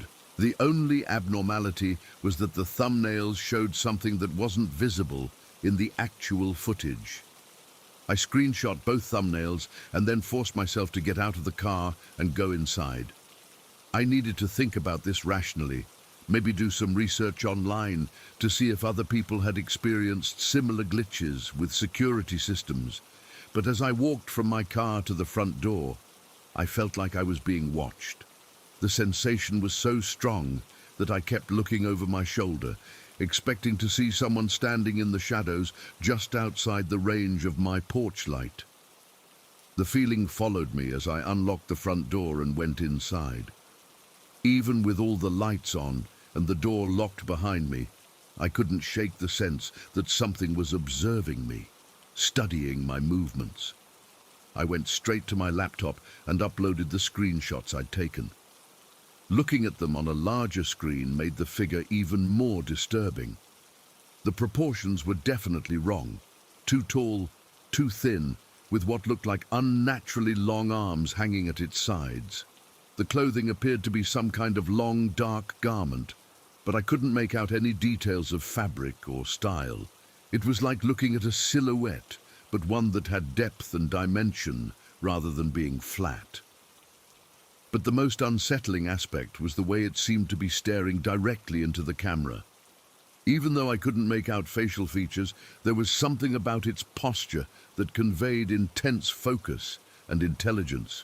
It looked like it knew it was being recorded, and it was deliberately positioning itself to be captured by the cameras. I spent the next hour researching security camera glitches and technical problems that might cause thumbnails to display images that weren't present in the actual video files. I found discussions about corrupt video codecs, memory card errors, and software bugs, but nothing that matched what I was experiencing. Most technical issues resulted in thumbnails that were black, distorted, or showed fragments of other recordings. I couldn't find any reports of thumbnails displaying clear, detailed images of figures that were completely absent from the corresponding video. Around 3:30 in the morning, I decided to check the live feeds from all my cameras. I wanted to make sure there was nothing currently moving around my property, and I hoped that seeing the normal empty views would help calm my nerves. I cycled through each camera, front door, back door, side yard, driveway. Everything looked normal and quiet. No movement, no unusual shadows, no signs of any presence around my house. But when I got to the camera that monitors the area near my bedroom window, I noticed something that made my blood run cold. In the live feed, I could see my bedroom window clearly. The curtains were closed, but there was a faint glow from the lamp I'd left on inside. The window looked exactly as it should, But in the bottom corner of the screen, partially cut off by the camera's field of view, I could see what looked like the edge of a dark shape. It was just barely visible, like someone or something was standing just outside the camera's range, close enough that part of them was caught in the frame. The shape didn't move. It was perfectly still, like it had been positioned deliberately to be just barely detectable. I stared at that live feed for probably 10 minutes, watching for any movement or change. The dark shape remained exactly where it was, motionless and partially hidden. Finally, I worked up the courage to go to my bedroom window and look outside. I pulled back the curtain just enough to peek out, and I could see the area where the camera was positioned. The motion sensor light was off, which meant it hadn't detected any movement recently. The yard appeared empty and quiet. But I had this overwhelming feeling that something was out there, just beyond where I could see, watching my house and waiting for something. I let the curtain fall back into place and returned to my laptop. The live feed still showed that dark shape in the corner of the screen, but when I looked out the window, I couldn't see anything that would account for it. I was dealing with a system that was somehow detecting and displaying things that weren't physically present, or at least weren't visible to human eyes. By 4 in the morning, I was exhausted, but too frightened to sleep. I'd been checking and rechecking the camera feeds, and the dark shape in the corner of the bedroom camera's view remained constant. It never moved, never changed, just stayed there like a permanent feature of the landscape. I tried calling the company that installed my security system, but they didn't have 24-hour technical support. I left a voicemail explaining the problem, though I knew I sounded like a crazy person describing invisible figures that only appeared in video thumbnails. Around 4:30, I finally decided to try to get some sleep. I was supposed to work again the next evening, and I needed at least a few hours of rest. I checked all the locks, made sure my phone was plugged in and charging next to my bed, and left most of the lights in the house turned on. But as I was getting ready for bed, I got another security alert. This one was from the camera that monitors my backyard. The notification came in at exactly 4:33, and when I opened it, the thumbnail showed the same figure standing in the middle of my back lawn. This time, it appeared to be facing my house rather than the camera, like it was looking directly at my bedroom window from about 30 feet away. I played the video, and once again, the footage showed nothing but an empty backyard. 2 minutes of recording triggered by motion detection, but no visible movement or activity. But the thumbnail clearly showed that figure standing in my yard in the middle of the night, positioned where it would have a perfect view into my bedroom if the curtains were open. That's when I realized that whatever was triggering my security system was moving around my property in a deliberate pattern. It had appeared at my front door, then moved to the side of the house near my bedroom window, and now it was in the backyard facing the same window from a different angle. It was surveying my house, learning the layout, and focusing its attention on my bedroom specifically. I grabbed a baseball bat from my closet and spent the rest of the night sitting in my living room chair, watching the security feeds and jumping at every small sound. I didn't get any more alerts, but that dark shape remained visible in the corner of the bedroom camera's view until sunrise. When morning came and I could see daylight through the windows, the shape finally disappeared from the camera feed. It was like whatever had been there had dissolved with the first rays of sunlight. I called in sick to work that day because I was too shaken up to function normally. I needed time to process what I'd experienced and figure out what to do about it.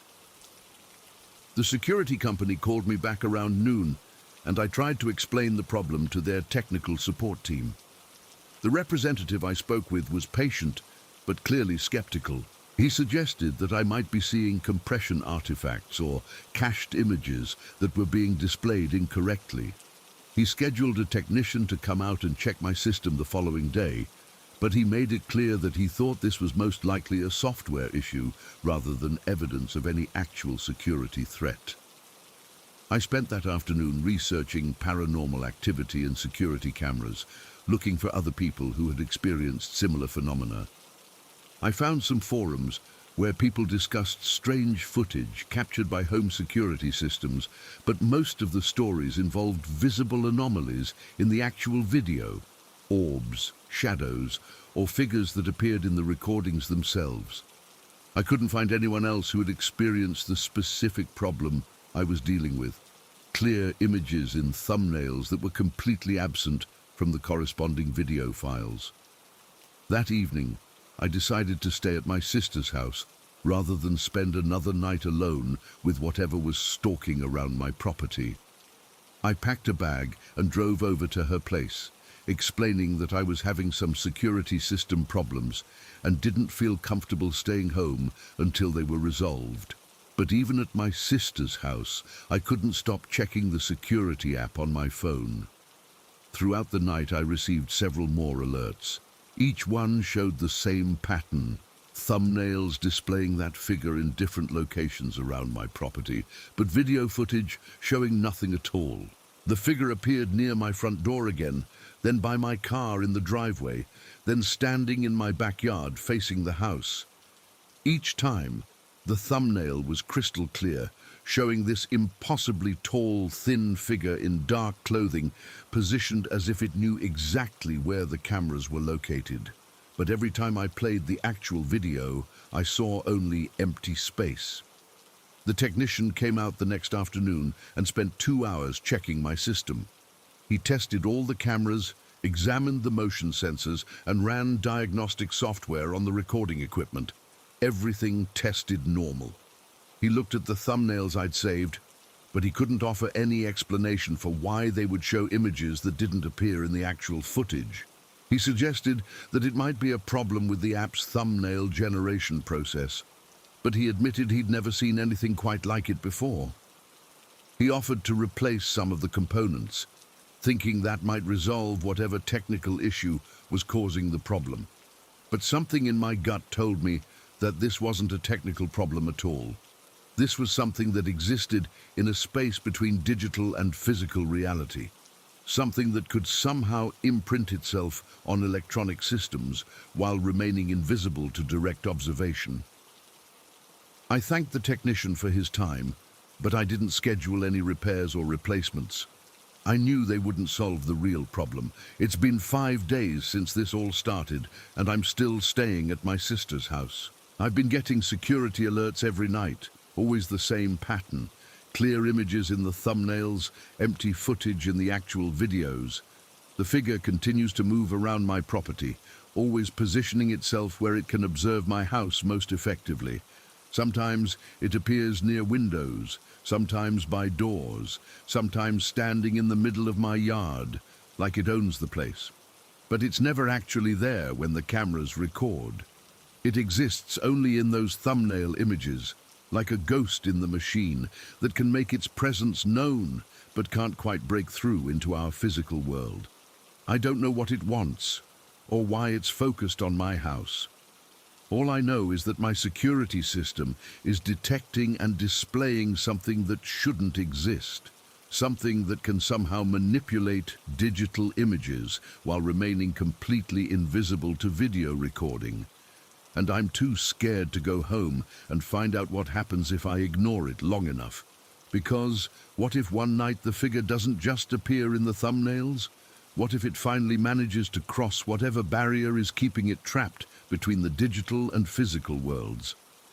What if the next time I get a security alert, the figure appears not just in the thumbnail, but in the actual video footage as well? I don't think I want to find out. The thumbnails are still coming in every night, and that figure is still there, still watching, still waiting for something I don't understand, and I have no idea how to make it stop.